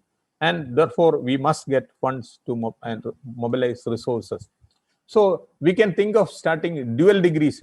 Those who are coming for MD, they can extend to PhD, and therefore they become a MD PhD, or those who are coming for MSc, they can have an MSc PhD. And we almost all of us have got PhD program, but they're not very strong. So we have to strengthen the PhD program, and we can specify the area, and in those areas we can call persons to conduct PhD, and then you can create valuable, sensible results. And the researchers very often does not have any contact with the service providers and administrators and policy makers. This is again a big lacuna, because the researchers does not contact with the administrators, and administrators does not know anything about the research and does not know anything about any importance of research. Only when a pandemic strikes, then they will say that, why don't you discover a drug? Why don't you discover a new vaccine? All these days, they were not bothered about the researchers who were somewhere sitting idle. And we have to create benchmarks for quality research. That is very important. Research for the sake of research, thesis for the thesis of research, that is what is happening. You should have benchmarks of quality, and that is very important. And as I have already said, collaboration and networking is extremely important. Now, ICMR has got a MD or MS PhD program. It is running from 2003, and it is supposed to identify the brilliant medical graduates through a national level examination. Good. And they are offering just 25 fellowships in a year. Just think about 40,000 postgraduate students are in India. 40,000 postgraduate students are studying in India every year. Every year you are admitting 40,000 students, and Government of India plans to make it to 80,000. And we are offering 25 fellowships per year, and that is operated through just 3 medical colleges: King George, National Institute, NIMHANS, and Sri Ramachandra. Why not we can have such a program in every medical college? Why not we offer to a larger number of students? It must be made available in every health university. It can be extended not only the medical profession, we can think about extending to other streams also. Ayush stream is there, pharmacy is there, nursing is there, so that their MSc PhD programs also can be thought of, so that after a person who is really interested in doing research and committed to do research, and they become PhDs, maybe if you can get at least 1% of our postgraduates go into research, and that will be a huge investment for a future. And once they take PhD, they must be given a position in the universities as a researchers. They should not be sent to a standalone research institution and no connection with the student. They should work as a researcher come teacher in the university, and that will be extremely useful. And there must be a national level funding, because universities will not be able to raise that much fund, and state governments also may not be able to do that, or they may not be interested in that. So here a bright signal is coming. The National Research Foundation is proposed by Government of India, and it will come through an act of parliament. And this National Research Foundation, it is envisaged to give 20,000 crores every year for research. So if such a huge amount is earmarked for research, and we know that currently the priority is research in the health area, and because without research in the health area, the humanity cannot survive. And so if you invest seriously in health area, the situation will be very bright, and it will be very good, and all universities can cooperate. And I request that all universities should demand that government should seriously invest in research, so that we can do what is expected of a health university. Why people are created health universities? Not to create few graduates and they go and work somewhere, or go abroad and conduct research, and then that research we are making use of. We should have our own researchers in our own universities, and we will have our own creation of patents, and that should be our goal. So the way forward is capacity building demands our attention. Capacity building demands attention. That is the most important thing. Develop a strategy and an action plan. Every university should develop a strategy and an action plan. And let us focus primarily on our postgraduate trainees, because they are there and they are brilliant. And 40,000 of them in medical section alone is there. And many of us can become mentors. We must create mentors, and the medical colleges should be encouraged. Not only the medical colleges, other institutions also should be encouraged, and health university should act as an umbrella and support, and research networks will have to be created. This, of course, is going to be a very long journey, and all of us, let us join hands. Thank you. Thank you very much. Thank you, Dr. Mohan. That was again a wonderful lecture. You have emphasized the role of research, and research is the only way we can go forward and take university to greater heights. So, we'll reserve all the questions to the next session. Without much ado, I would request Dr. Ravish to introduce Dr. Ramesh, and we'll continue with our program.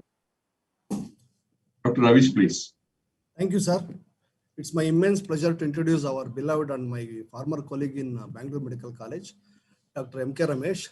Presently is a president, postgraduate medical education board, National Medical Commission, New Delhi, Government of India. Dr. M.K. Ramesh is a native of Maikonda village near Davangere district, located in state of Karnataka, where he has finished his early schooling. Sir has obtained both MBBS and MS General Surgery, MS in General Surgery from Mysore Medical College. Later, he has served in Department of Health and Family Welfare, Government of Karnataka, then took change of cadre to medical education. He has joined Bangalore Medical College in the year 1999, where he was working as professor and head of the Department of Surgery. During this tenure, he was elected to Senate of Rajiv Gandhi University of Health Sciences for 2 terms from 2009 to 2015. He was also a chairman of Board of Studies of Rajiv Gandhi University of Health Sciences. Sir has also served as Registrar Evaluation and also as Vice Chancellor of Rajiv Gandhi University of Health Sciences.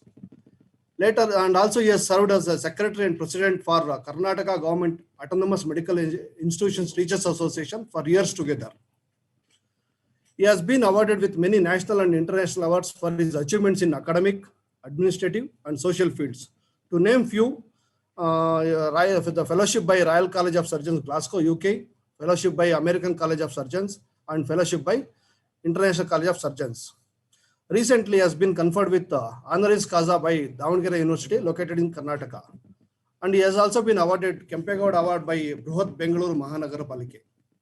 He has conducted many clinical trials, and he is the first Indian to have been successfully audited by USFDA. To his credentials, he has many articles published in national and international journals. Presently, Dr. M.K. Ramesh, President in Postgraduate Medical Education Board, National Medical Commission. With this, I request Dr. M.K. Ramesh to deliver his talk on encouraging young doctors to serve in rural areas and implementation of Indian medical services. Thank you. Over to you, sir. Dr. M.K. Ramesh, sir. Thank you. Thank you, Ravish, for the nice words.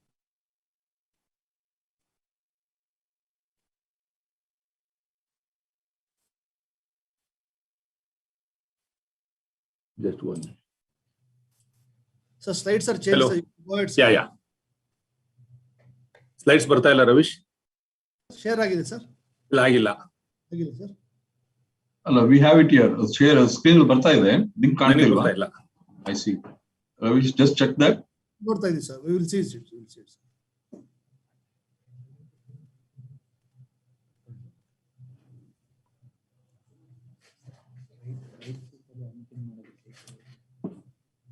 ಬರ್ತಾ ಇಲ್ವಾ? Sir, please right click in your. I have done it. Huh? No. Okay, ನಾನು paper ಇದೆ ಇಟ್ಕೊಳ್ತೀನಿ ಬಿಡಿ. Slides ಇದು print out ಇದೆ. Right.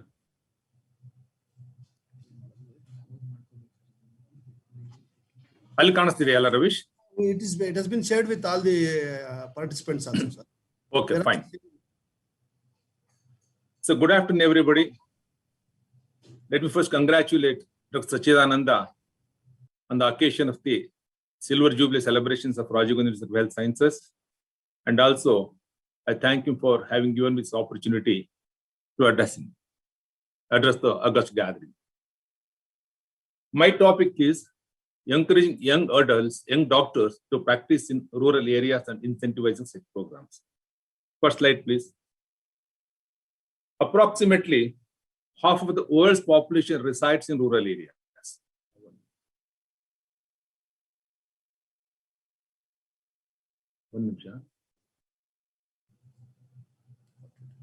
You can continue. The slides are on the Okay. See, approximately half of the world's population resides in rural areas, while only 25% of physicians provide service to them. This unequal distribution of healthcare workers between urban and rural areas leads to poorer health among rural people. This in turn affects the health and development related indicators of the countries. This holds well in respect to our country also. As we all know, India is a country of villages. It has around 6,38,000 villages, and about 65% of its population live in these villages. And they are all deprived of good healthcare facilities and education, unlike the urban populations. Not that India has not done anything. After the independence, India has achieved a great success in rural healthcare in spite of many glaring drawbacks. Still, the healthcare system in remote areas is not to the desired level.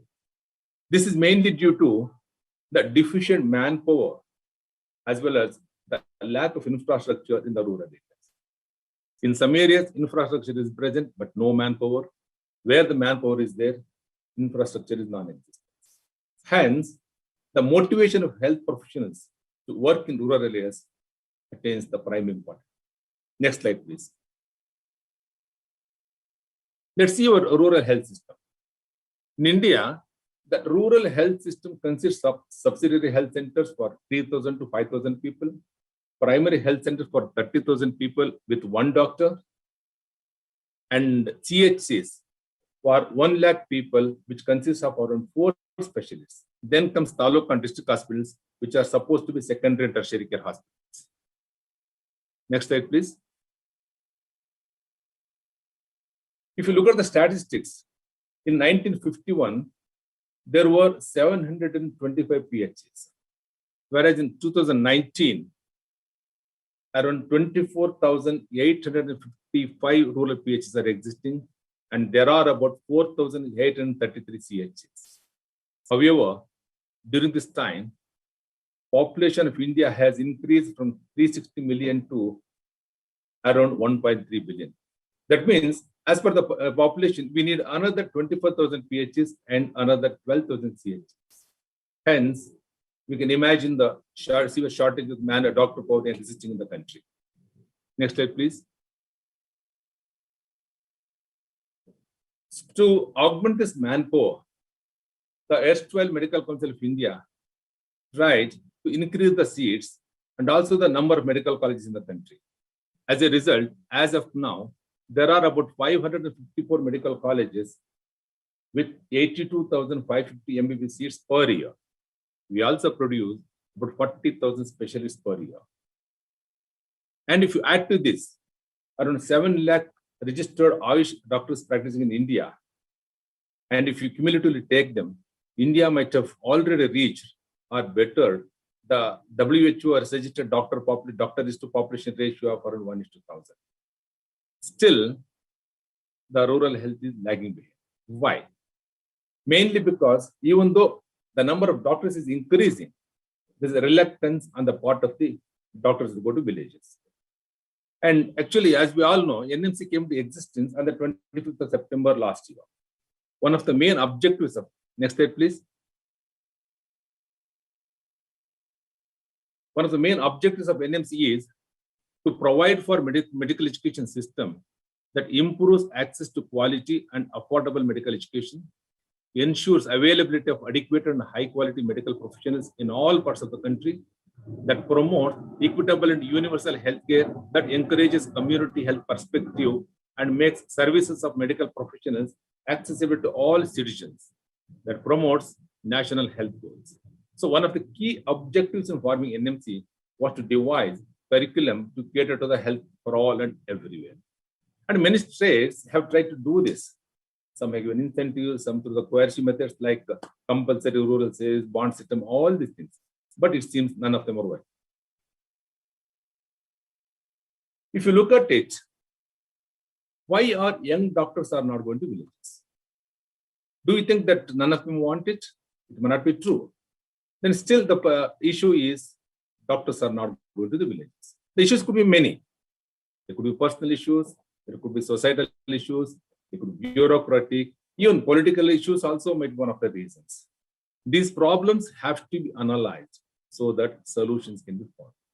And we should not think that this is only an Indian problem. This is a global issue. In fact, many countries have done many studies across the globe to find the factors which demotivate the medical graduates to go to the village. Next slide, please.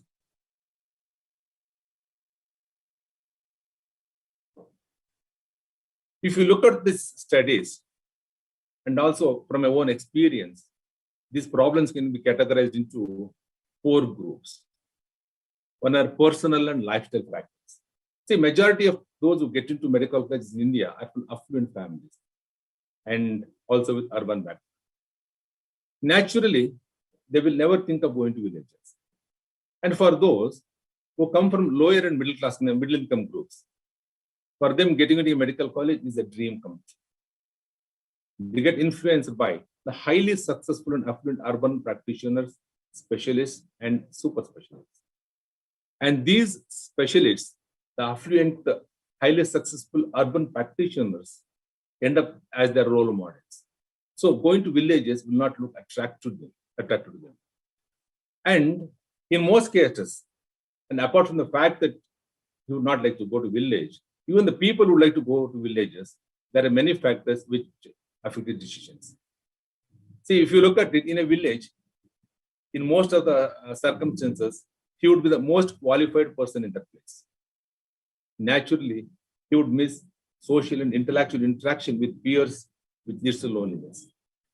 And also, many PHs are located in very remote villages.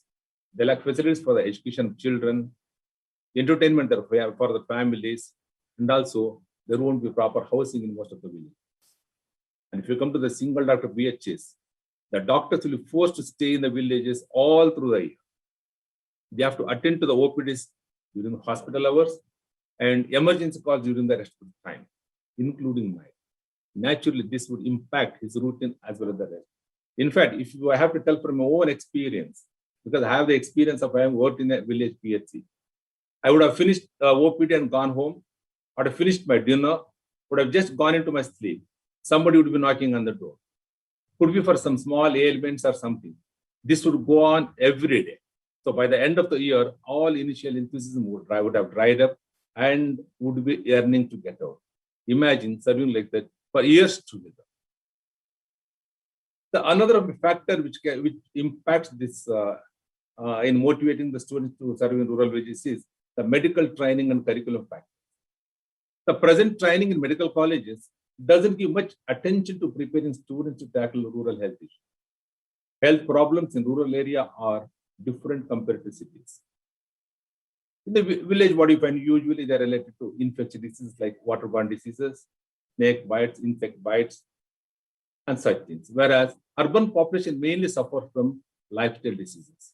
Adding to that, the quality of clinical training in most of the colleges is substandard. So they feel unnerved when put into rural settings without preparing them for the task. Of course, studying community medicine during MBBS includes mandatory requirement of visit to rural health centers, but this is very, very inadequate. Another important factor is health facility related factors. Most of the PHs lack basic facilities, medicines, diagnostic tools, even infrastructure. The natural doctor would feel demotivated in such setups. And the procurement system is dysfunctional in most of the establishments. They won't supply the drugs which are required by the villages. And they would end up getting the lot of bundles of tonics which are not at all required. This is the experience, everybody who experienced, we have got the rural experience, rural service experience. So other factor is policy factors. See, lack of opportunities for continuing education and skill upgradation, and a lack of career plan to provide adequate motivation to doctors, and non-transparent transfer and posting policy are some of the factors which contribute to demoralization. And nowadays, the political scenario is also not that good in the villages. The political scenario has changed after the administration was transferred to the local bodies through Panchayat Raj system. See, in the villages, actually, in the rural area, the healthcare system is under district panchayat. The young doctors would feel frustrated to be passed over by people's representatives of the local bodies. Their self-respect will be hurt. The doctors working in rural areas are usually paid less compared to the urban counterpart. Some states have tried to give the incentives, like the Karnataka government is giving rural allowance, all these things, but still it's very, very, very insufficient. Next slide, please. So now, what's the solution? So all these factors play a major role in the reluctance of the medical students to practice in rural areas after graduation. So as I mentioned, many countries have done many studies. This suggests that the village background of a medical student motivates them to work in the rural areas. Personal experience and exposure to rural areas is likely to motivate the individual to enjoy rural lifestyles and thus work in rural areas. Community-based education gives a positive motivation to the student towards rural communities. Rural trainings are expected to bring the student closer to the community. The community-based education builds on the personal factor of rural experience, hence motivating medical students to undertake future medical practice in rural areas. Hence, the students from rural background may be given a preference during selection to medical colleges. Additional weightage or reservation may be considered if a student commits to work in rural settings after graduation. And some national policies that provide financial support for medical education in return for service in rural areas also can be introduced. While factors like community-based education and rural training are important, attention should also be paid to the reality that the health facility in rural areas lack even the basic infrastructure. Thus, improve the infrastructure, making available essential medicines, proper housing, and most importantly, posting of husband and wife together will go a long way in attracting young doctors to rural areas. The government should view the shortage of doctors in rural areas holistically and devise the policy to overcome. Health campus with top-class infrastructure and facilities for tertiary care may be developed in district headquarters. All specialists should be made available there. Good schools should be opened there. Housing to all the doctors working in PHCs of that district should also be provided in this campus. They should not be forced to stay in the single doctor remote PHC headquarters. Instead, each village panchayat may be asked to procure an ambulance so that any emergency patient in the night from those remote areas can be shifted to the nearest district hospital. I firmly believe that this measure will remove one of the main obstacles in the rural sector. And the doctors working in rural areas should be paid on par with more than the doctors working in urban areas. We all know in cities, especially Bangalore, we get around 30% housing allowance, whereas in the rural it's 10 to 12%. This anomaly should be corrected. And these measures, I think, will go a long way in alleviating the urge to move to urban areas. And they also should be periodically deputed to upgrade the skills. After certain years of service, they should be given preference in higher education and an option to move to bigger cities. The National Medical Commission has taken rural healthcare seriously and is working on the ways to find solutions. The Postgraduate Medical Education Board is introducing district residency program from next year. In this program, all the postgraduate students pursuing MD/MS in broad specialties shall be posted to district hospitals for 3 months in the 4th or 5th semester of the postgraduate program. And the Undergraduate Medical Education Board also is thinking of exposing the MBBS graduates to rural setup soon after entering the college. In this scheme, what we are envisaging, after entering a medical college, every batch will be allotted a village and families of that village will be distributed amongst the students. Each student will be responsible for the allotted families till they finish their course. You would make periodical visits to these villages on assigned days, maybe 1 or 2 days per month, like that. And he will be in touch with them through telephone once he goes back to his college. He must maintain a logbook containing all the information about the health history of the families and would be monitored by mentors. So it's evident that the problem is not the non-availability of doctors. We have got plenty of medical colleges, plenty of medical students. And it's also not due to lack of commitment on the part of doctors. The problem lies in the system. Unless these things are addressed, Opening of thousands of medical colleges also will not solve the shortage of doctors in rural areas. We will end up producing more doctors as cheap labor to corporate hospitals without making any significant improvement in the rural people. Hence, the systematic change is required. My next topic is that implementation of Indian medical service. I think we should consider this demand for implementation of Indian medical service in the background of in my previous talk. If you go through that, change the slide, please, Ravish. Next slide. Yeah. See, health and education have been the most neglected segments in India since the beginning. Because in the view of the administrators, these are the spending departments. Unlike excise and commercial tax, we don't generate any revenue to the government. Hence, the budget allocation has always been around 1% of GDP. Now, the COVID has exposed the perils of neglecting healthcare in India. What we're seeing now is a result of the constant neglect in the days since the days of independence. So people are realizing the need for major reforms in the healthcare delivery system. And all these years, healthcare is managed by the IAs. They occupy all the top policy-making positions. Medical professionals play second fiddle to them by implementing the policies framed by them. We are seeing the effects of this in the COVID management in the first as well as the second year. Public management is highly specialized field now. So gone are the days when general administrators could manage it. No longer the healthcare can be managed by the IAs as it requires expertise in all key health systems now. It's just not treating the patients. It's the management now. The health components like human resources, health informatics, technologies, governance, all these things, they have to be experts. Maybe now the time has come to seriously think about the creation of Indian medical service to cater to this complex and immediate healthcare problem. It's not new actually. The concept of introduction of Indian medical service on the lines of IAS and IPS has been in the discussion since 1968. In fact, if I remember, during that time, Government of India contacted many states to give the opinion on this, and only few states ended up giving the opinion, many never replied. In this background, the recommendation in this year of the Parliamentary Standing Committee on Health and Family Welfare, headed by Professor Ram Gopal Yadav, is very, very relevant.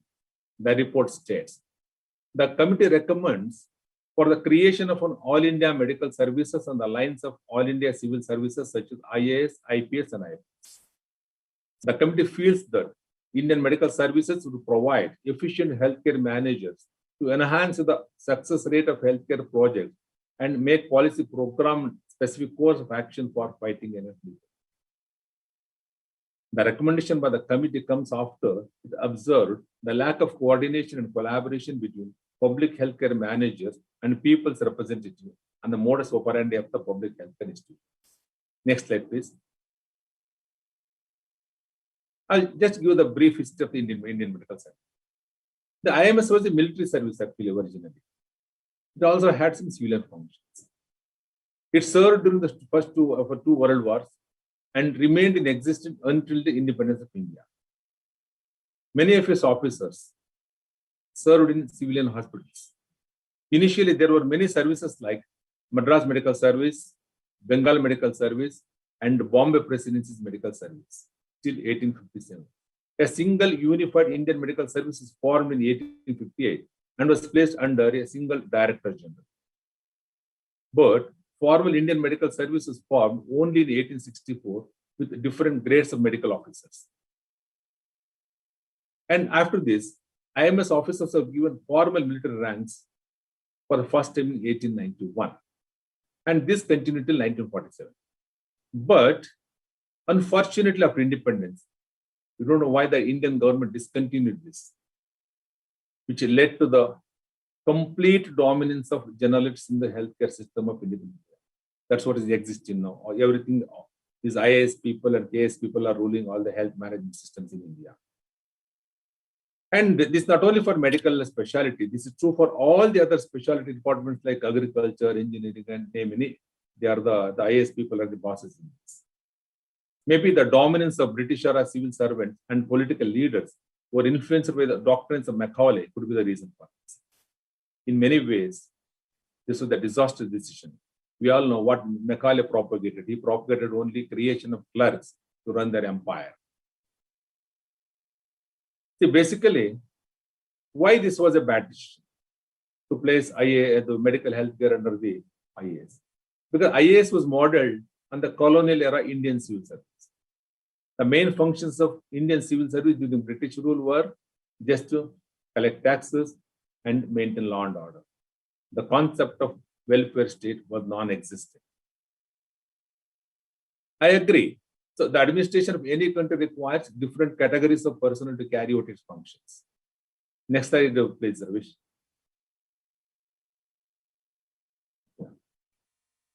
The personnel who are administrators ought to have the necessary knowledge, skills, and qualities to be able to perform the various administrative functions. Next slide, please. Yeah. There are horizontal and vertical divisions in administration. The horizontal divisions are according to geographical regions. The vertical groups are according to the functions. And the vertical groups can further be categorized into generalist and specialist group. A generalist is an administrator with no specialist qualification.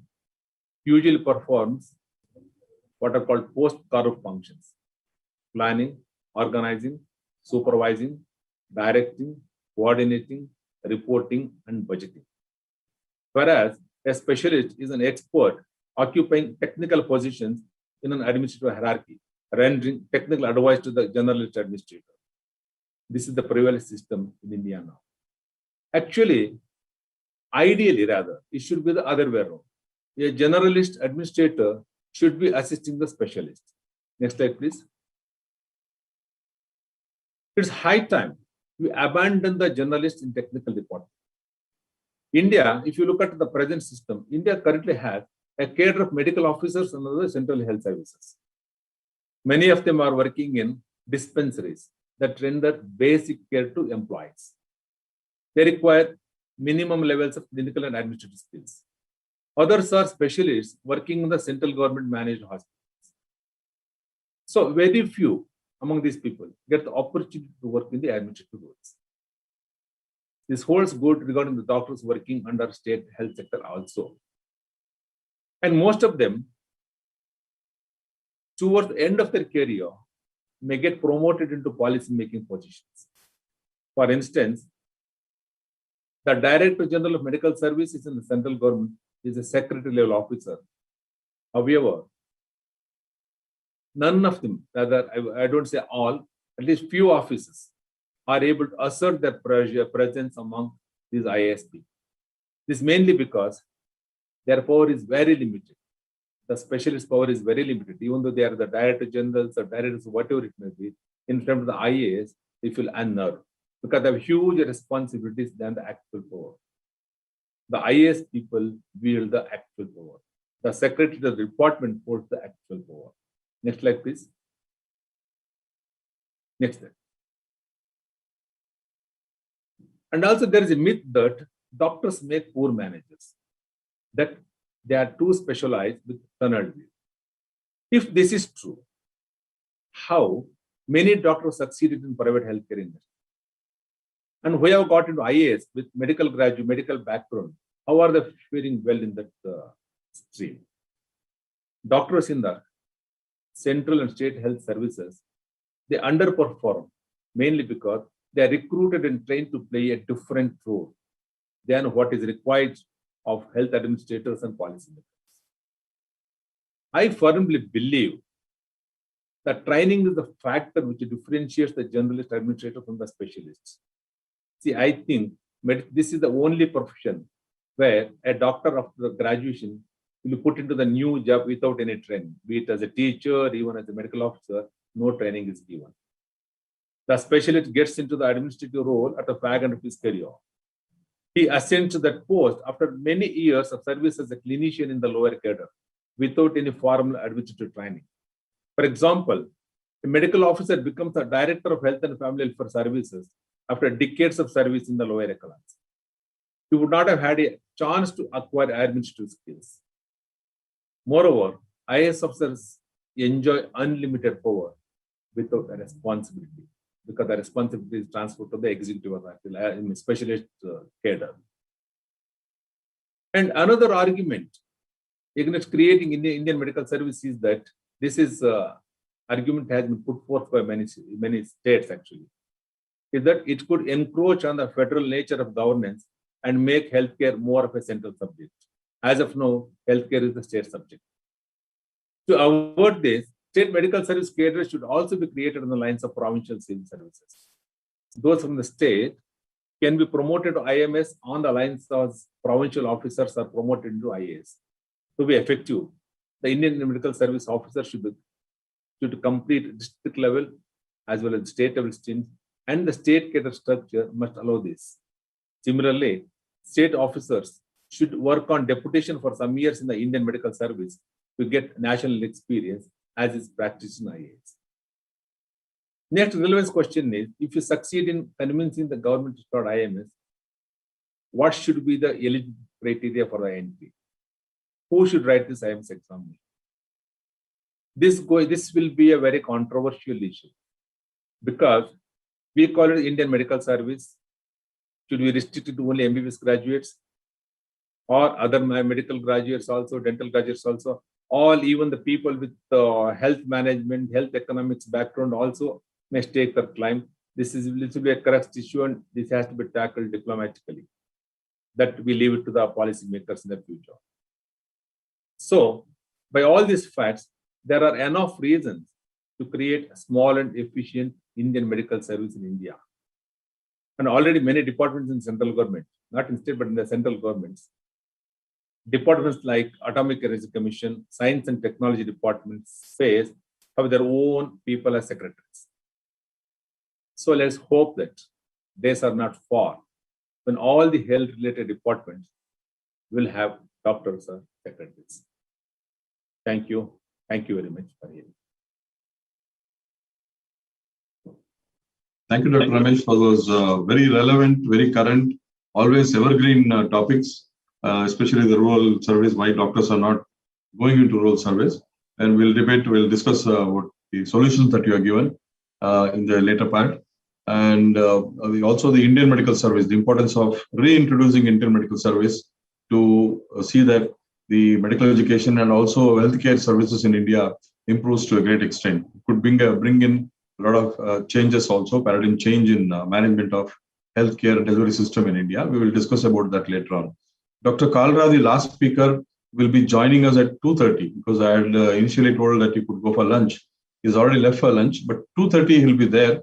I would request all of you to take a short break and then please rejoin at 2:30 p.m. Meanwhile, you can finish your lunch. Thank you, Dr. Ramesh, for the time. Thank you.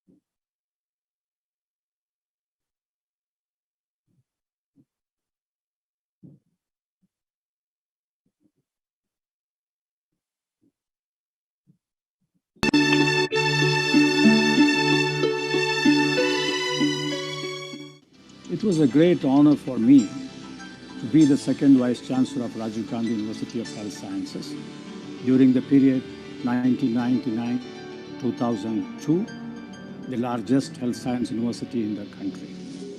During my tenure of 3 years, I have taken some important, strong academic and administrative decisions to enhance the quality of health science education in the state of Karnataka, which invites students from all over India.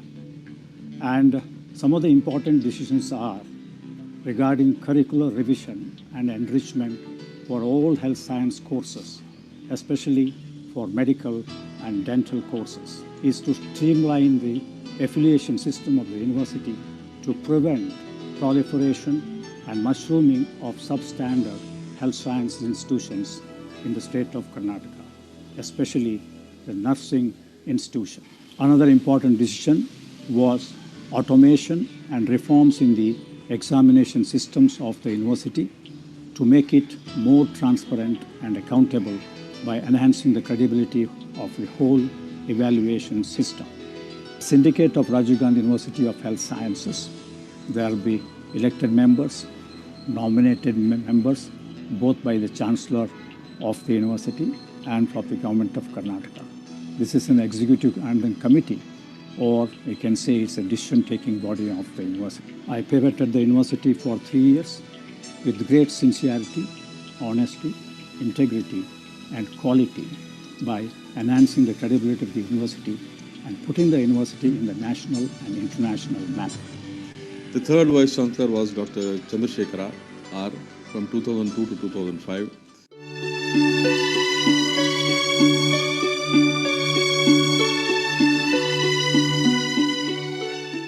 I was the third Vice Chancellor of Rajiv Gandhi University of Health Sciences between 2002 and 2005. The university was 6 years old and it was still in teething period. I had certain challenges to meet with. First of all, I wanted to bring transparency in the examination system. So for that, I introduced barcoding of the answer papers and the question papers. In the barcoding, what I did was, all the sheets of the answer papers were barcoded. The same barcode was given to even the VIVA examination and the practical examination. And we had developed an app in such a way that once we feed the marks of the answer papers, the VIVA and the practical examinations or clinical examinations, the app used to consolidate them and give us the result immediately. During my period, 3 new medical colleges were started, and the government had formed a committee under my chairmanship to start 5 new medical colleges. We inspected 5 district headquarters and we had recommended for 5 medical colleges. During the next period, they started, and I had introduced nearly 20 fellowship programs, both postgraduate and undergraduate fellowship programs. Undergraduate fellowship program, after MBBS, they used to be trained for 1 year, and after PG, they used to be trained for 2 years. This was almost on par with super specialty courses. But due to shortage of time, I couldn't do that. All these things, what I could not do is because of paucity of time. 3 years period is not sufficient for a Vice Chancellor. I feel it is better to have a 5 years term. And after him was Dr. R. Prabhakara, who was a surgeon from Kidwa Institute of Medical Sciences. The first 3 Vice Chancellors were all from Bangalore Medical College. Dr. Prabhakara was from Kidwa Institute of Medical Sciences. He was a surgeon himself. And from 2005 to 2008, he was the Vice Chancellor. He also brought in a lot of changes. I was nominated as Vice Chancellor of Health University when our Honorable T.N. Chaturvedi was Governor and Dharam Singh was CM.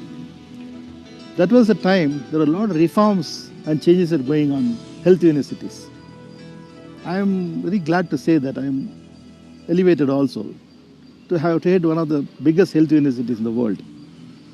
We not only have MBBS degrees, we also have AYUSH degrees, that is Ayurveda, Unani, homeopathy, nursing, physiotherapy, all medical related degrees.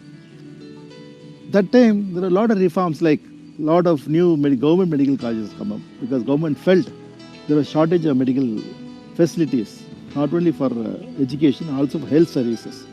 So at least 4 new government medical colleges come up. Along with that time, that period, there were a lot of medical colleges, private medical colleges, which became deemed universities. Many people felt deemed universities can cater much better, develop much better, give better medical education. We also felt in the university at that time, better to have Vice Chancellor Association from throughout India, because our aims and motives will be totally different from other universities, because medical education is totally different. So that time we formed Health University Vice Chancellor Association. Our main aim is how to part medical education, how to improve the health services, how to improve our teaching facilities. At the same time, we thought we should have a beautiful university campus. My predecessors also planned it. I was also trying to make something out of it. Even the present Vice Chancellors are also trying to do it. I hope a day will come, we'll have a beautiful health university with its own medical colleges. Dr. Ramani Shetty from 2008 to 2011.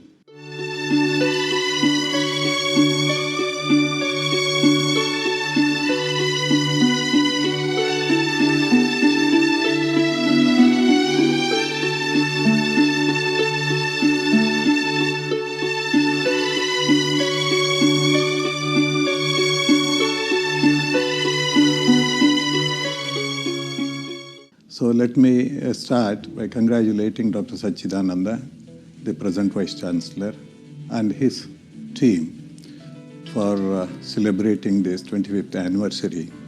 And it's a great milestone for any university, completing 25 years successfully, that to emerging as one of the prestigious health science universities in the country. And coming back to my tenure of 3 years, as Vice Chancellor between 2008 and 2011, let me go back and memorize. So first person come to my mind is then Governor, the late His Excellency Rameshwar Thakur. He is no more with us. It was a pleasant surprise and honest feeling from my part when I got this particular job or the responsibility. I had 2 registrars. Dr. Vasant Kumar is a registrar, Dr. Sachidanand, registrar evaluation. I had very experienced finance officers and other deputy registrars and assistant registrars and bunch of supporting staff. Everyone was very, very experienced and excellent people, I should say, excellent team member. So the administrative fine-tuning that I have taken up. In university system, the one is the affiliation. For any college, before admitting, they have to that institution has to be affiliated to the university. We streamlined it. Affiliation has to be done at any cost. Day and night we worked for it, and that system we brought in place. We came out with 5 journals, that is medical, dental, then pharmacy, nursing, and AYUSH. So 5 journals that has been introduced. It is very, very satisfying.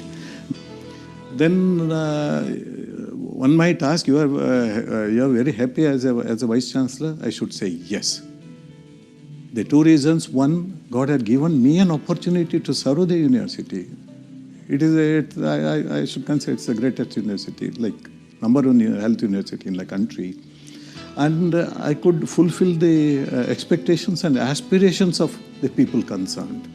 In these 2 regards, that is my satisfaction. What you have done, are you happy? Yes. Dr. K.S. Prakash was the Vice Chancellor from 2011 to 2014, and I worked under him as Registrar Evaluation.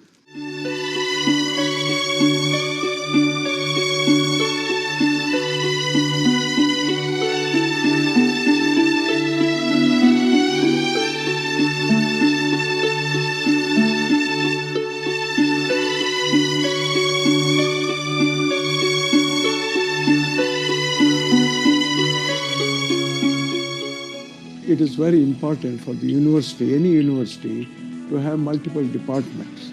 So first we thought that we will initiate an advanced research department that could strengthen the research activities amongst the students, the faculty, and the academicians.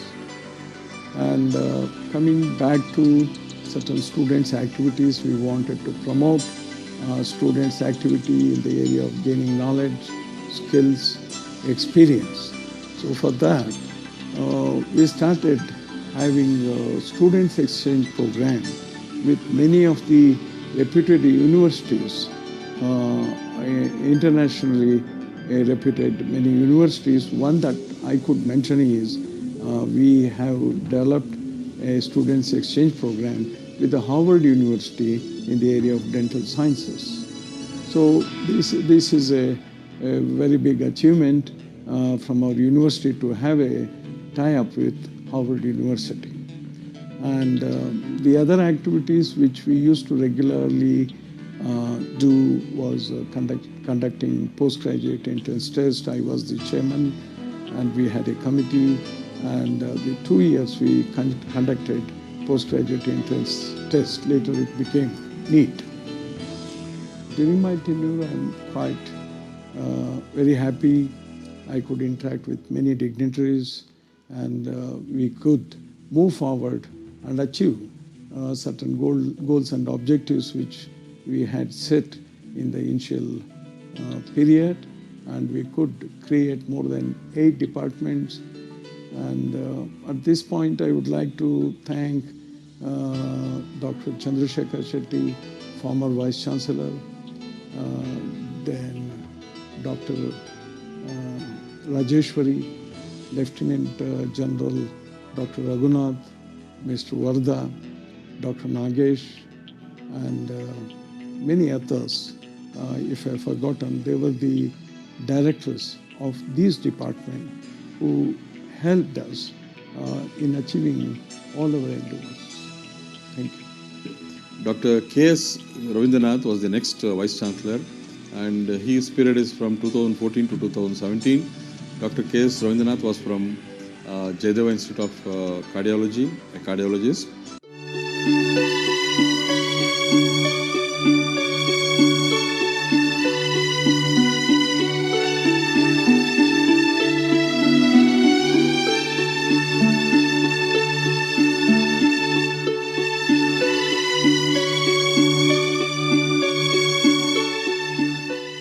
During my period, Governor Sri Vajubhai Walaji was the Chancellor, and Chief Minister was Siddaramayaji. They gave all the support for the initiatives that were taken during my time. And during my period, one new medical college was added, one new naturopathy and yoga college was added.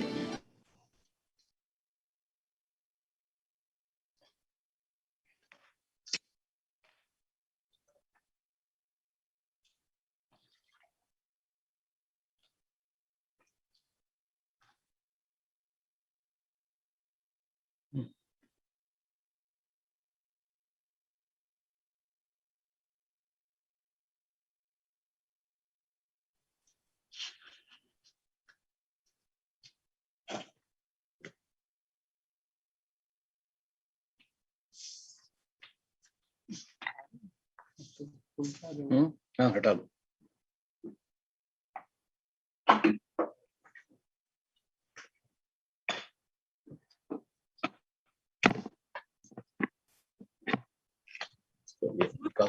Sir, you can share your slides, sir. Slide share करो। Santosh, kindly start introducing. Yes, sir.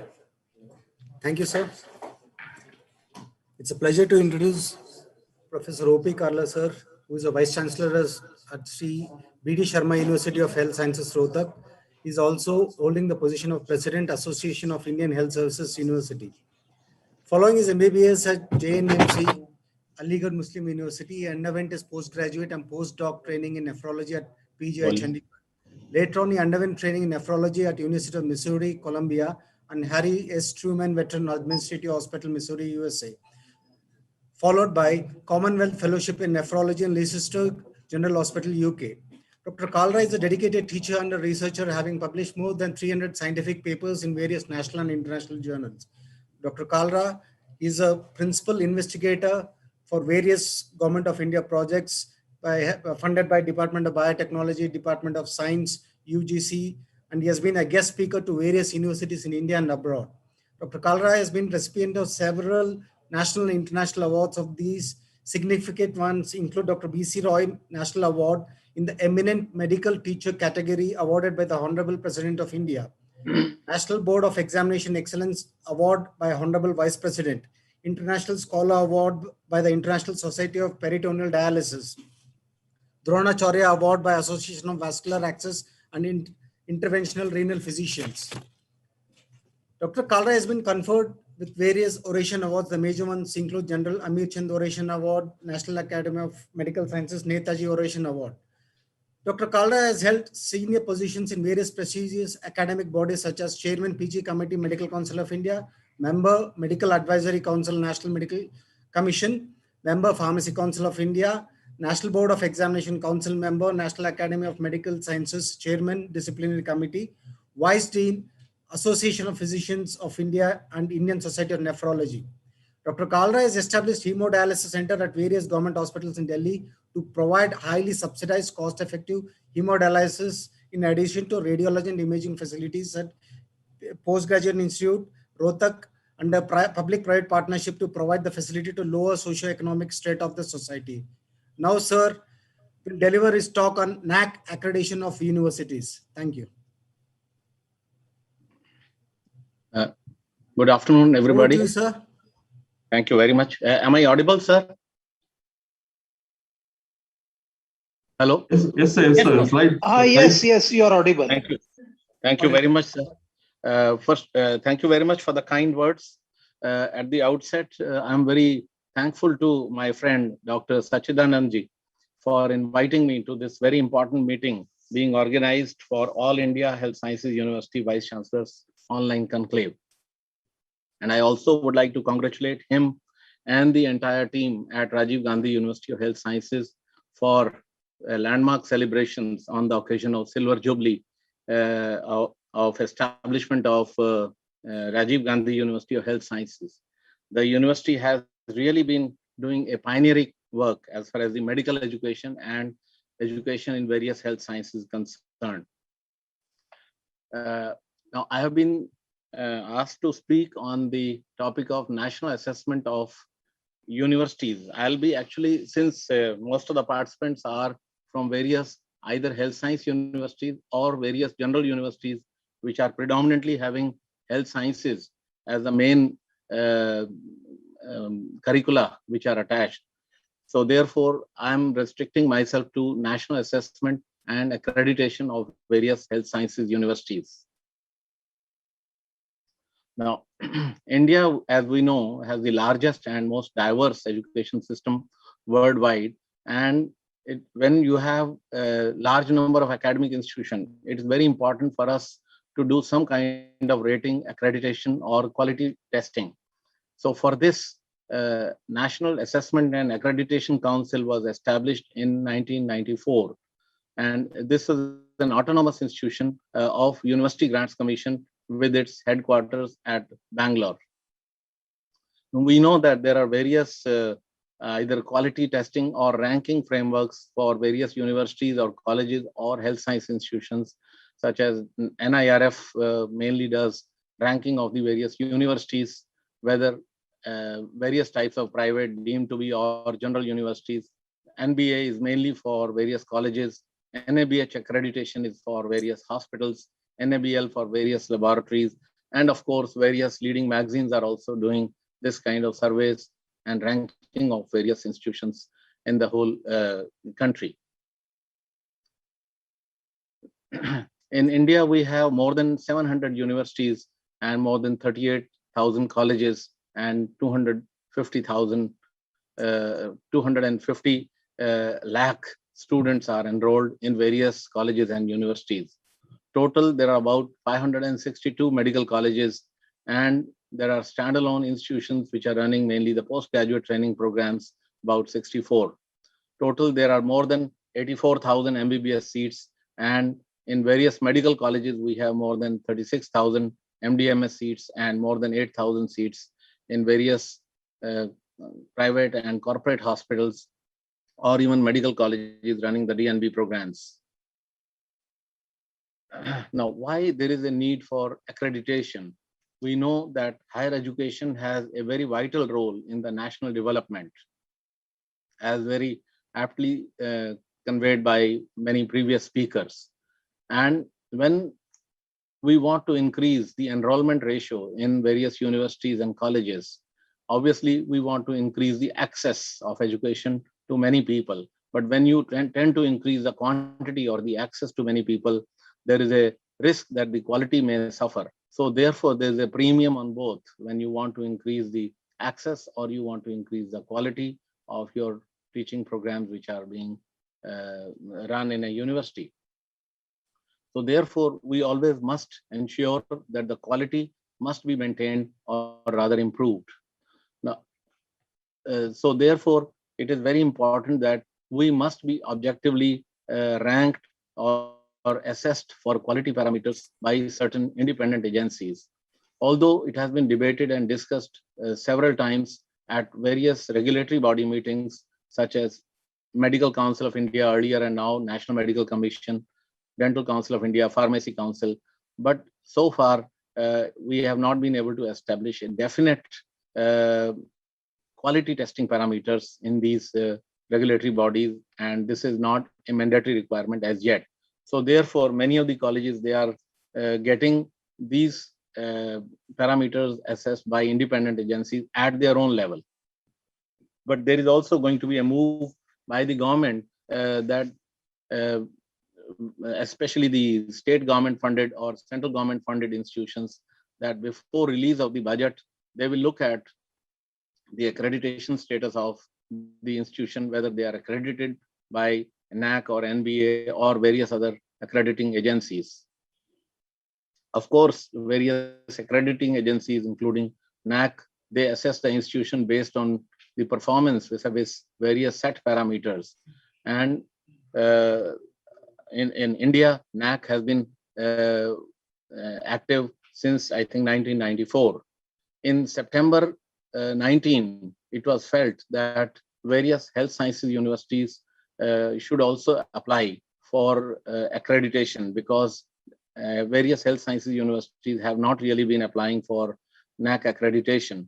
And because of the different types of courses which are being run in these institutions, there is a need to have some amendment in the various parameters or which are actually used for assessing these institutions. So therefore, a task force was created, and which went into detail of the various existing parameters and sought suggestions from various medical colleges and health science universities. And after that, there was a meeting in September 2019. I also happened to attend that meeting, and there a separate manual was released for assessing the NAC status of various health sciences universities. Now, when we come to the assessment of whether general universities having multiple specialties and disciplines or health science universities, the number of criteria or the quality indicator framework for accreditation, these are same in various types of universities. And these are mainly categorized under 7 headings. One is the curricular aspects. The second is teaching, learning, and evaluation. Third is research, innovation, and extension. The fourth is infrastructure and learning resources. Fifth is student support and progression. Sixth is governance and leadership. And lastly, institutional values and best practices. Then these are the broad major headings. And under each criteria or major heading, there are certain key indicators or KIs. And in these key indicators, further, there are certain matrices or questions which are asked, and the number of questions vary under each key indicator. And then again, these questions are of 2 types. One which assess the qualitative parameters, and the second one, which are quantitative parameters. So I'll come to each of these criteria in the next few slides, which are assessed by providing the data online. And in addition, a team of experts also visits the given institution, and then they objectively assess various other parameters which cannot be assessed only through the numerical figures which are given online by the various universities. Now, the first one, that is the curricular aspects. Just a minute.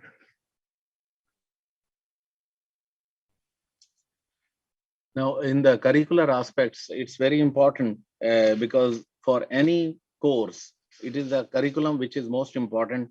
And of course, the Medical Council of India and various other regulatory bodies, they give us the basic minimum curriculum. But whether we are going to improve upon that, because that is the minimum standard which is laid down by the regulatory bodies, nobody prevents us from improving the curriculum. Of course, now the curriculum has been excellently revised, as Dr. Avinash Supe mentioned, that now we are all following the competency-based curriculum where there is a greater incorporation of various skills. So we can actually add on to this the various modalities and various other competencies which we are going to add to it. Nobody prevents us from starting any new fellowship programs or value-added courses or separate curricula on, say, legal aspects, forensic aspects, or the computer education or various web contents. And then, of course, all these teachings must be interdisciplinary, and then there should be physical and online classes, both should be given. And then the curriculum should be enriched, which should be relevant to gender, environment. Then we have to look at the sustainability issue also, and then teach certain aspects which are not usually taught in the medical colleges, right to health, human values. Then ethics is now incorporated already, and then various determinants or parameters for health or indices of health. And then another important aspect is getting the feedback from the students. And feedback should be taken at all levels. Instead, in addition to students, we should also take the feedback from teachers, paramedics, and also take the feedback from general public, particularly because we have to cater to the patient care services and other community outreach programs. So therefore, feedback from the general public is very important.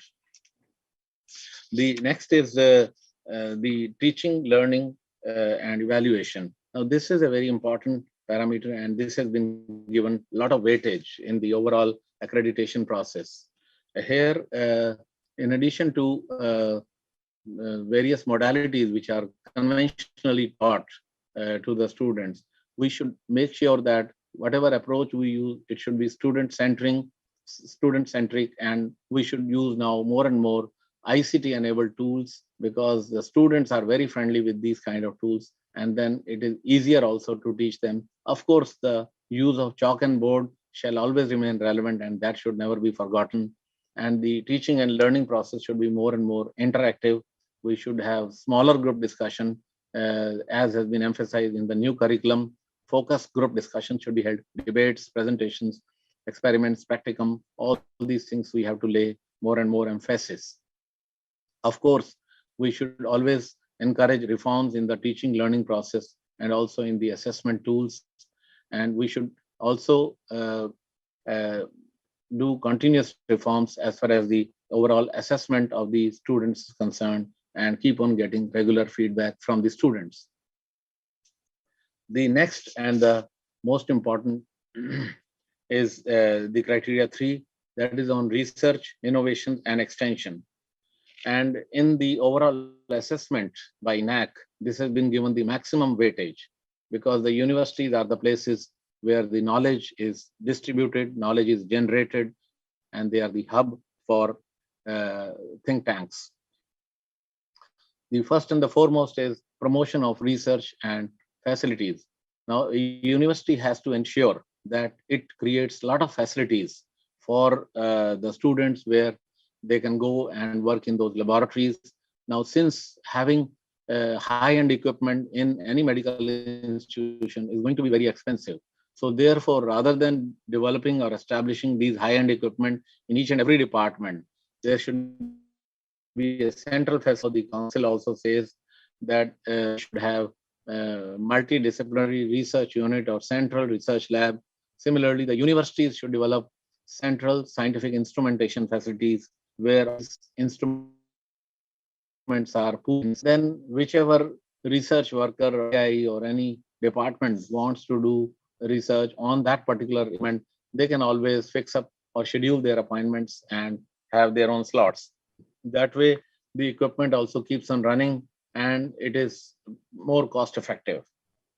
Similarly, the overall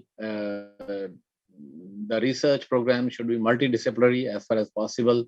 The institution should have IPR policy so that various patents, if anybody wants to file, they should have convenience in getting support from their department itself.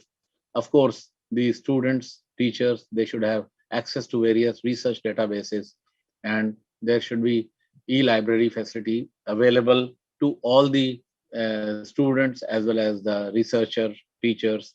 And of course, we must make sure that the students are encouraged, or postgraduates and teachers are encouraged to undertake more and more research projects from these by way of applying to DBT, DST, ICMR, University Grants Commission for any extramural research grants.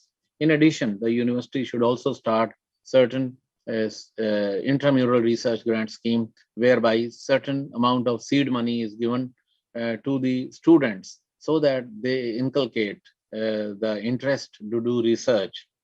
The university should also have certain facilities like animal house, herbal garden, media laboratories, research incubation hubs, and clinical trial centers as far as possible. And of course, we should also encourage them to give consultancy for various research projects so that the financial resources can be generated from all these areas, particularly the pharmacology and pharmacy departments. They can be very active in this particular area. Of course, we should also encourage collaboration with various other universities and also industrial houses so that we can do cross-disciplinary research and we can do more practical research which can be useful to the society. The next is infrastructure and learning resources. Now, we must make sure that the institution should provide adequate physical facilities for teaching, learning, skill acquisition, and there should be adequate space for recreational activities, games, auditorium, yoga center, etc. And we should also take assessment as to how much of money is being spent on various activities other than salary. Because the job of an institution is not only to give salary, but also to spend on various other activities. And that is what is most important, that what other jobs we are doing to ensure that the place where the students are learning, where they are spending most part of their day, they come out not only as somebody who is just a storehouse of knowledge, but as complete human beings who are ready to face the challenges of tomorrow. Of course, every institution must have a very good infrastructure as far as the IT is concerned. And of course, we have to make sure that library, which is the temple of learning, that must have all the facilities, the latest journal, e-resources, and now various books are also available on the internet. Now, as far as all these parameters actually, which I have told so far, they are common between various health sciences universities and the general universities. The main difference is in the key indicator point number 4.2, that is the clinical, because this patient-related work is mainly in the health sciences universities, and then equipment which is related to the patient care, and of course, how often we are using the laboratories as the learning resources for the medical students. So this is where there is slight difference. So if we see the comparison between the two, that is the health science university versus the general universities, in the criteria 4, there are, as far as the general universities are concerned, there are 4 parameters only. The second parameter, that is 4.2, that is clinical and laboratory learning resources, that is there only in the health science university. And the score, total score, which has been awarded to the criteria 4 is 100, of course, in both these. But then 30 marks have been awarded to this point number 4.2, and the marks have been reduced in the other areas, that is the physical facilities, the IT infrastructure, and the maintenance of campus. So the total score in the criteria in the health science university as well as the general universities is 100, but then there is an additional weightage which has been given for the clinical and laboratory learning resources, and it has been reduced proportionately for the other components in this criteria. Now coming to the next criteria, that is the criteria number 5, student support and progression. Now this is very important because the students are the most important part of the university, because if students are not there, then obviously we all don't need to be there, and we are totally meant for the students and committed for the students. Now, what is the quality of students? As it is very important that we should see the quality of students and the quality of teachers who are teaching them. What percentage of the students are qualifying in NET or GATE or GMAT or GPAT or passing various other exams such as PLAB, etc. And then whether the university has instituted certain awards, medals for outstanding performances, whether any incentives are being given, financial incentives or any other incentives are being given to the students or not.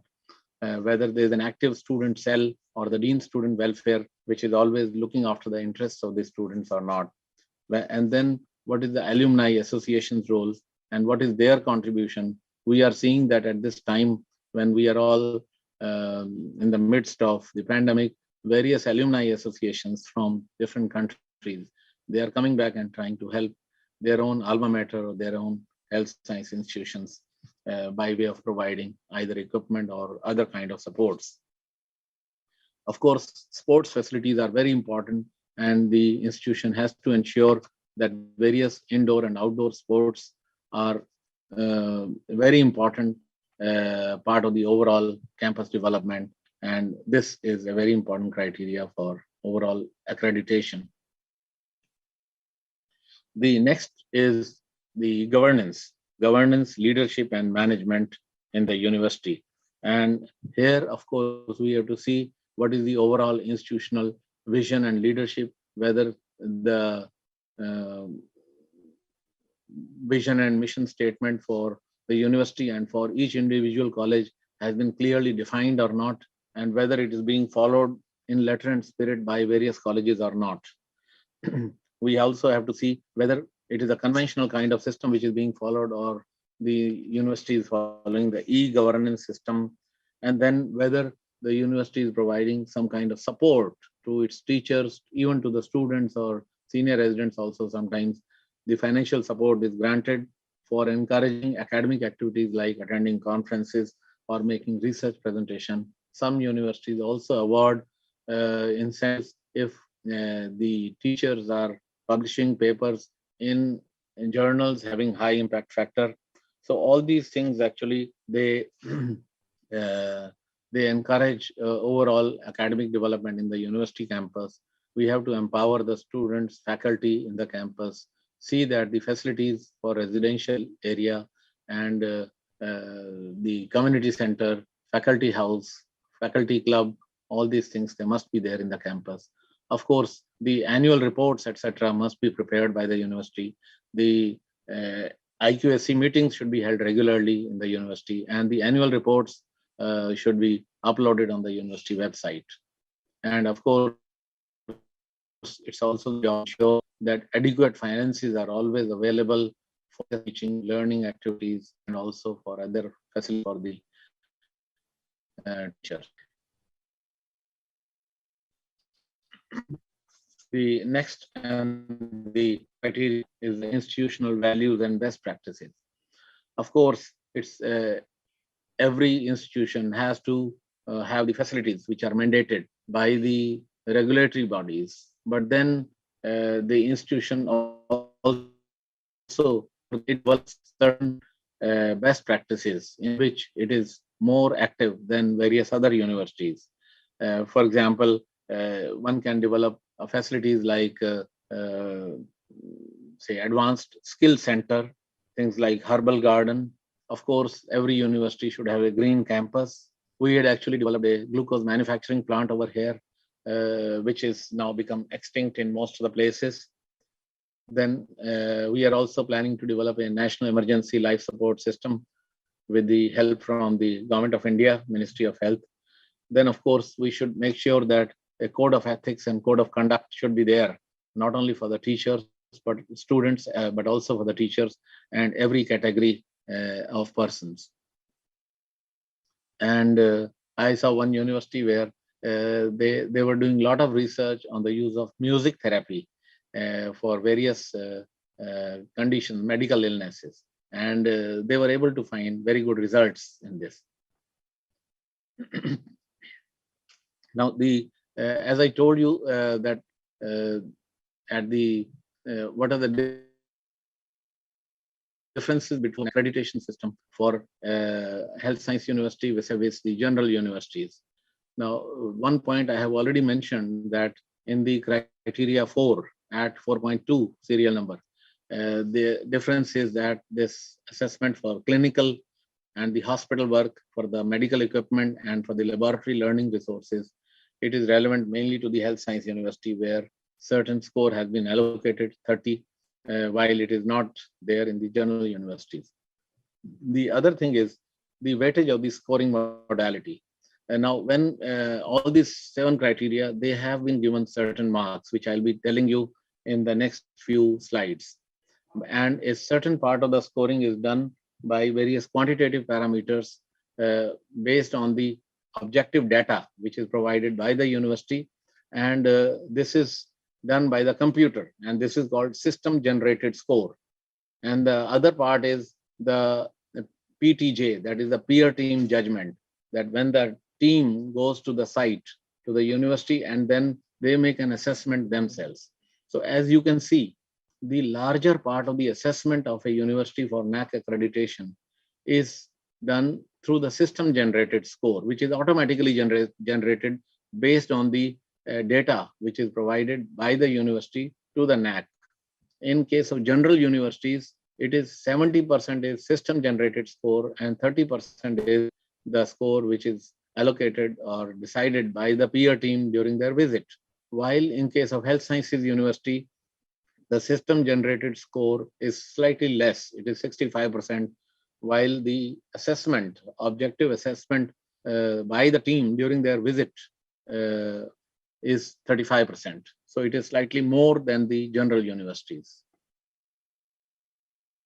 Now, I told you about the various criteria and the key indicators.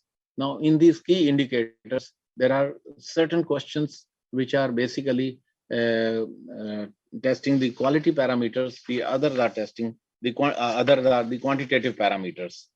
The quantitative parameters are basically decided through the computer generated score, and that is on the basis of the data which is provided by the various universities.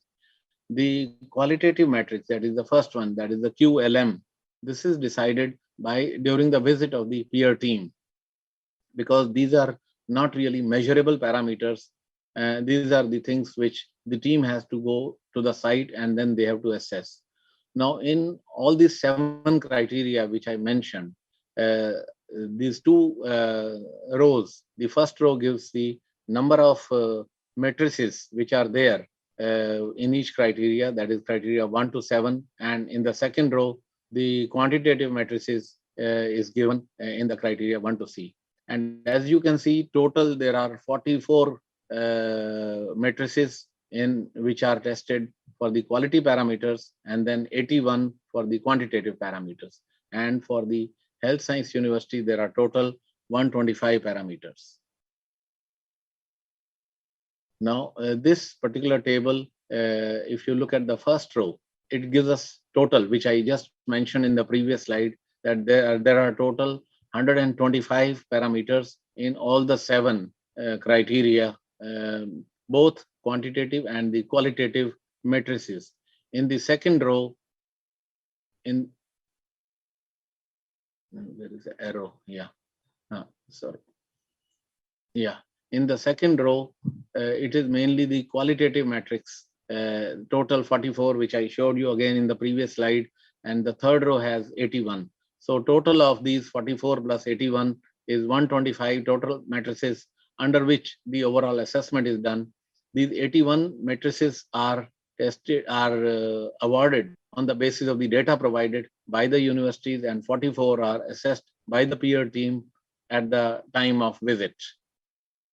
Now, each of these matrices has been given certain weightage, and for the qualitative parameter, a total of 331 marks have been awarded, and for the quantitative, 669.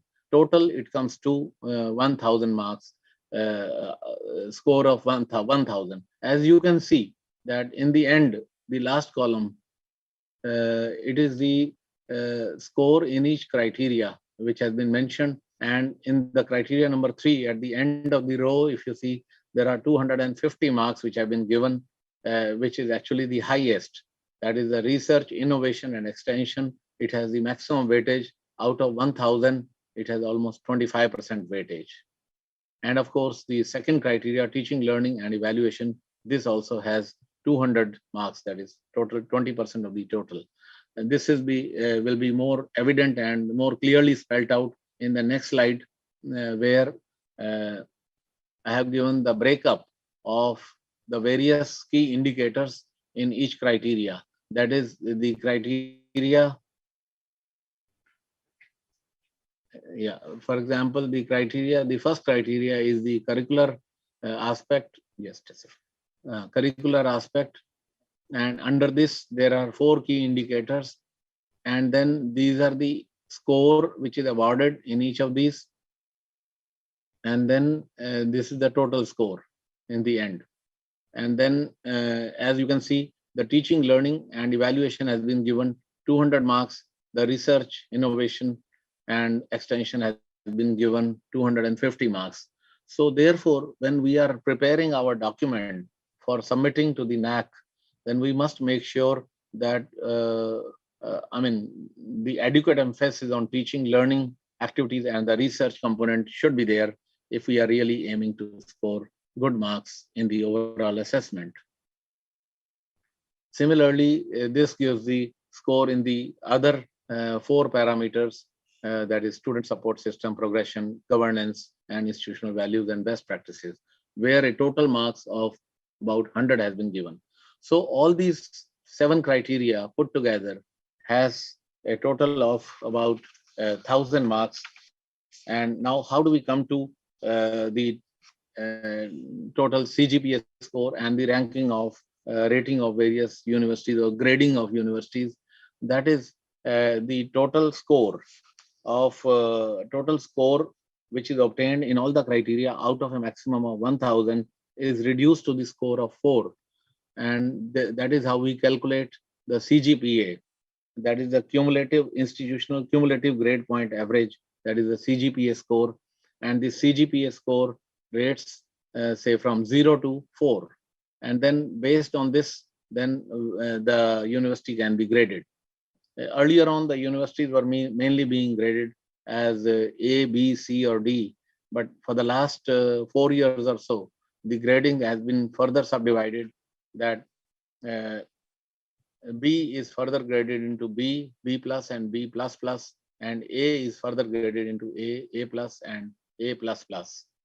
And as you can see on the left side, that if you have a overall CGPA score of more than 3, that is 3.01 and above, you are rated as grade A.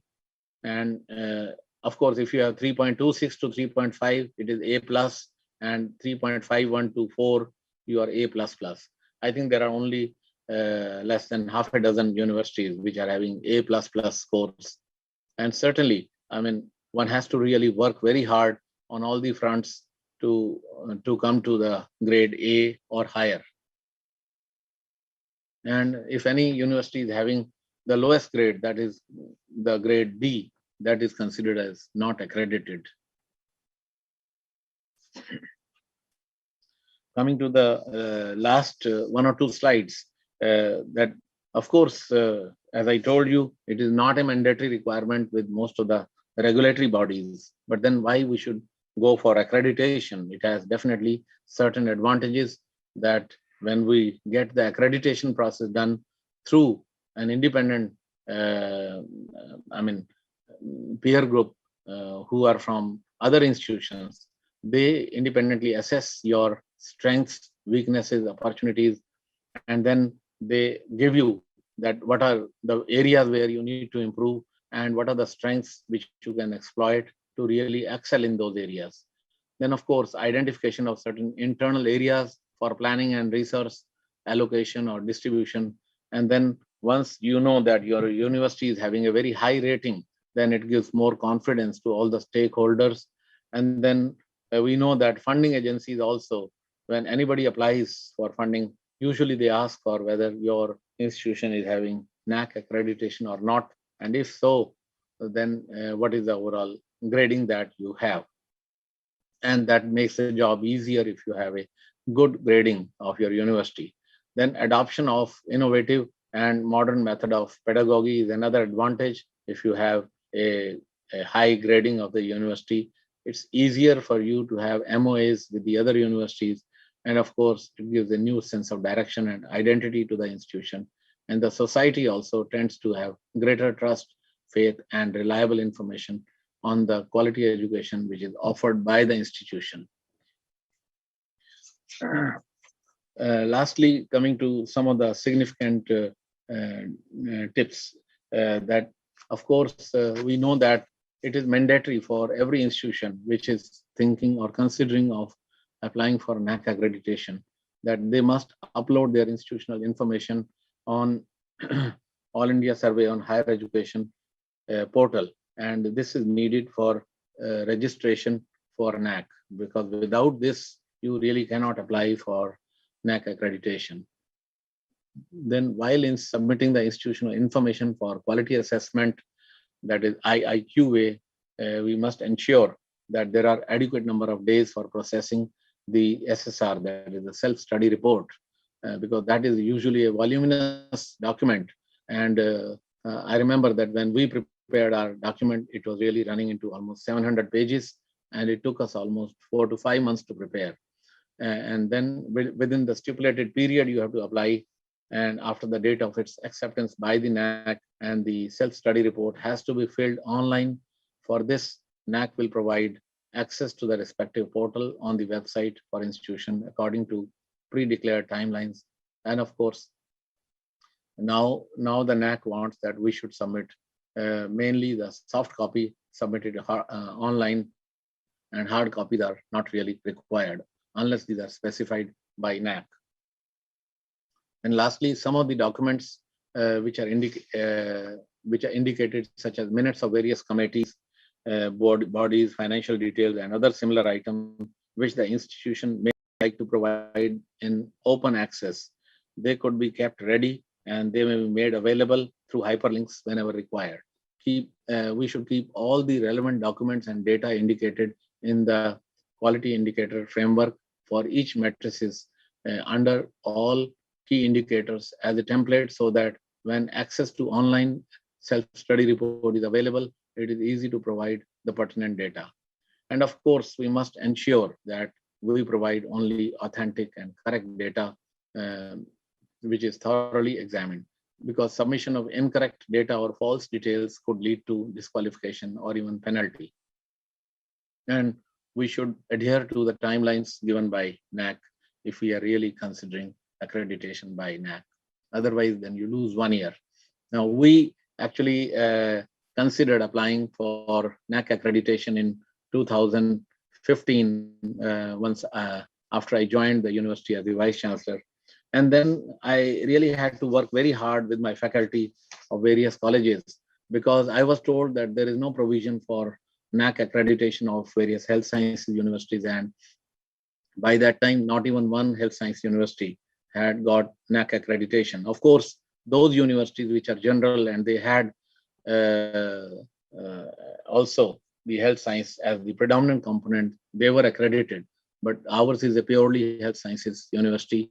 So after a lot of effort, once we all agreed that we should apply for this, it took us really almost 7 to 8 months to collect the data from all the departments and to prepare the self-study report and upload it.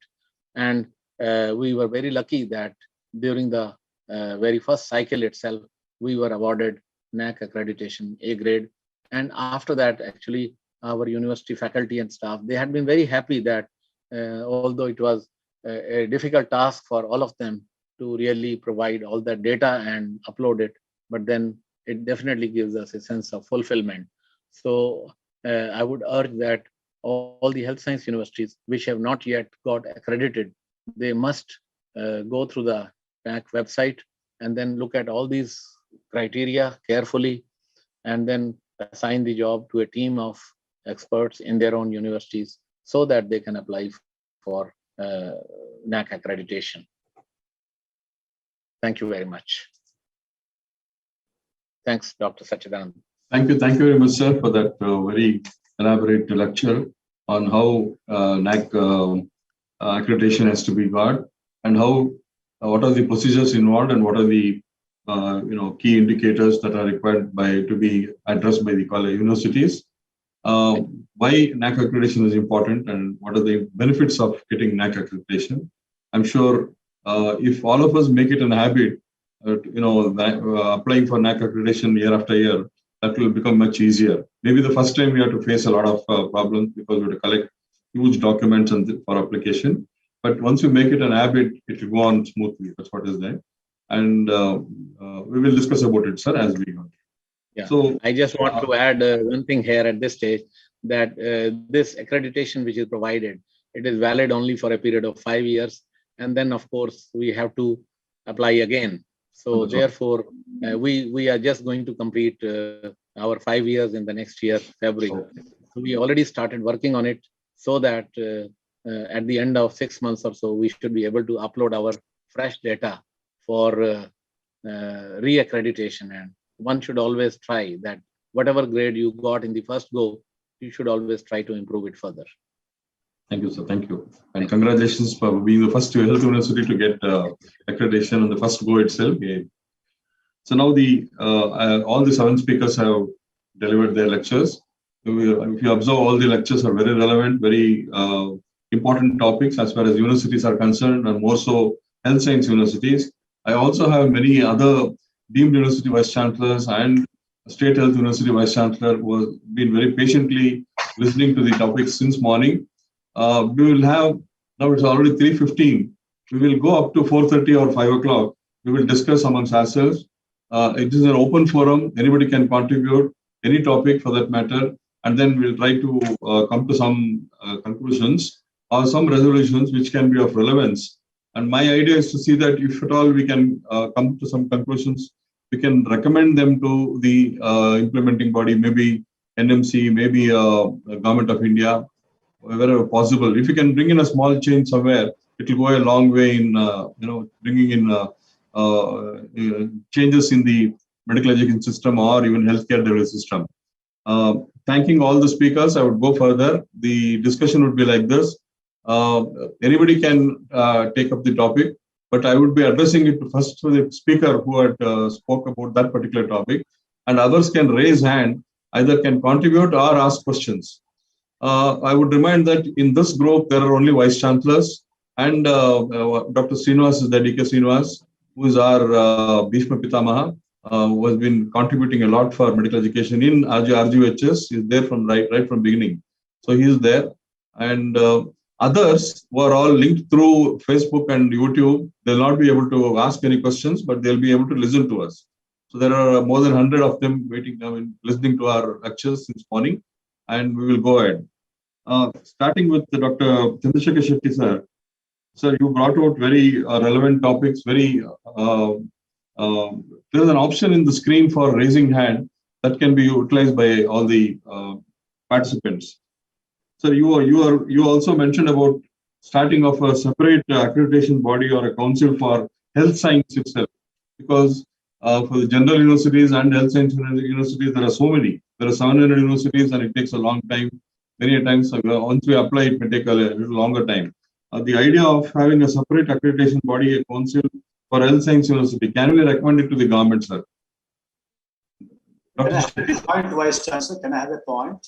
Yes, sir. Am I audible? I think Yes, sir. Yes, sir. I think we will give chance for those actually people, Vice Chancellors, Okay, sir. either to comment and suggest afterwards, and then the relevant topic will come back. Any comments or Okay. suggestions will invite from non-speakers. We already spoke. Then you can come back next week and come back to individual topics and questions. Because we will give a chance for all of that work. Okay, sir. I see Dr. Vivek. Eminent Vice Chancellors actually sitting in. That's Yes, sir. Dr. Vivek, sir. Dr. Vivek. Yes, one by one, and they can come back and add.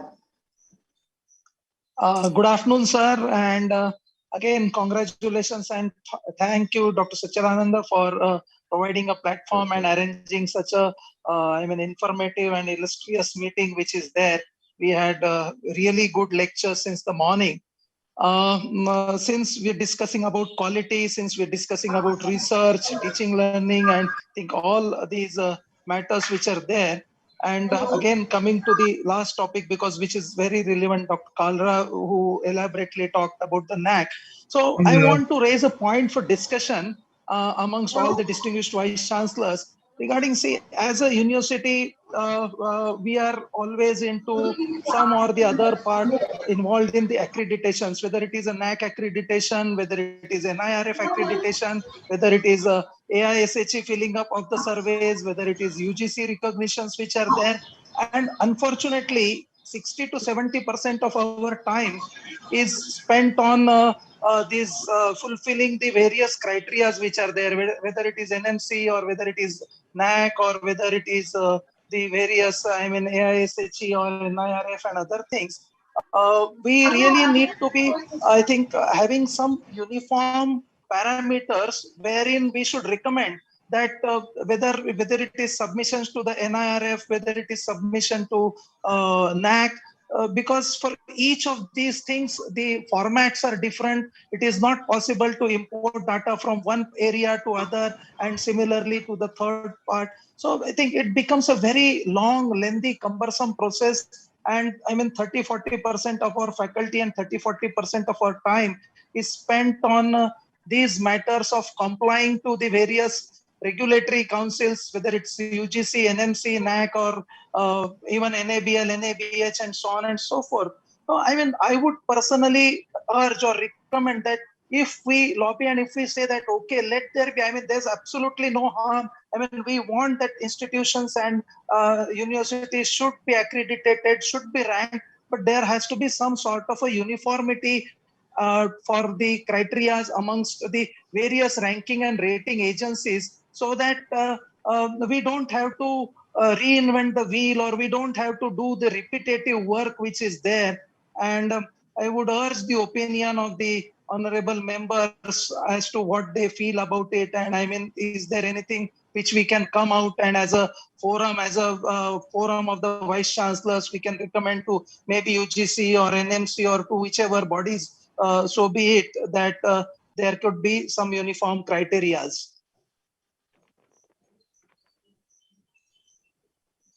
Dr. Kalra, could you take that question, please? Yes, sir. Dr. Kalra, could you respond? Yeah, thank you, Dr. Vivek, for highlighting a very important part. Actually, I fully agree with you. We spend a lot of time in collecting the data for various agencies when it comes to regulatory bodies or various other ranking agencies. But then I must say that since all these agencies, they work from their own areas, it will be very difficult to bring them all together and then agree to one uniform format. Now, as far as the various quality parameters are concerned or ranking agencies are concerned, these are not really mandatory requirements. So therefore, whatever is the, and then the Medical Council of India and now NMC, they go mainly for the minimum standard requirements. Whereas when we are going for the quality testing or ranking of the universities, there we are really going whether we can really touch the sky. So therefore, I personally think it will be very difficult to have only a single performer or a single kind of a uniform system that we are going to prepare, and then that will be assessed by various regulatory bodies as well as ranking agencies. And even within the country also, if you are getting the evaluation done through NIRF or through various leading health magazines or through regulatory bodies, all these have different. Personally, I feel it will be very difficult.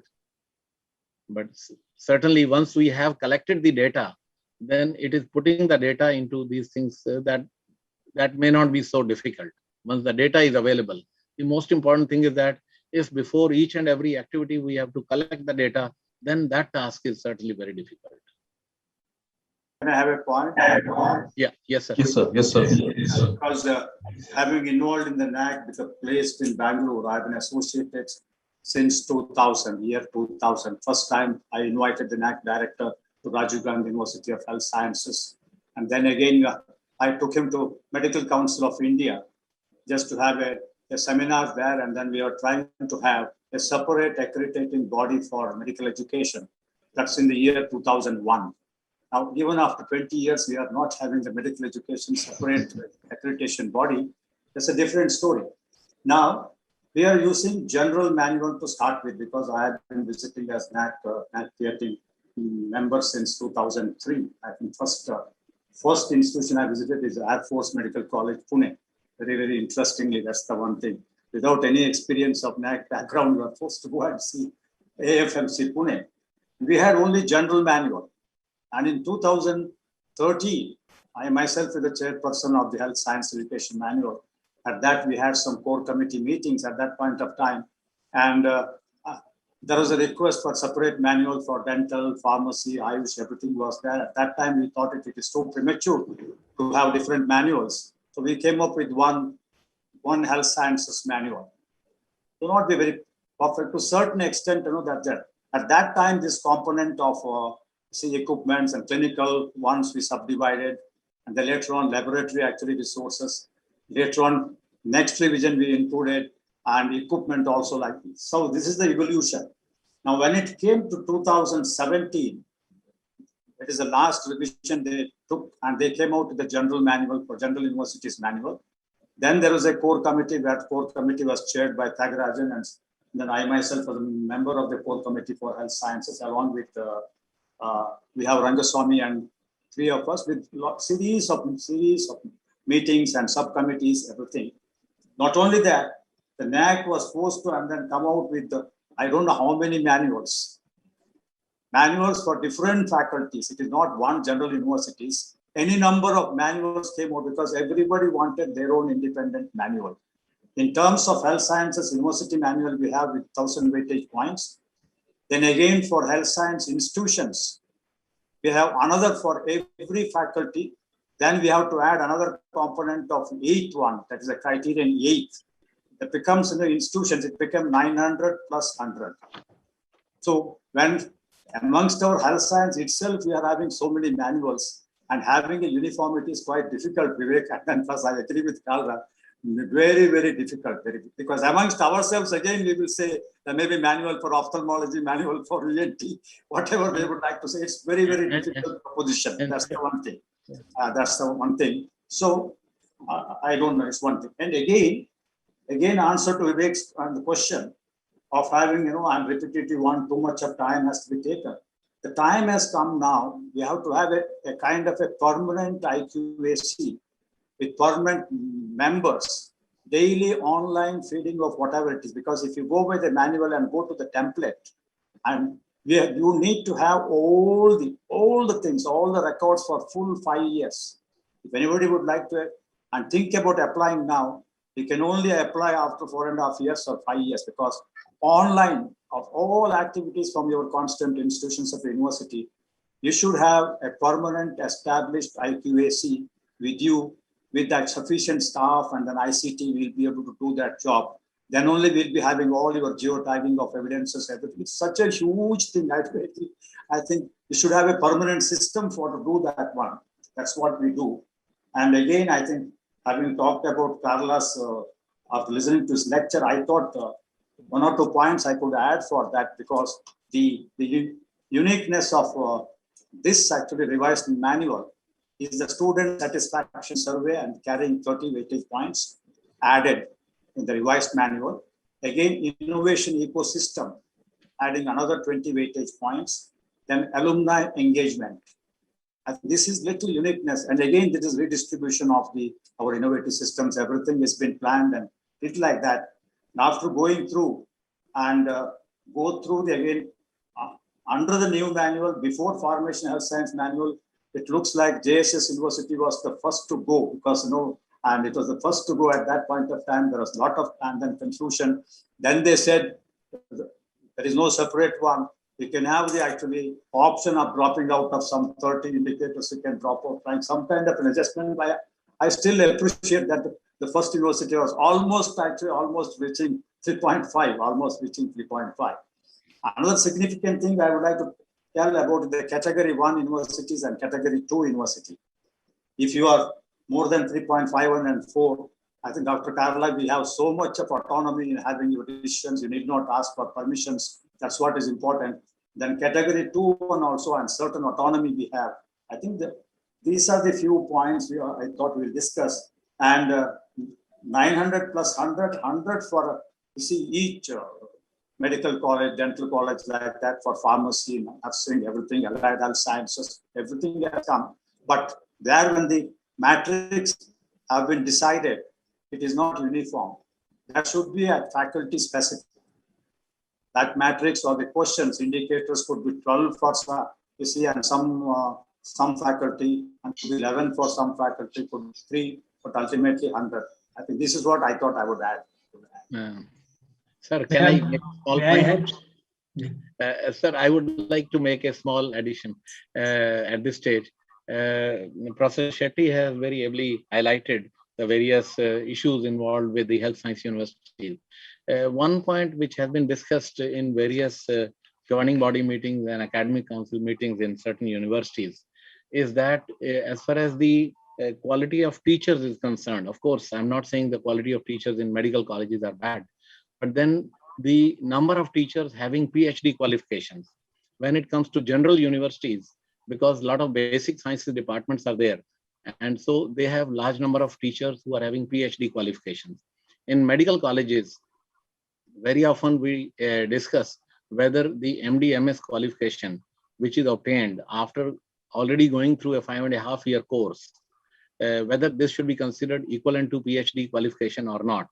Because in a medical college, you will hardly see 5 or 6 or 7 teachers who are having PhD qualification, mainly in the preclinical or paraclinical subjects. And that number may also go down further because the NMC has now further decreased the ratio of the non-medical teachers in a medical college. So therefore, when it comes to giving certain score for the number of teachers having PhD qualification, there the health sciences universities, they tend to suffer. This point actually I had raised also at some stage with the NAC, but somehow this was not really taken note of or cognizance of. So what is your observation, comments about it? I think this was deliberated in the core committee. Yeah. It was deliberated. Now it's almost equivalent. You are all super specialty degrees having the actually MCH programs and DM, everything is almost, they're bracketed together. That's what is my understanding. If anybody would like to add about it, all right. It was very actually seriously discussed, Our super specialty degrees are equivalent to PhD. That kind of parity has been brought. We can cross-check with the manual. Super specialty is all right, but MD/MS should be considered equivalent to PhD, MD or yes, MS. Sir. Yes, sir. There is a regulations regarding the UGC that the MBBS is equated with the MSc for the purpose. That is why at most of the places, if you see that they take the MBBS for the PhD program directly. So that is equivalent to the MSc. And similarly, I am fully agreed that the MD/MS should be equated with the PhD itself, sir.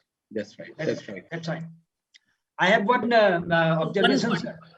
Yes, sir. Good afternoon. First of all, I congratulate to Dr. Sachidanand for having organized such a beautiful program and having completed 25 years of the glorious years, sir. In regards to the rank of the medical university, sir, I have some doubt regarding as to how we should proceed for the universities, those who are 100% affiliation in nature. Like your university is having all the NRP, BGM, the medical college, as a constituent college, but there are certain number of the university within our India wherein their role is only to go for the affiliation and no constituent college is there. So there is a problem as to how we should go for the accreditation for the institutions, sir. In my talk in the morning, I said that Rajiv Gandhi University is not eligible to go for NAC accreditation because minimum we should have 4 independent departments at least to say.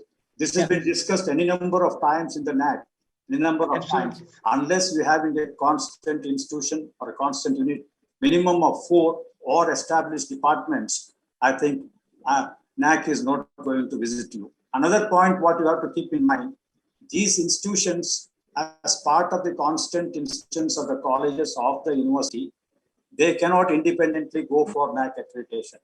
They will be part of the university. Suppose I am holding a multi-faculty university having engineering, medical, pharmacy, everything is there. My pharmacy college cannot independently go. They have to go along with the university because already they are not having so many staff, everything to do that job. I think this was the actual discussion at the level of the NAC. So why not we should go and recommend to the authority that every medical institute or university must have at least one constituent college. Without that, the university should not be open. What happens otherwise, I will tell you, sir. From the center, the state receives the order and the state government department of medical health is state way that flows the order. And the university in the beginning started from a double-story building, then shifted to a small, structure, and then finally it takes years to 10-acre or 20-acre land, and by that time all the and you do not have any medical college. Then the vice chancellor and the other staff, I personally understand, is not in position to think about the innovation in the medical field because no faculty is under him or her working in indirect supervision basically. All the medical colleges are under the supervision of the state government, and they will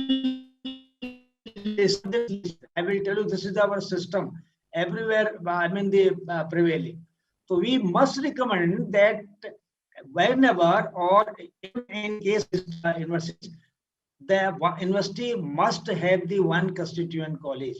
Then I think the vice chancellor will be able to supervise that what is happening inside the house.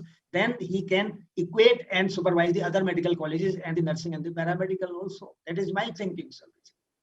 Sir, moreover, Dr. M. Chandra, what you are saying is right, because when we apply to University Grants Commission also for recognition under 12B and 2F, right, there also it is very important that we must have 5 departments in the university in order to be eligible to apply for 12B. Because right, if you are only an affiliating university, you cannot apply to the UGC for recognition under 12B and 2F. Sir, OP Karla, sir, I have a question. All your colleges are constituent colleges? No, I have only 6 constituent colleges, but there are another 110 colleges which are affiliated. So this A grade is the data based on the 6 constituent colleges. Yeah, this is the data only on constituent colleges. Yeah. Yes. So I think I would move on, sir. I'll request others. There are so many who have raised hand. I request Dr. Venkatesh, Vice Chancellor Mahe, Manipal Academy of Higher Education, to ask his question, please. Thank you, Dr. Sachidananda, and thank you for inviting me and for this wonderful initiative. And warm greetings from Manipal Academy of Higher Education and Institution of Eminence, Deemed to be University, to each one of you. I just had one or two comments only to make, and let me compliment Dr. Chandrasekhar Shetty, my esteemed teacher, for a great presentation and bringing in very relevant points under consideration. And on the issue of NAC accreditation, in fact, when Dr. Shetty visited FMC, I was the associate professor, I was the coordinator at that time, but unfortunately during the time of visit, I was not there, and I was associated with all 3 cycles of NAC accreditation with FMC Pune. And thereafter now in MAHE, we are now into the 3rd cycle of accreditation. We are going to submit our SSR very shortly, and we're going to use the Health Sciences Manual for submission because we are predominantly now a Health Sciences Manual. Though not completely a Health Sciences University, it's a multidisciplinary university, predominantly with the Health Sciences constituent units.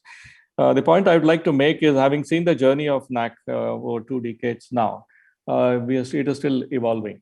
I think to me, the NAC has now outgrown in its scope. There's a need for us to bring in more and more accrediting bodies. I think the idea of having a separate accrediting body for health sciences is a very, very welcome step. It's definitely required, even if you see today, apart from the reforms that have occurred with Dr. Chandrasekhar Shetty brought out, it is still, the manual is predominantly towards general university. So some more specifics could be added if there is a accrediting agency specifically for health sciences university. This is something that I think as a forum of vice chancellors, we could recommend to the government of India. And in any case, the National Medical Commission has an arm for accreditation. Therefore, could maybe in any case, an accrediting agency needs to be an independent accrediting agency. Therefore, there is a definite scope for us to add health sciences accreditation, which could accredit health sciences universities, predominantly health sciences universities, and also affiliating medical colleges, which are affiliated to the other universities. This is something that we could look at, and there's definitely scope for improvement. If you look at some of the vagaries of accreditation and ranking system, many of you are aware of it.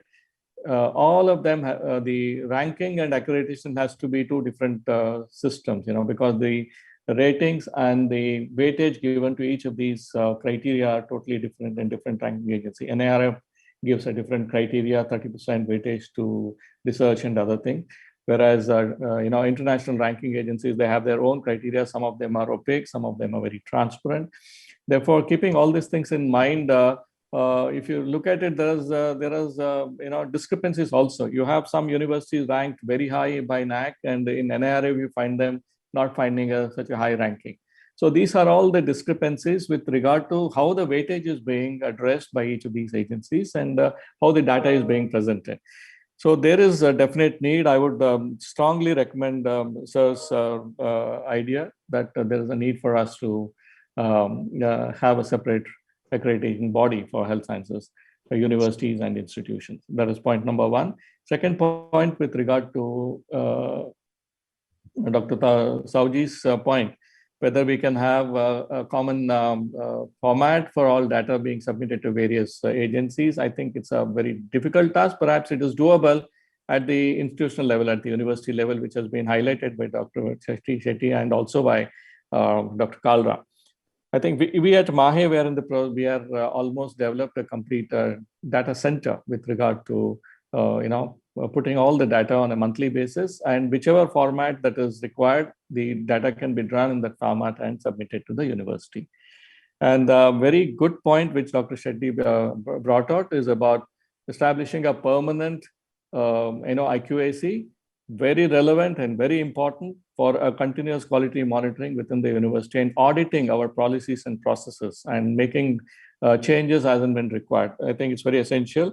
At MAHE, we have a directorate of quality and compliance. So there's a complete directorate with adequate staffing and which is functioning very, very well. And therefore, at any given time, any kind of data could be easily drawn.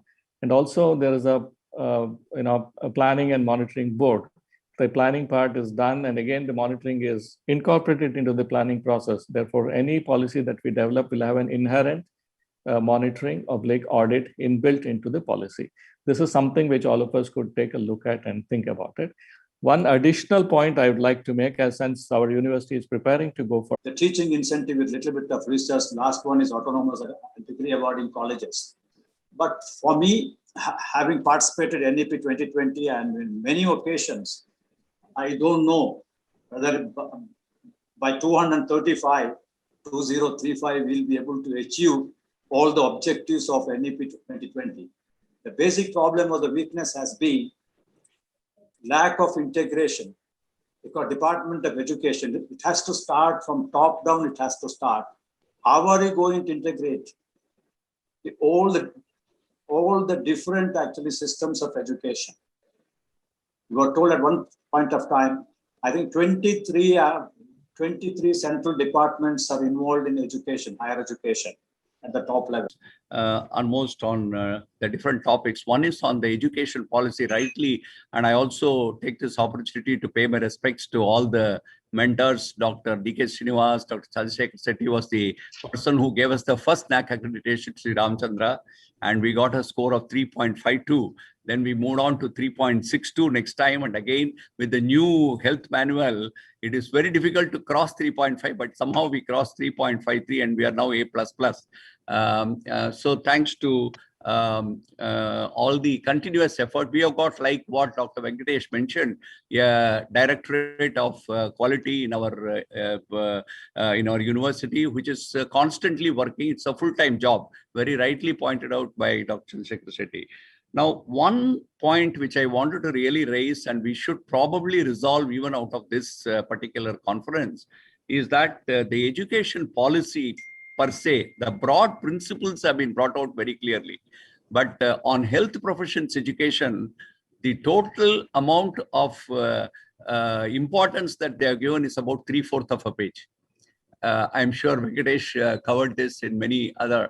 So there are so many different things. And in that 3/4 of a page, they have given half a page towards integration of AYUSH. And how this AYUSH integration with allopathic medicine is going to happen is going to be a very, very difficult task and a very difficult practicality. In fact, if it is going to be a proactive step, it is different. But if it is going to be retroactive and retrospective, I really do not know how this is going to happen. It's very confusing.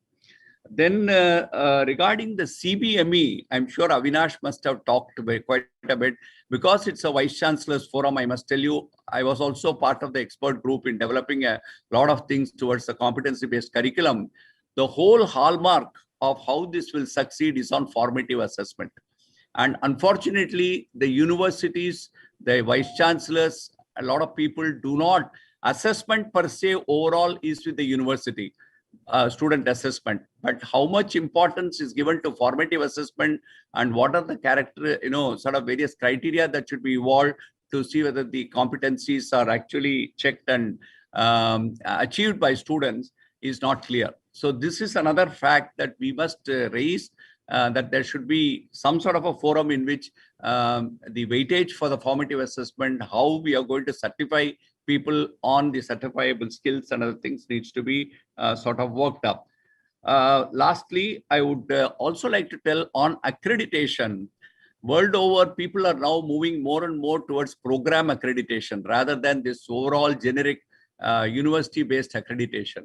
If that principle, now the NAC is also considering program accreditation, so that should be the way forward. Then we don't have to fight how many departments are there and which can go and which need not go. Anybody who runs a particular program should be able to sort of go for an accreditation, and it will be a much simpler process. And then the students will always get attracted towards accredited programs rather than non-accredited programs. And lastly, I would just this is a point that we need to consider. NIRF is an excellent system, and I also would like to tell my friend Dr. Vivek, it's very difficult to sort of combine these two and put all these data together for both types of purposes. But probably NIRF, with our experience of going in for it from 2016 regularly, it may be worthwhile to consider this once in 3 years rather than every year basis. Every year, it is quite difficult for many universities to make big improvements and show big changes. So it may be worthwhile for considering NIRF accreditation once in 3 years. So with these points, I'm happy for the opportunity that has been provided. and for your reactions. Thank you.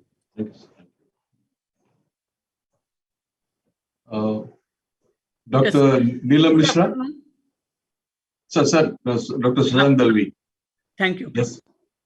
Good afternoon to all the Honorable Vice Chancellors. At the outset, I congratulate Dr. Sachidanand and best wishes on the occasion of Silver Jubilee celebration. My comment is regarding the Professor. Lost the audio. Sir, you have muted your audio, sir. Kindly. We lost the audio. Dr. Dalvi, please unmute. Yes, Yes, sir. Yes, sir. I have to repeat everything? Yes, sir. Yes, sir. We didn't hear you. Okay. Within 2-3 minutes, I will finish, sir. Good afternoon to all. Congratulations to you, sir, on this occasion. That we heard, sir. To Rajiv Gandhi University. My comment is to Professor Mohan Kunnumal's presentation regarding the national education policy and its integration with the medical education. As we all are aware, the NMC has been kept away from integration. The medical council, that is, and the law council, these are two kept separate from merging at all. My comment is regarding the only particular area, that is the research area. Sir, you have nicely presented regarding the PhD. I would just want to add something regarding that. At present, regarding the PhD, whatever the documents that is available with the NMC is in the postgraduate regulation, 2 pages about the PhD guides, their qualification and that much experience and that is required, that is available. Even PhD degree is not in the schedule of MCI or the NMC. And as PhD, as just now Dr. Kallara sir have also mentioned regarding the PhD equivalence, and that is particularly in the health science universities that is lacking. So if we want to promote in the health science universities the PhD culture and the research activities, then it is necessary to include the PhD degree into the schedule of NMC. It is only in the nursing council that the PhD degree is there in their schedule, even in the DCI that is not in the schedule or others. So that particular degree, if that comes in the council schedules, and the council schedule, if that degree will come, the PhD will surely get weightage and more medical professionals will get attracted, as number of other measures you have suggested in your presentation for the PhD scholars and the opportunities and availability. And that will surely in alignment with the national education policy and the increasing the research component that involve critical and interdisciplinary thinking, discussion, debate, and research. So PhD degree must be involved or included into the schedule of NMC. That is my suggestion for this August forum on this occasion. Thank you, sir. Thank you. There is Dr. Ramesh here with us. He is the president of the PG Education Board. Dr. Ramesh, can you answer that? Thank you, Sachi. I will answer that. Actually, we are bringing out new postgraduate medical education regulations. In that, we are adding a class wherein we are going to encourage this MD PhD program.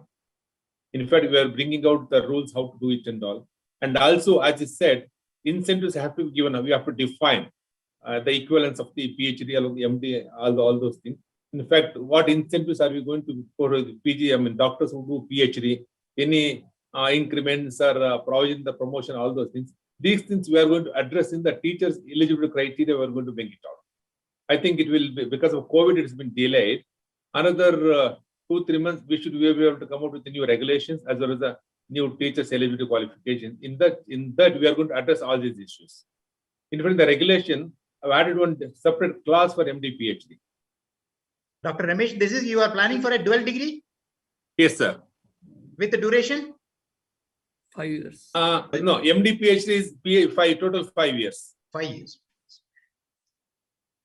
I just can I add a I think Dr. Ramesh, it's a very welcome suggestion and very welcome move, and it's a wonderful move.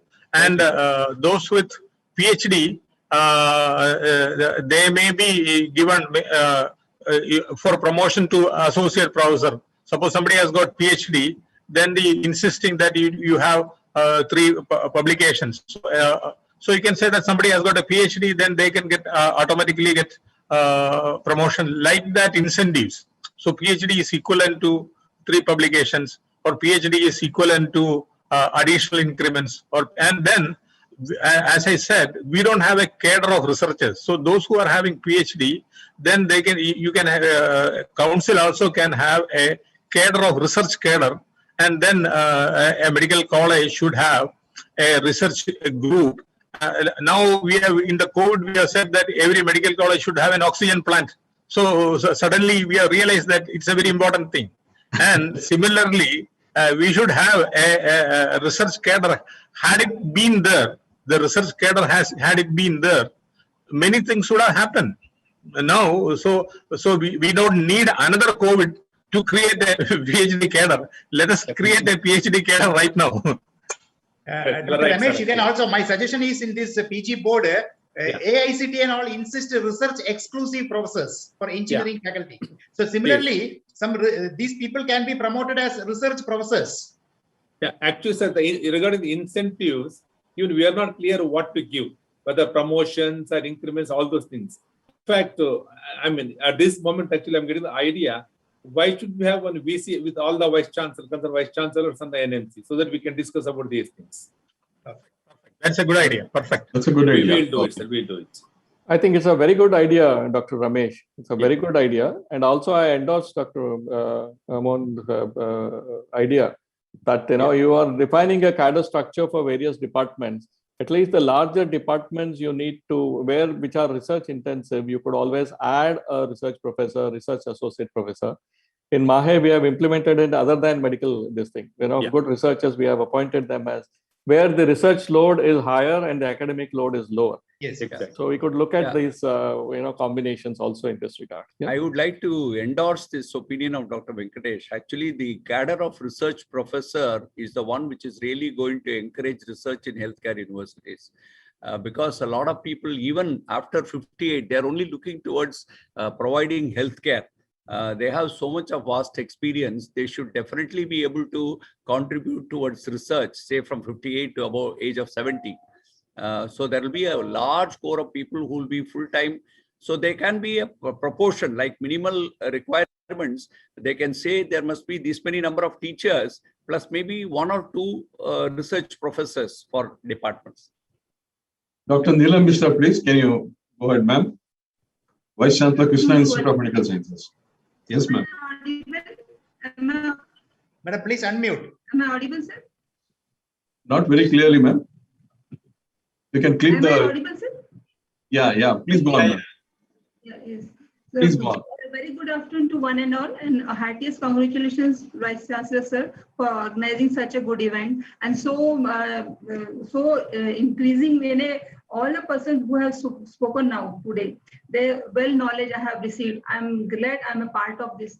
Only 2 suggestions I want to give, as you have mentioned, that this is to be presented to National Medical Commission for its consideration and inclusion in its regulation. So make it a point that we should make this mandatory to use this software, that is Mastersoft ERP for all Mastersoft ERP software.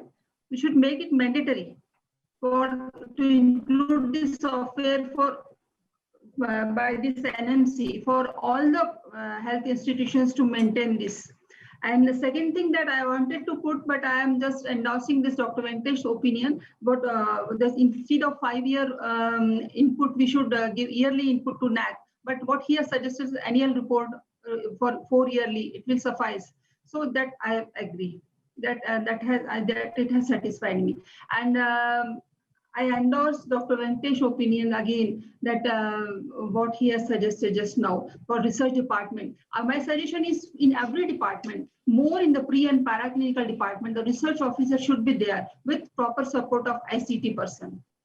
This only I want to suggest. Thank you, sir. Thank you, madam. Kindly send an email to me, madam, whatever point you said, and so that I can include that in my proceedings. Thank you, ma'am. Dr. Pradeep, Vice Chancellor, STM. Academy of Education, Polar. Sir, kindly unmute your mic, sir. Okay, can you hear me, sir? Yes, sir. Yes, sir. Yeah. Good afternoon, and thank you for making me a part of this event. And let me congratulate Dr. Sachidananda. I'm sitting in the big seat of Dr. Chandrasekhar Shetty and finding it in space. Sir, wherever we go, it comes back to Dr. Chandrasekhar Shetty again. Time and again. Omnipresent. Regarding the statement made by my Manipal colleague, Professor Venkatesh. Sir, continuous assessment, something similar to the CBME, where I strongly believe assessment drives curriculum, assessment drives competencies. It's very important. I would like to request Avinash Suppe to please respond.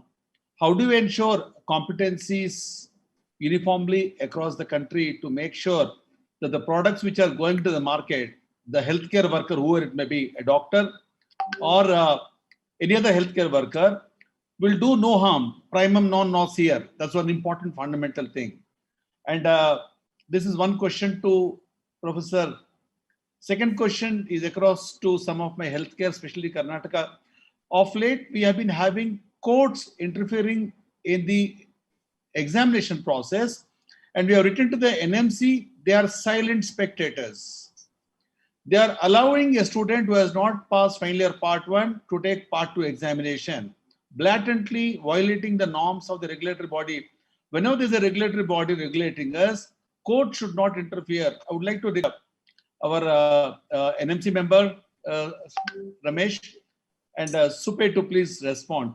And the third one is what Professor Venkatesh University, like everyday uploading of certain data to the NMC. Similarly, as a part of the quality, at least 3 monthly or half yearly data to be uploaded on the web page. Then only such institute should be considered for assessment or accreditation. It should be a process and not an event. Thank you, sir. Dr. Pradeep, yeah, the incidence of court interfering in the examination process, actually it's not acceptable. In fact, the court should not interfere with the regulatory process. Yeah. This incident, I will go through. It's concerned with the UG board anyhow. So I'll convey it and go into it. I'll refer it. I'll go into this. They have not responded, sir. Thank you for the assurance. Yeah. Definitely, I'll follow it up. I'll find out. Sure. Thank you, Dr. Ramesh. Yeah, thank you, Dr. Ramesh. Actually, the talk about the competencies, if you realize, there are so many competencies which everybody cannot assess for every competencies within the current situation. So if you really see, we have taken 48 certifiable competencies. And the whole plan is that during the various phases, there will be some kind of a manual in which everything will be written, something like that, which you are actually preparing for the internship, so that there are clear-cut criteria. Okay, he has to do suture, then this is a process, this is the way you have to document. So at least there will be some minimum uniformity will be there.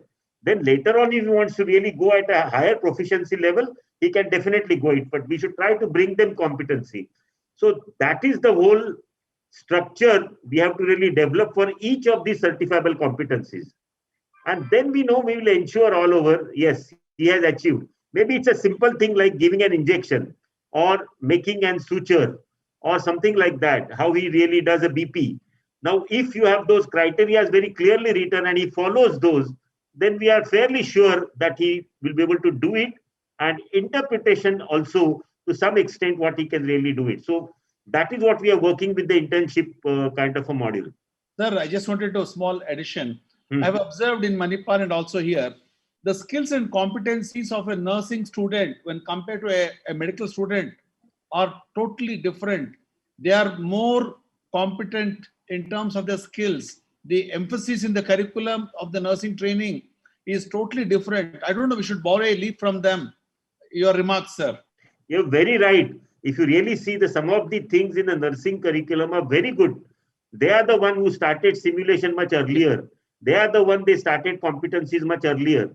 But anyway, we were mainly the didactic base, but now we are shifted to this. Some of these aspects have to be really put into, document them properly, and see that we achieve the levels at least in first 48. If we are successful in 48, I'm sure we will take it over to more competencies. Can I make a quick comment on this CBME, please? Yeah? Please. Yeah. Let me compliment Dr. Suppe. It's a wonderful presentation. Really, very nice. I think we are passing judgment too early. All of us have been quite, we are all having an opinion on CBME. where it has started in 2019 and COVID has interrupted. Even the first years have just about gone into phase 2. Sure. And phase 1 has not joined. I think it's too early for any of us to make any kind of comment. I think a wonderful beginning has been made. It's a landmark decision by MCA/NMC to bring in CBME. And therefore, we must allow this to at least go through one full cycle. I know there are issues. I know there are problems. I know there are standardization problems in terms of facilities available in various institutions, and also there are discrepancies in formative evaluation. And many institutions are unable to bring in the required technology to assist our teachers into making things better. But notwithstanding all these things, I think there is a need for us to have a little patience. We need to go through at least, if not 2 cycles, 1 cycle, and then take a real look. And there will be need for a course correction. Dr. Sway will agree with me that this is not the final.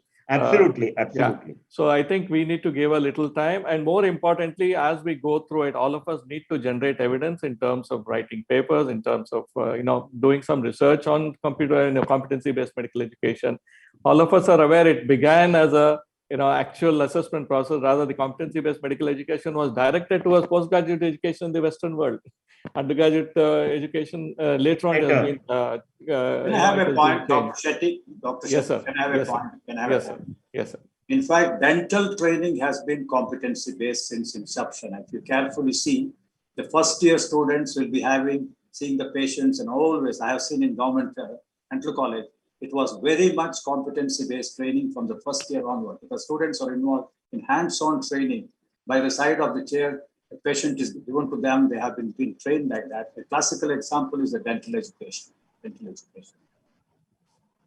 Can I ask Dr. Surendra Kashyap? Okay, Dr. Suppe, please respond. No, it's okay. I think he's very right. Many of the allied health sciences have a better competent curriculum. We should learn from them.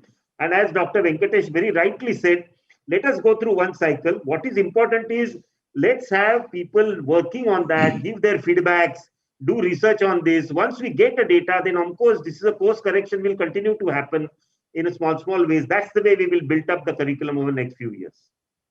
Thank you, Dr. Avinash. Dr. Surendra Kashyap, please. Thank you, sir. Am I audible? Yes, sir. So good afternoon to one and all. And at the outset, I'd like to thank Professor Anand and his team for inviting me to this conference and to be part of this process. And heartiest congratulations to you on this momentous occasion that you are celebrating the 25th years of the existence. Why I'm saying so is because I was listening in the morning to the first Vice Chancellor of the university, Madam Vice Chancellor, and the stage she was in, I am right now in that stage. Because Atal Medical Research University, Madhya Pradesh is the youngest university under the health sciences, I would say, as far as the state universities are concerned, just 1.5 years old, and I happen to be the first Vice Chancellor of the university. So, as she was stating in the morning in that interview that she had no place to sit, so that was my sort of situation also when I joined. But having said so, I really congratulate all the speakers, Professor Shetty for his keynote address, and all speakers talking on various aspects of great importance, particularly in relation to the medical education and health sciences. As far as my few points are concerned, I like to say, sir, that as far as the health universities are concerned, there should be mandatory one medical college attached to it as a part of the complete setup as far as university is concerned. Because as we talk about the medical education, we also talk about the research. So once there is medical education research together, it cannot go until unless we have a constituent and standalone university. Otherwise, it will not be possible. Same is true happening with me also. I'm fighting with the government to give me at least one medical college out of the 6 medical colleges it's having.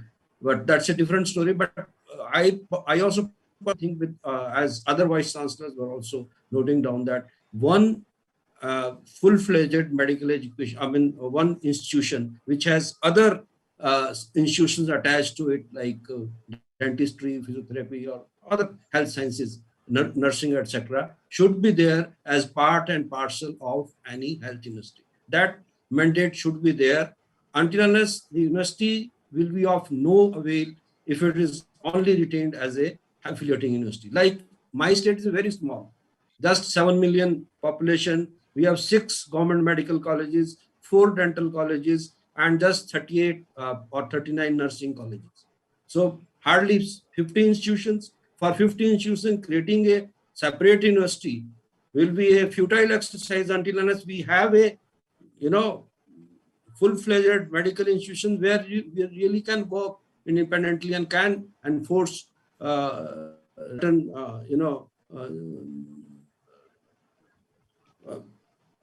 system there, so that we can really come out, because otherwise, ultimately, what is it? The health university has a role to improve the medical education. Medical education can only be improved if certain sets of rules, policies are framed, and then it is implemented. And that the medical health universities, medical college should be the index college for the state. That's what my feeling is. And that's possible because I find the example of the Rohtak University, where I worked with Dr. Kalra as one of the director of the medical colleges before I joined here. That university has grown to such an extent, as we know it's accredited university, because they had a very good infrastructure already available. And after he joined there, he really expanded it. And that is the good universities as far as health science university. Of course, Rajiv Gandhi University of Health Science is very old and also doing a pioneer work. But that's what my feeling is, that we should have a full-fledged, independent, constitutional medical college, incorporated medical college with the health university. And second point I like to focus on is the national education policies being discussed. National education policy also envisages that the universities have to be now either it's a primarily academic university or primarily research university. So we have to decide where we have to lay our hand on, because ultimately just being an affiliating university, probably the purpose of NEP 2020 will not be substantiated or fulfilled. And third point was the role of health universities in implementing the or creating the faculty development or involving the faculty development program. That's also very important. In fact, being the member of the National Medical Commission, I have proposed there also that all health universities should also be part of the NMCs, that regional center or nodal center that they have created. Why only medical college? Why health universities are not coming forward and training and making people trained? Because they have the facility, they have the infrastructure. They should be the nodal agency in the state to create trained manpower as far as the faculty is concerned. So these were a few of my points and observations. So thank you very much once again for the opportunity. So thank you. Dr. Y.M. Jairaj. Dr. Jairaj. Sir, you want to respond, sir? Yeah, sir. Good afternoon, sir. Congratulations for the successful celebration of 25th anniversary, sir. And I really enjoy the deliberations since morning, commencing from the keynote address from our mentor, Dr. Chandrasekhar Shetty, sir, and all the other speakers. I have only 2-3 important clarifications to seek from the speakers. One is, we talk of research in health science. And as you know, that in many of the deemed to be universities at present, the research is mainly from a research center where non-medical, microbiology, biotechnology, biochemistry people are doing the research. When that being the case, the NMC recently went for a retrograde step where they lessened the number of the PhD holders in microbiology. They totally removed microbiology from the PhD microbiology from the list, and also from pharmacology. And basic medical research takes place in pharmacology as well as microbiology and biochemistry. So unless you have a blend, and COVID has taught us a lesson. 50% of the load of laboratory diagnosis and all is taken by non-medical PhDs. And it is high time that we should not try to distinguish too much between the non-medicals and the medicals when it comes to fundamental basic research. And I have got number of examples of deemed to be universities where the research centers are managed mainly by the non-medical PhDs in microbiology, biotechnology, biochemistry, and so on. And they are gaining importance too. When that being the case, biomedical engineering and basic medical sciences ought to give an importance to. And only when a blend of PhDs as well as MDs are there, then there will be a research culture in the university. I request the our organization to put forth this message to the NMC. Second one is quality of dissertations of postgraduate students. I tried my level best to improve as a vice chancellor, as an advisor, but the students, because of the constraint of the time, they select some topic, they complete that dissertation, and at the time of examinations, they publish. Even NMC says papers published in journals with Index Copernicus is also accepted. They're not of good quality. So when you want quality, there should be mandatory provisions, at least for dissertations as well as publications.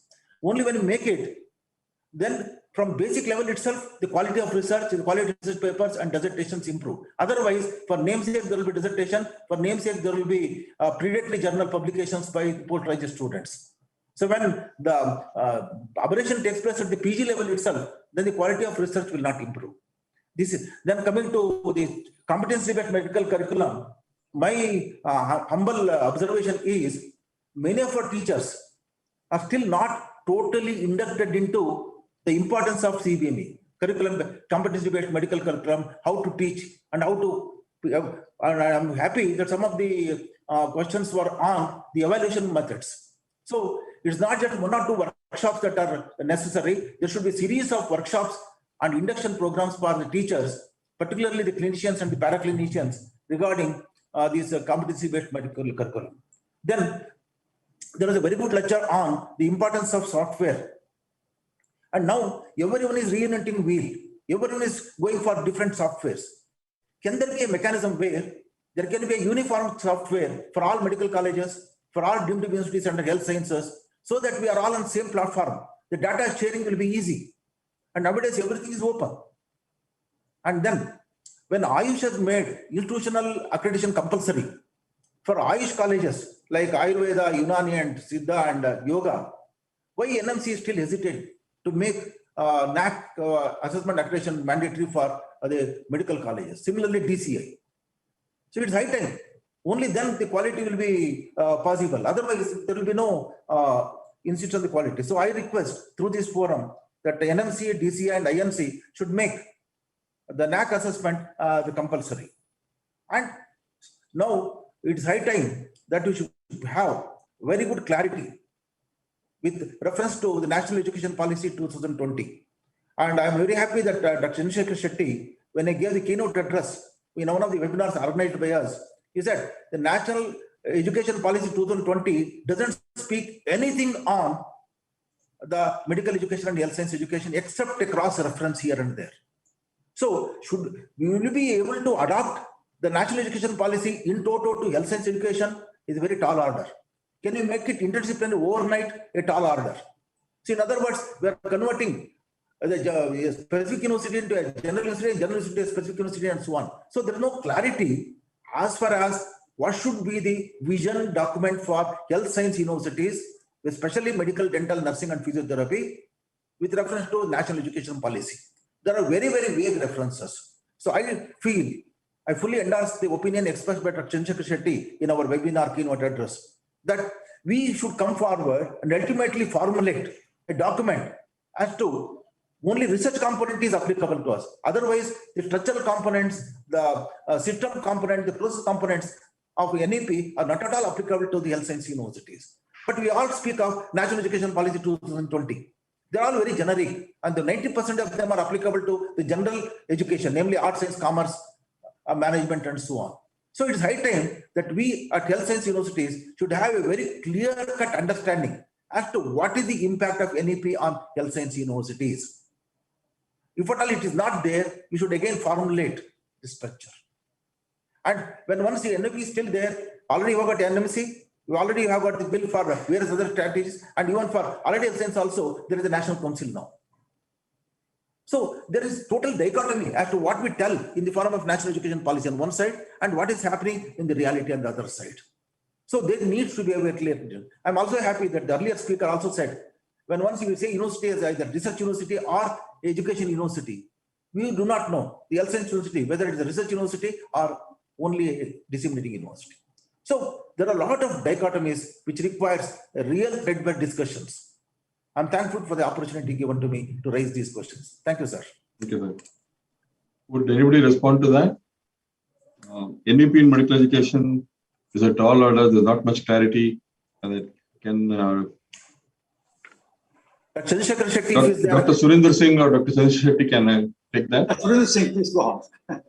Sir. No, I agree that what Dr. Jairaj has said, that there's nothing like a very less of a like a direct reference to the health sciences as far as the NEP is concerned. But if we look at the journal, the component, the spirit of the NEP 2020, I think most of it is already applicable to our health sciences. And then when I compared both the NEP 2020 with our competency-based medical education system, what we find is the components which have been there in the CBME, they are more or less in alignment with the NEP. It's a fact that the NEP 2020 does not get into the specifics of our health sciences as such. It measures only our integration with the RGUHS and also some emphasis given on community medicine and preventive healthcare. But in general, if we see the spirit of the NEP 2020, that needs to be somehow be drawn into our competency-based medical education system, and NEP, our National Medical Commission, can draw the elements from there. But having said this, that there is no direct reference to it, I agree with that. There is nothing very concrete coming in NEP 2020, which is specifically having a bearing on the health sciences. Now, as Dr. Jairaj said, that which one we decide as a health sciences university, we go for a teaching or for a research. I think the call has to be taken by the universities. Like we in our own university, we took a call that we are going to be a such-centric university, and this we have been mentioning in our planning and monitoring board and in the board of management also, that it's our considered decision that we would like to be a research-focused university rather than being a teaching university. I think this is something which our call has to be taken by the universities also at their end, and they have to make a very considered decision that where they would like to align with. Because whatever might be the extent of deliberations, a clear-cut, like some sort of a structured system cannot be put in place which will be acceptable to all, and where there can be a very consensus as such, because everything has to be in evolution and in a dynamism as such. As like we have been discussing about these competency-based medical education system, the 48 components which Dr. Avinash said, this also like we were discussing that all these may not be applicable, but as Dr. Venkatesh pointed out, that we should give time for it to absorb also, to get down into the system, and then after 2-3 years, we might take a call on it. Same is for NEP also. It is left for NMC and for the people who are involved with competency-based medical education and with the health sciences to see that how NEP elements, which I have elaborated in my presentation, though they are very generalized, but they can be specifically be drawn into the areas which fit into our health sciences area. So this is what I have to say. And I would also endorse the idea that each university should try to have a medical college associated with it, because the time which is there in the pandemics, which we are in at the moment as such, and these things are not going to disappear. It's very important that we have a multidisciplinary approach, because medical colleges, they have got a wherewithal where they can provide the opportunities and the facilities to the people who are actually involved in the research. That's why one of the reasons why the research in the lab, which is being done in the universities, does not get translated into the market is because it is not well validated. Now, medical colleges, they've got hospitals, they've got patients, where most of these, like the products which are developed, whether it's the medical devices or it's with regard to the diagnostics or with the vaccines or other molecules which are coming up as far as the pharmaceuticals is concerned, or the repurposing of the molecules which is happening at the moment, this will become a reality only if to a large extent we have a medical college associated with the university as such, so that it becomes more meaningful. Otherwise, just mentioning a multidisciplinary university or a multidisciplinary research, I think that will not be actually be translated into the reality and will remain more or less confined to the papers only. So this is my comments. Thank you. Let me ask a question, Dr. Surinder Singh. Yeah, please, sir. The NEP elements like proctor examinations, multiple exit system, choice-based credit system. All these things will be workable in medical education. I'm saying these all elements which are there in that proctor, like we are already doing proctored examinations for some of our own courses which are doing over here. So some of the elements which we have put over there, we have already started putting them in practice over here. And we have also seen that how this system works also. Like even for online, these vivas and the examinations which are now NMC has allowed also, these elements are there in NEP, but they have now become a reality because of this pandemic situation. And as far as the proctored exam is concerned, yes, in our university, we are doing proctored exams. And we are also trying to see to it that how it works and doing a course correction that with every proctored exam, the performance becomes better and better. So I think this is the call which the universities at their end also, if they have got the wherewithal, they have to take at their end also. Thank you. Thank you. Can I come in, Dr. Sachidananda, for a minute? Chandrasekhar Shetty sir also want to say something, I believe. I would like to clarify on the same points what we are discussing. Now the point here is they given just general outline regarding the professional education. What we should do, whatever is possible, whatever is feasible, within our actually sphere, whatever we are able to do, there are some enough opportunities there also. But if you want to, now again, there must be the role of actually regulatory bodies. These regulatory bodies, they have to open their eyes. And the question asked by Professor Sudhir that I would like to tell, these regulatory bodies should have to open their eyes and ears and then trying to see that is there anything at best practices coming out of the NEP policy without any barriers. They'll be able to accept it in good spirit and we'll be able to integrate, and then convergence has to be taken place. The point here is it can be done at various levels. Trying to do whatever possible or feasible at the level of the individual universities. You can always do it. It doesn't require anybody's permission.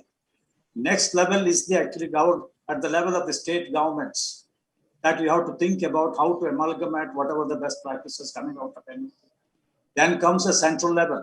The education ministry has to take the lead, trying to involve all other ministries of professional education, like law, agriculture, now the actually technology, engineering, and medical. They have to coordinate and convergence.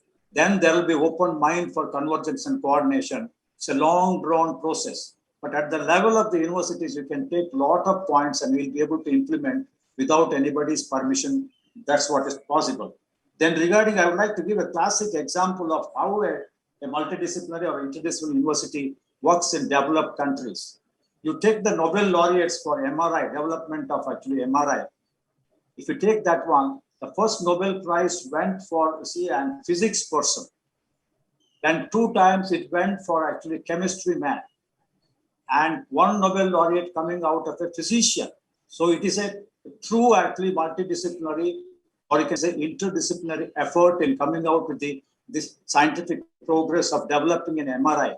If at all you have so many Nobel Prizes, and then you can have the fundamental research because they have a better actually system of coordination. And our country has failed after independence that the medical education, always, all of us thought it is for service delivery rather than actually creating new knowledge. The whole basic of the medical education is totally faulted from the beginning, because you ask anybody and they think these actually institutions of the hospitals, these doctors working in the hospital, they are meant for service delivery first, not for teaching and training. But that was not the concept of medical education. Service delivery in the British parlance, it has to be conducted at the level of their district hospitals and taluka hospitals. These teaching institutions are supposed to teach and train, that is disseminate knowledge and create new knowledge by having research. That component was missing. That's what I told in the morning. Rajiv Gandhi universities, and the first act was that, of course, even now it is that because it is not, the recommendation of the commission was not been implemented. It was only said the object was for the teaching and training institution. The research was missing. And in our committee, we recommended, please add research also. That was missing like that. That's one thing. And what is important is, I think for Dr. Jairaj, what he was trying to say, there are 2 or 3 points in terms of the category 1 university is supposed to be research incentive university. I think you can take the example of Indian Institute of Science. This is research incentive having little bit of academics program. I do agree with actually J.S. Surinder Singh when he said that one, our intention is to be going towards. That means what percentage of academic activities you are doing and what percentage of research incentivities you are doing. Absolutely, we have to move towards that. But all of the universities, they mostly belong to actually, and then teaching universities having little bit of research or little bit more research or research incentive is all right. That's the one you should be able to do. Unless we have basic sciences unit in your institution or the university, that's what I suggested. Have a department of natural sciences, have a department of basic sciences. Unless you are supported for basic sciences, you can't produce any physician scientists. Physician scientists, that's the concept in USA. They're called as physician scientists. They would like to work and they will be able to achieve whatever research component. And we should have a strong faculty, adjunct faculty, where the basic scientists, suppose we would like to have a multidisciplinary research between microbiology and then Department of Medicine. A professor with Department of Medicine, they will get an additional one quality. If I am a professor of biochemistry, and if I go and sit have a joint program in the actually medicine, I have an additional degree with me. I'm an adjunct actually professor in the Department of Medicine.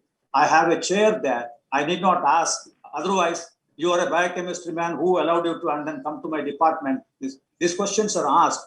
If you want to seamless movement of scientists and physicians to move from one department to another department, unless you have an authority there, you create that. And this is the system is there in USA. And if you want to have creation of knowledge, you have to create that system of working together. And you have university laboratories that has to be seamless. Always barriers are there, all the barriers. Unless we have a strong natural sciences department with you, we will not be able to get quality research actually content coming out of these universities. Hello. Can I take a moment? Hello. Yeah, Satish, yeah, go ahead. First of all, I would like to thank you, sir. Thank you, my teacher, Professor Chandrasekhar Shetty, for a wonderful keynote address and deliberating the meeting. First of all, I should like to congratulate Sachidananda for celebrating his 25th year of inception of the Rajiv Gandhi University Health Sciences. Wonderful moment. Wish you all the best, sir, for during this occasion. So one or two points which have been raised by the members regarding equating MD, MS with the PhD. I think Professor Chandrasekhar already is saying he has deliberated on that. In the new health sciences manual, they already done that. MD, MS has been equated to PhD. That is one thing. Regarding creating researchers, my one small suggestion would be for preclinical and paraclinical postgraduate students, that particular course can be integrated with the PhD. Since already they have done 5.5 years of MBBS and then again 3 years, if they continue for one more year, they can be given a PhD. I think most of the people who are in the paraclinical subject, right now the people joining paraclinical and preclinical subject itself has come down. I think we can give that incentive and we can be creating a segment of people who are doing research also. Regarding publication by the PGs, it's very difficult to insist on publication in Scopus and Web of Science such journals. As you know, it's very difficult to publish quality publications in such journals. And even if you insist on that particular clause that before appearing for examination, it is not practical. I think the subject which has been given to one particular PG student should be continued. So here the teachers are very important rather than the student. The lot of material which has been collected, particularly in the clinical side, which has been getting wasted because once a particular PG does one particular topic, when he completes that particular thesis, and then it is not given to the next PG who is coming to the department. So this can be, I think, sorted out, and publication by the teacher is more important. The PGs, if you insist, I think most of the PGs may not be able to appear for the examination. This is what my submission and what is I find practically in our medical college. Can I make a comment? Yes, sir. Yeah, actually, that is on the points Dr. Jairaj mentioned, and Dr. Chandrasekhar Shetty sir collaborated or elaborated on that. So I think coming back to the NEP, where it has asked the universities to be teaching intensive and research intensive, and Dr. Surendra Singh said that, okay, they have taken a very conscious decision. Let's understand few things. I think research is more tangible. We know that where the paper is getting published, what is the impact factor, whether there are grants generated out of it, and so on and so forth. So it's easy to calculate. Whereas teaching, I think as a university, as a forum, we need to identify the parameters on which we are able to judge. Then only we will be able to give the due credit or due importance to teaching. I mean, at present, I think overall it seems that we are discounting teaching. I mean, I would say that what we are and where we are is because of our teachers. And I think teaching, I mean, all said and done, I think we are the role models, or we should be the role models for our students. So it's maybe I would say fashionable to discount teaching, and maybe to say that, okay, research is the only, I think you publish or perish, or publish or prosper, and so on. So I think we need to evolve criteria, objective criteria by which we are able to evaluate teaching, give its due weightage and due importance. Because at the end of the day, both of these things, teaching and research, they are equally important. And I think one at the cost of other or something like that may be a little unfair.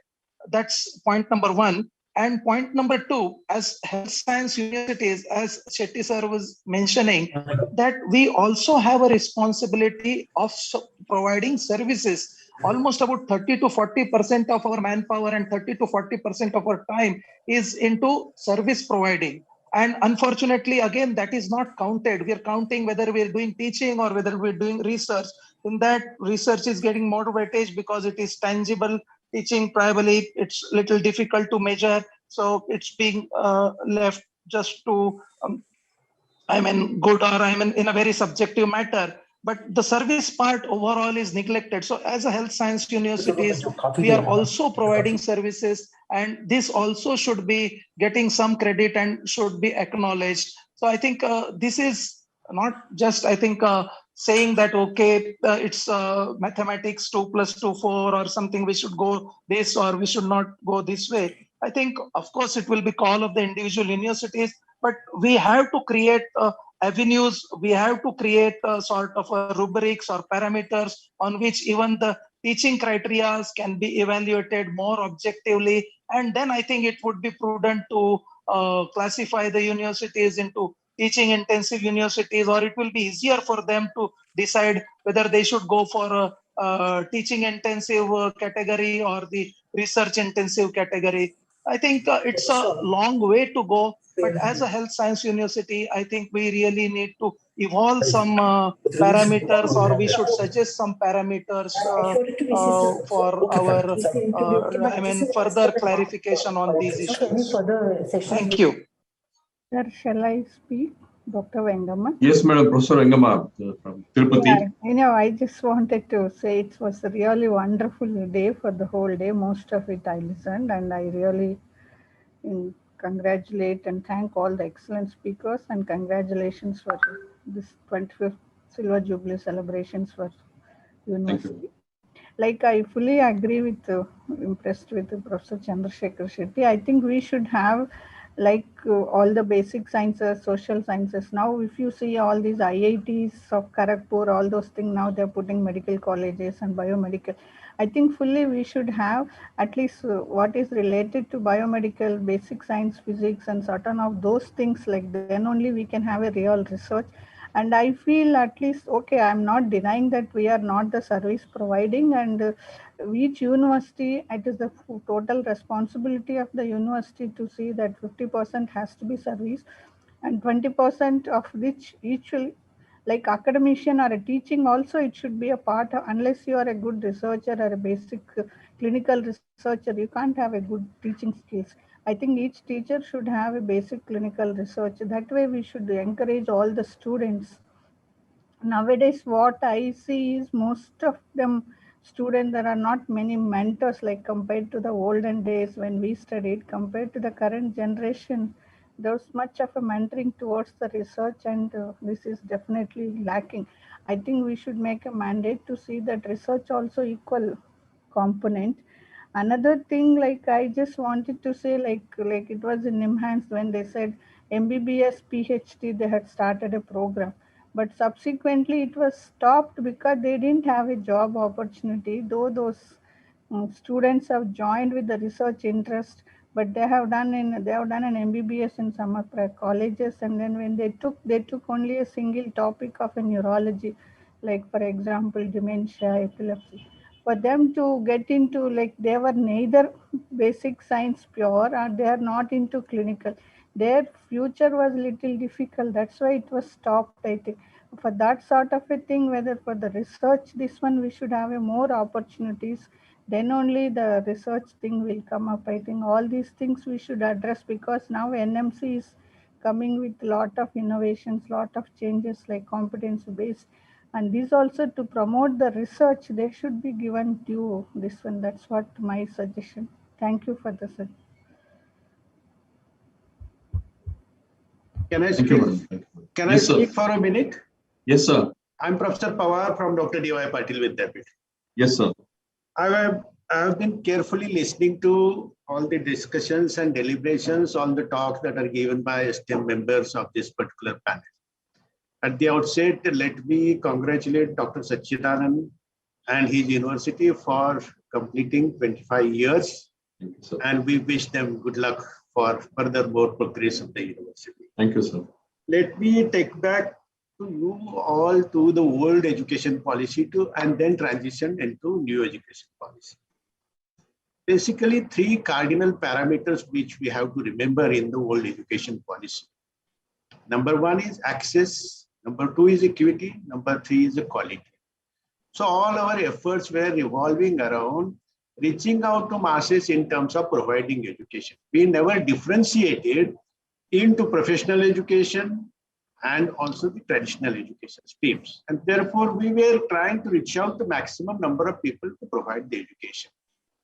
In that particular race, we created many universities which were essentially multi-faculty universities. Over the years, now we have felt a need that from that old policy of multi-faculty university, we streamlined our efforts into more discipline-specific university, law university, medical university, then engineering university, all that we have achieved over the years.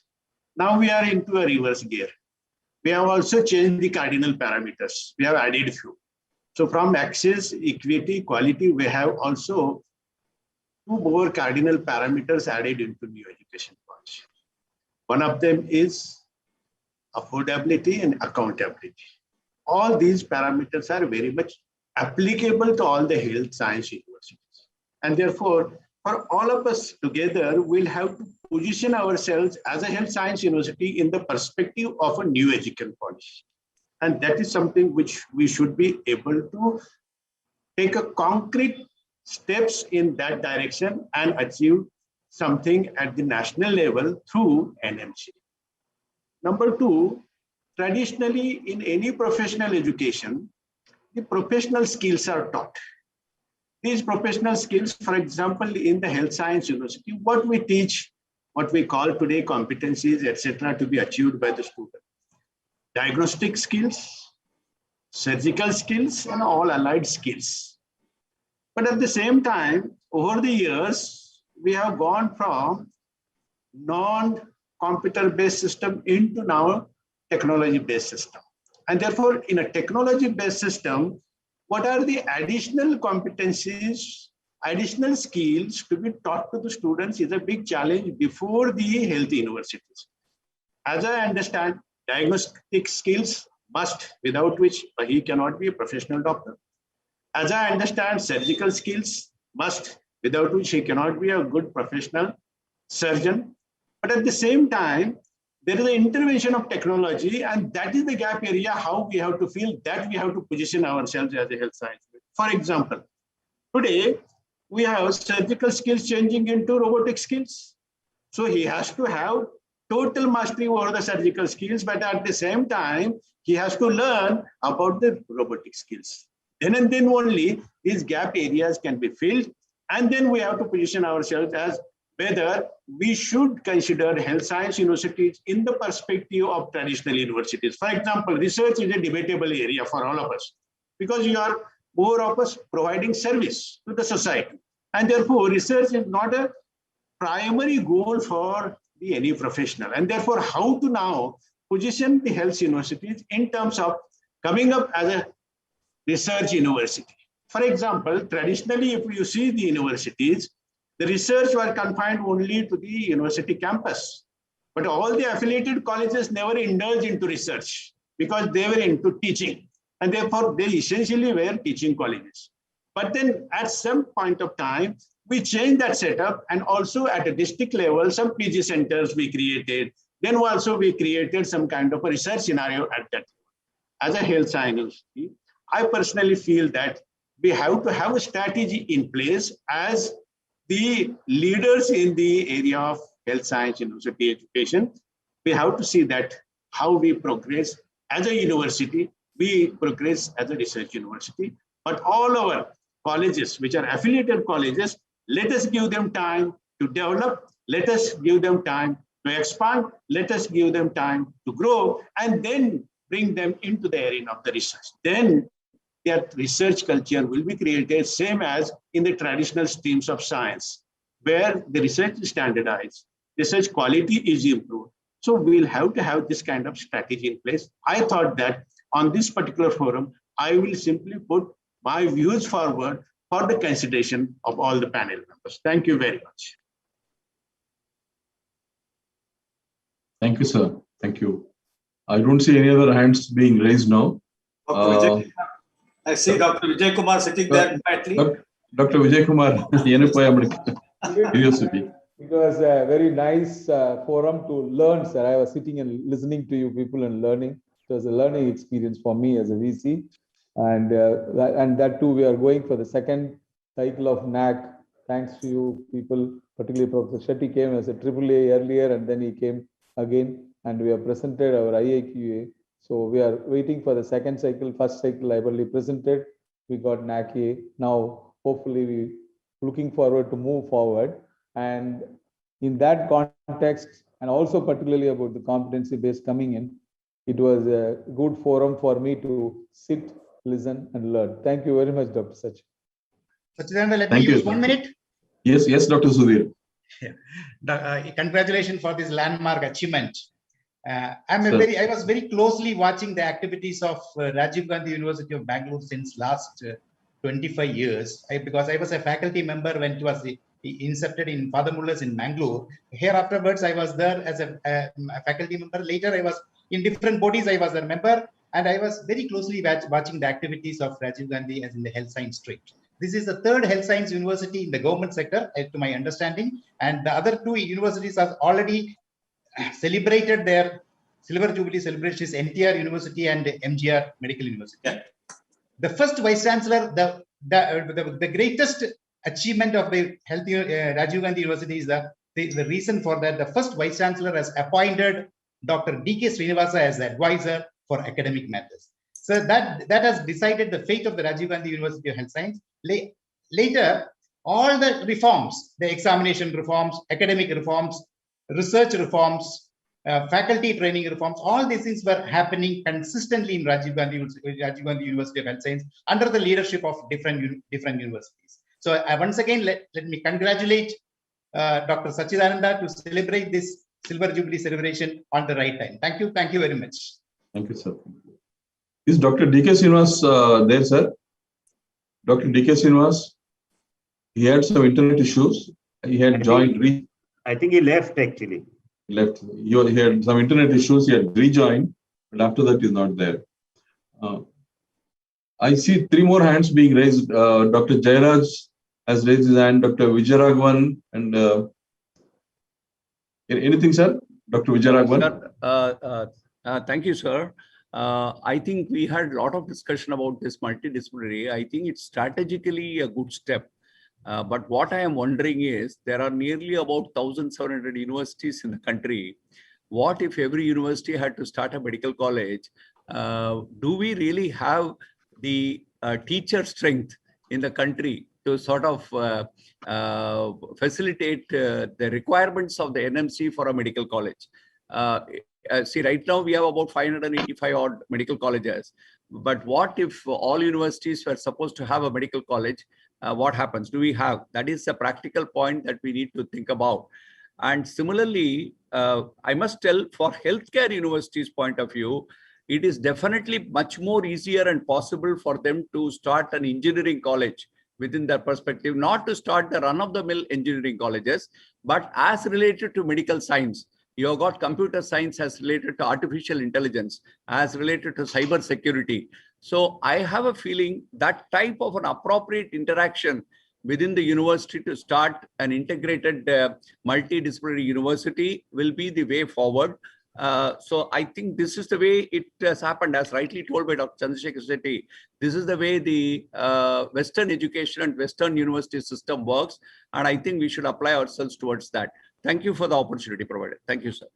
Thank you, sir. Dr. Jairaj, anything you want to add, sir? Your hands are raised. Kindly mute, sir, and unmute. I have already shared my opinion, and I've really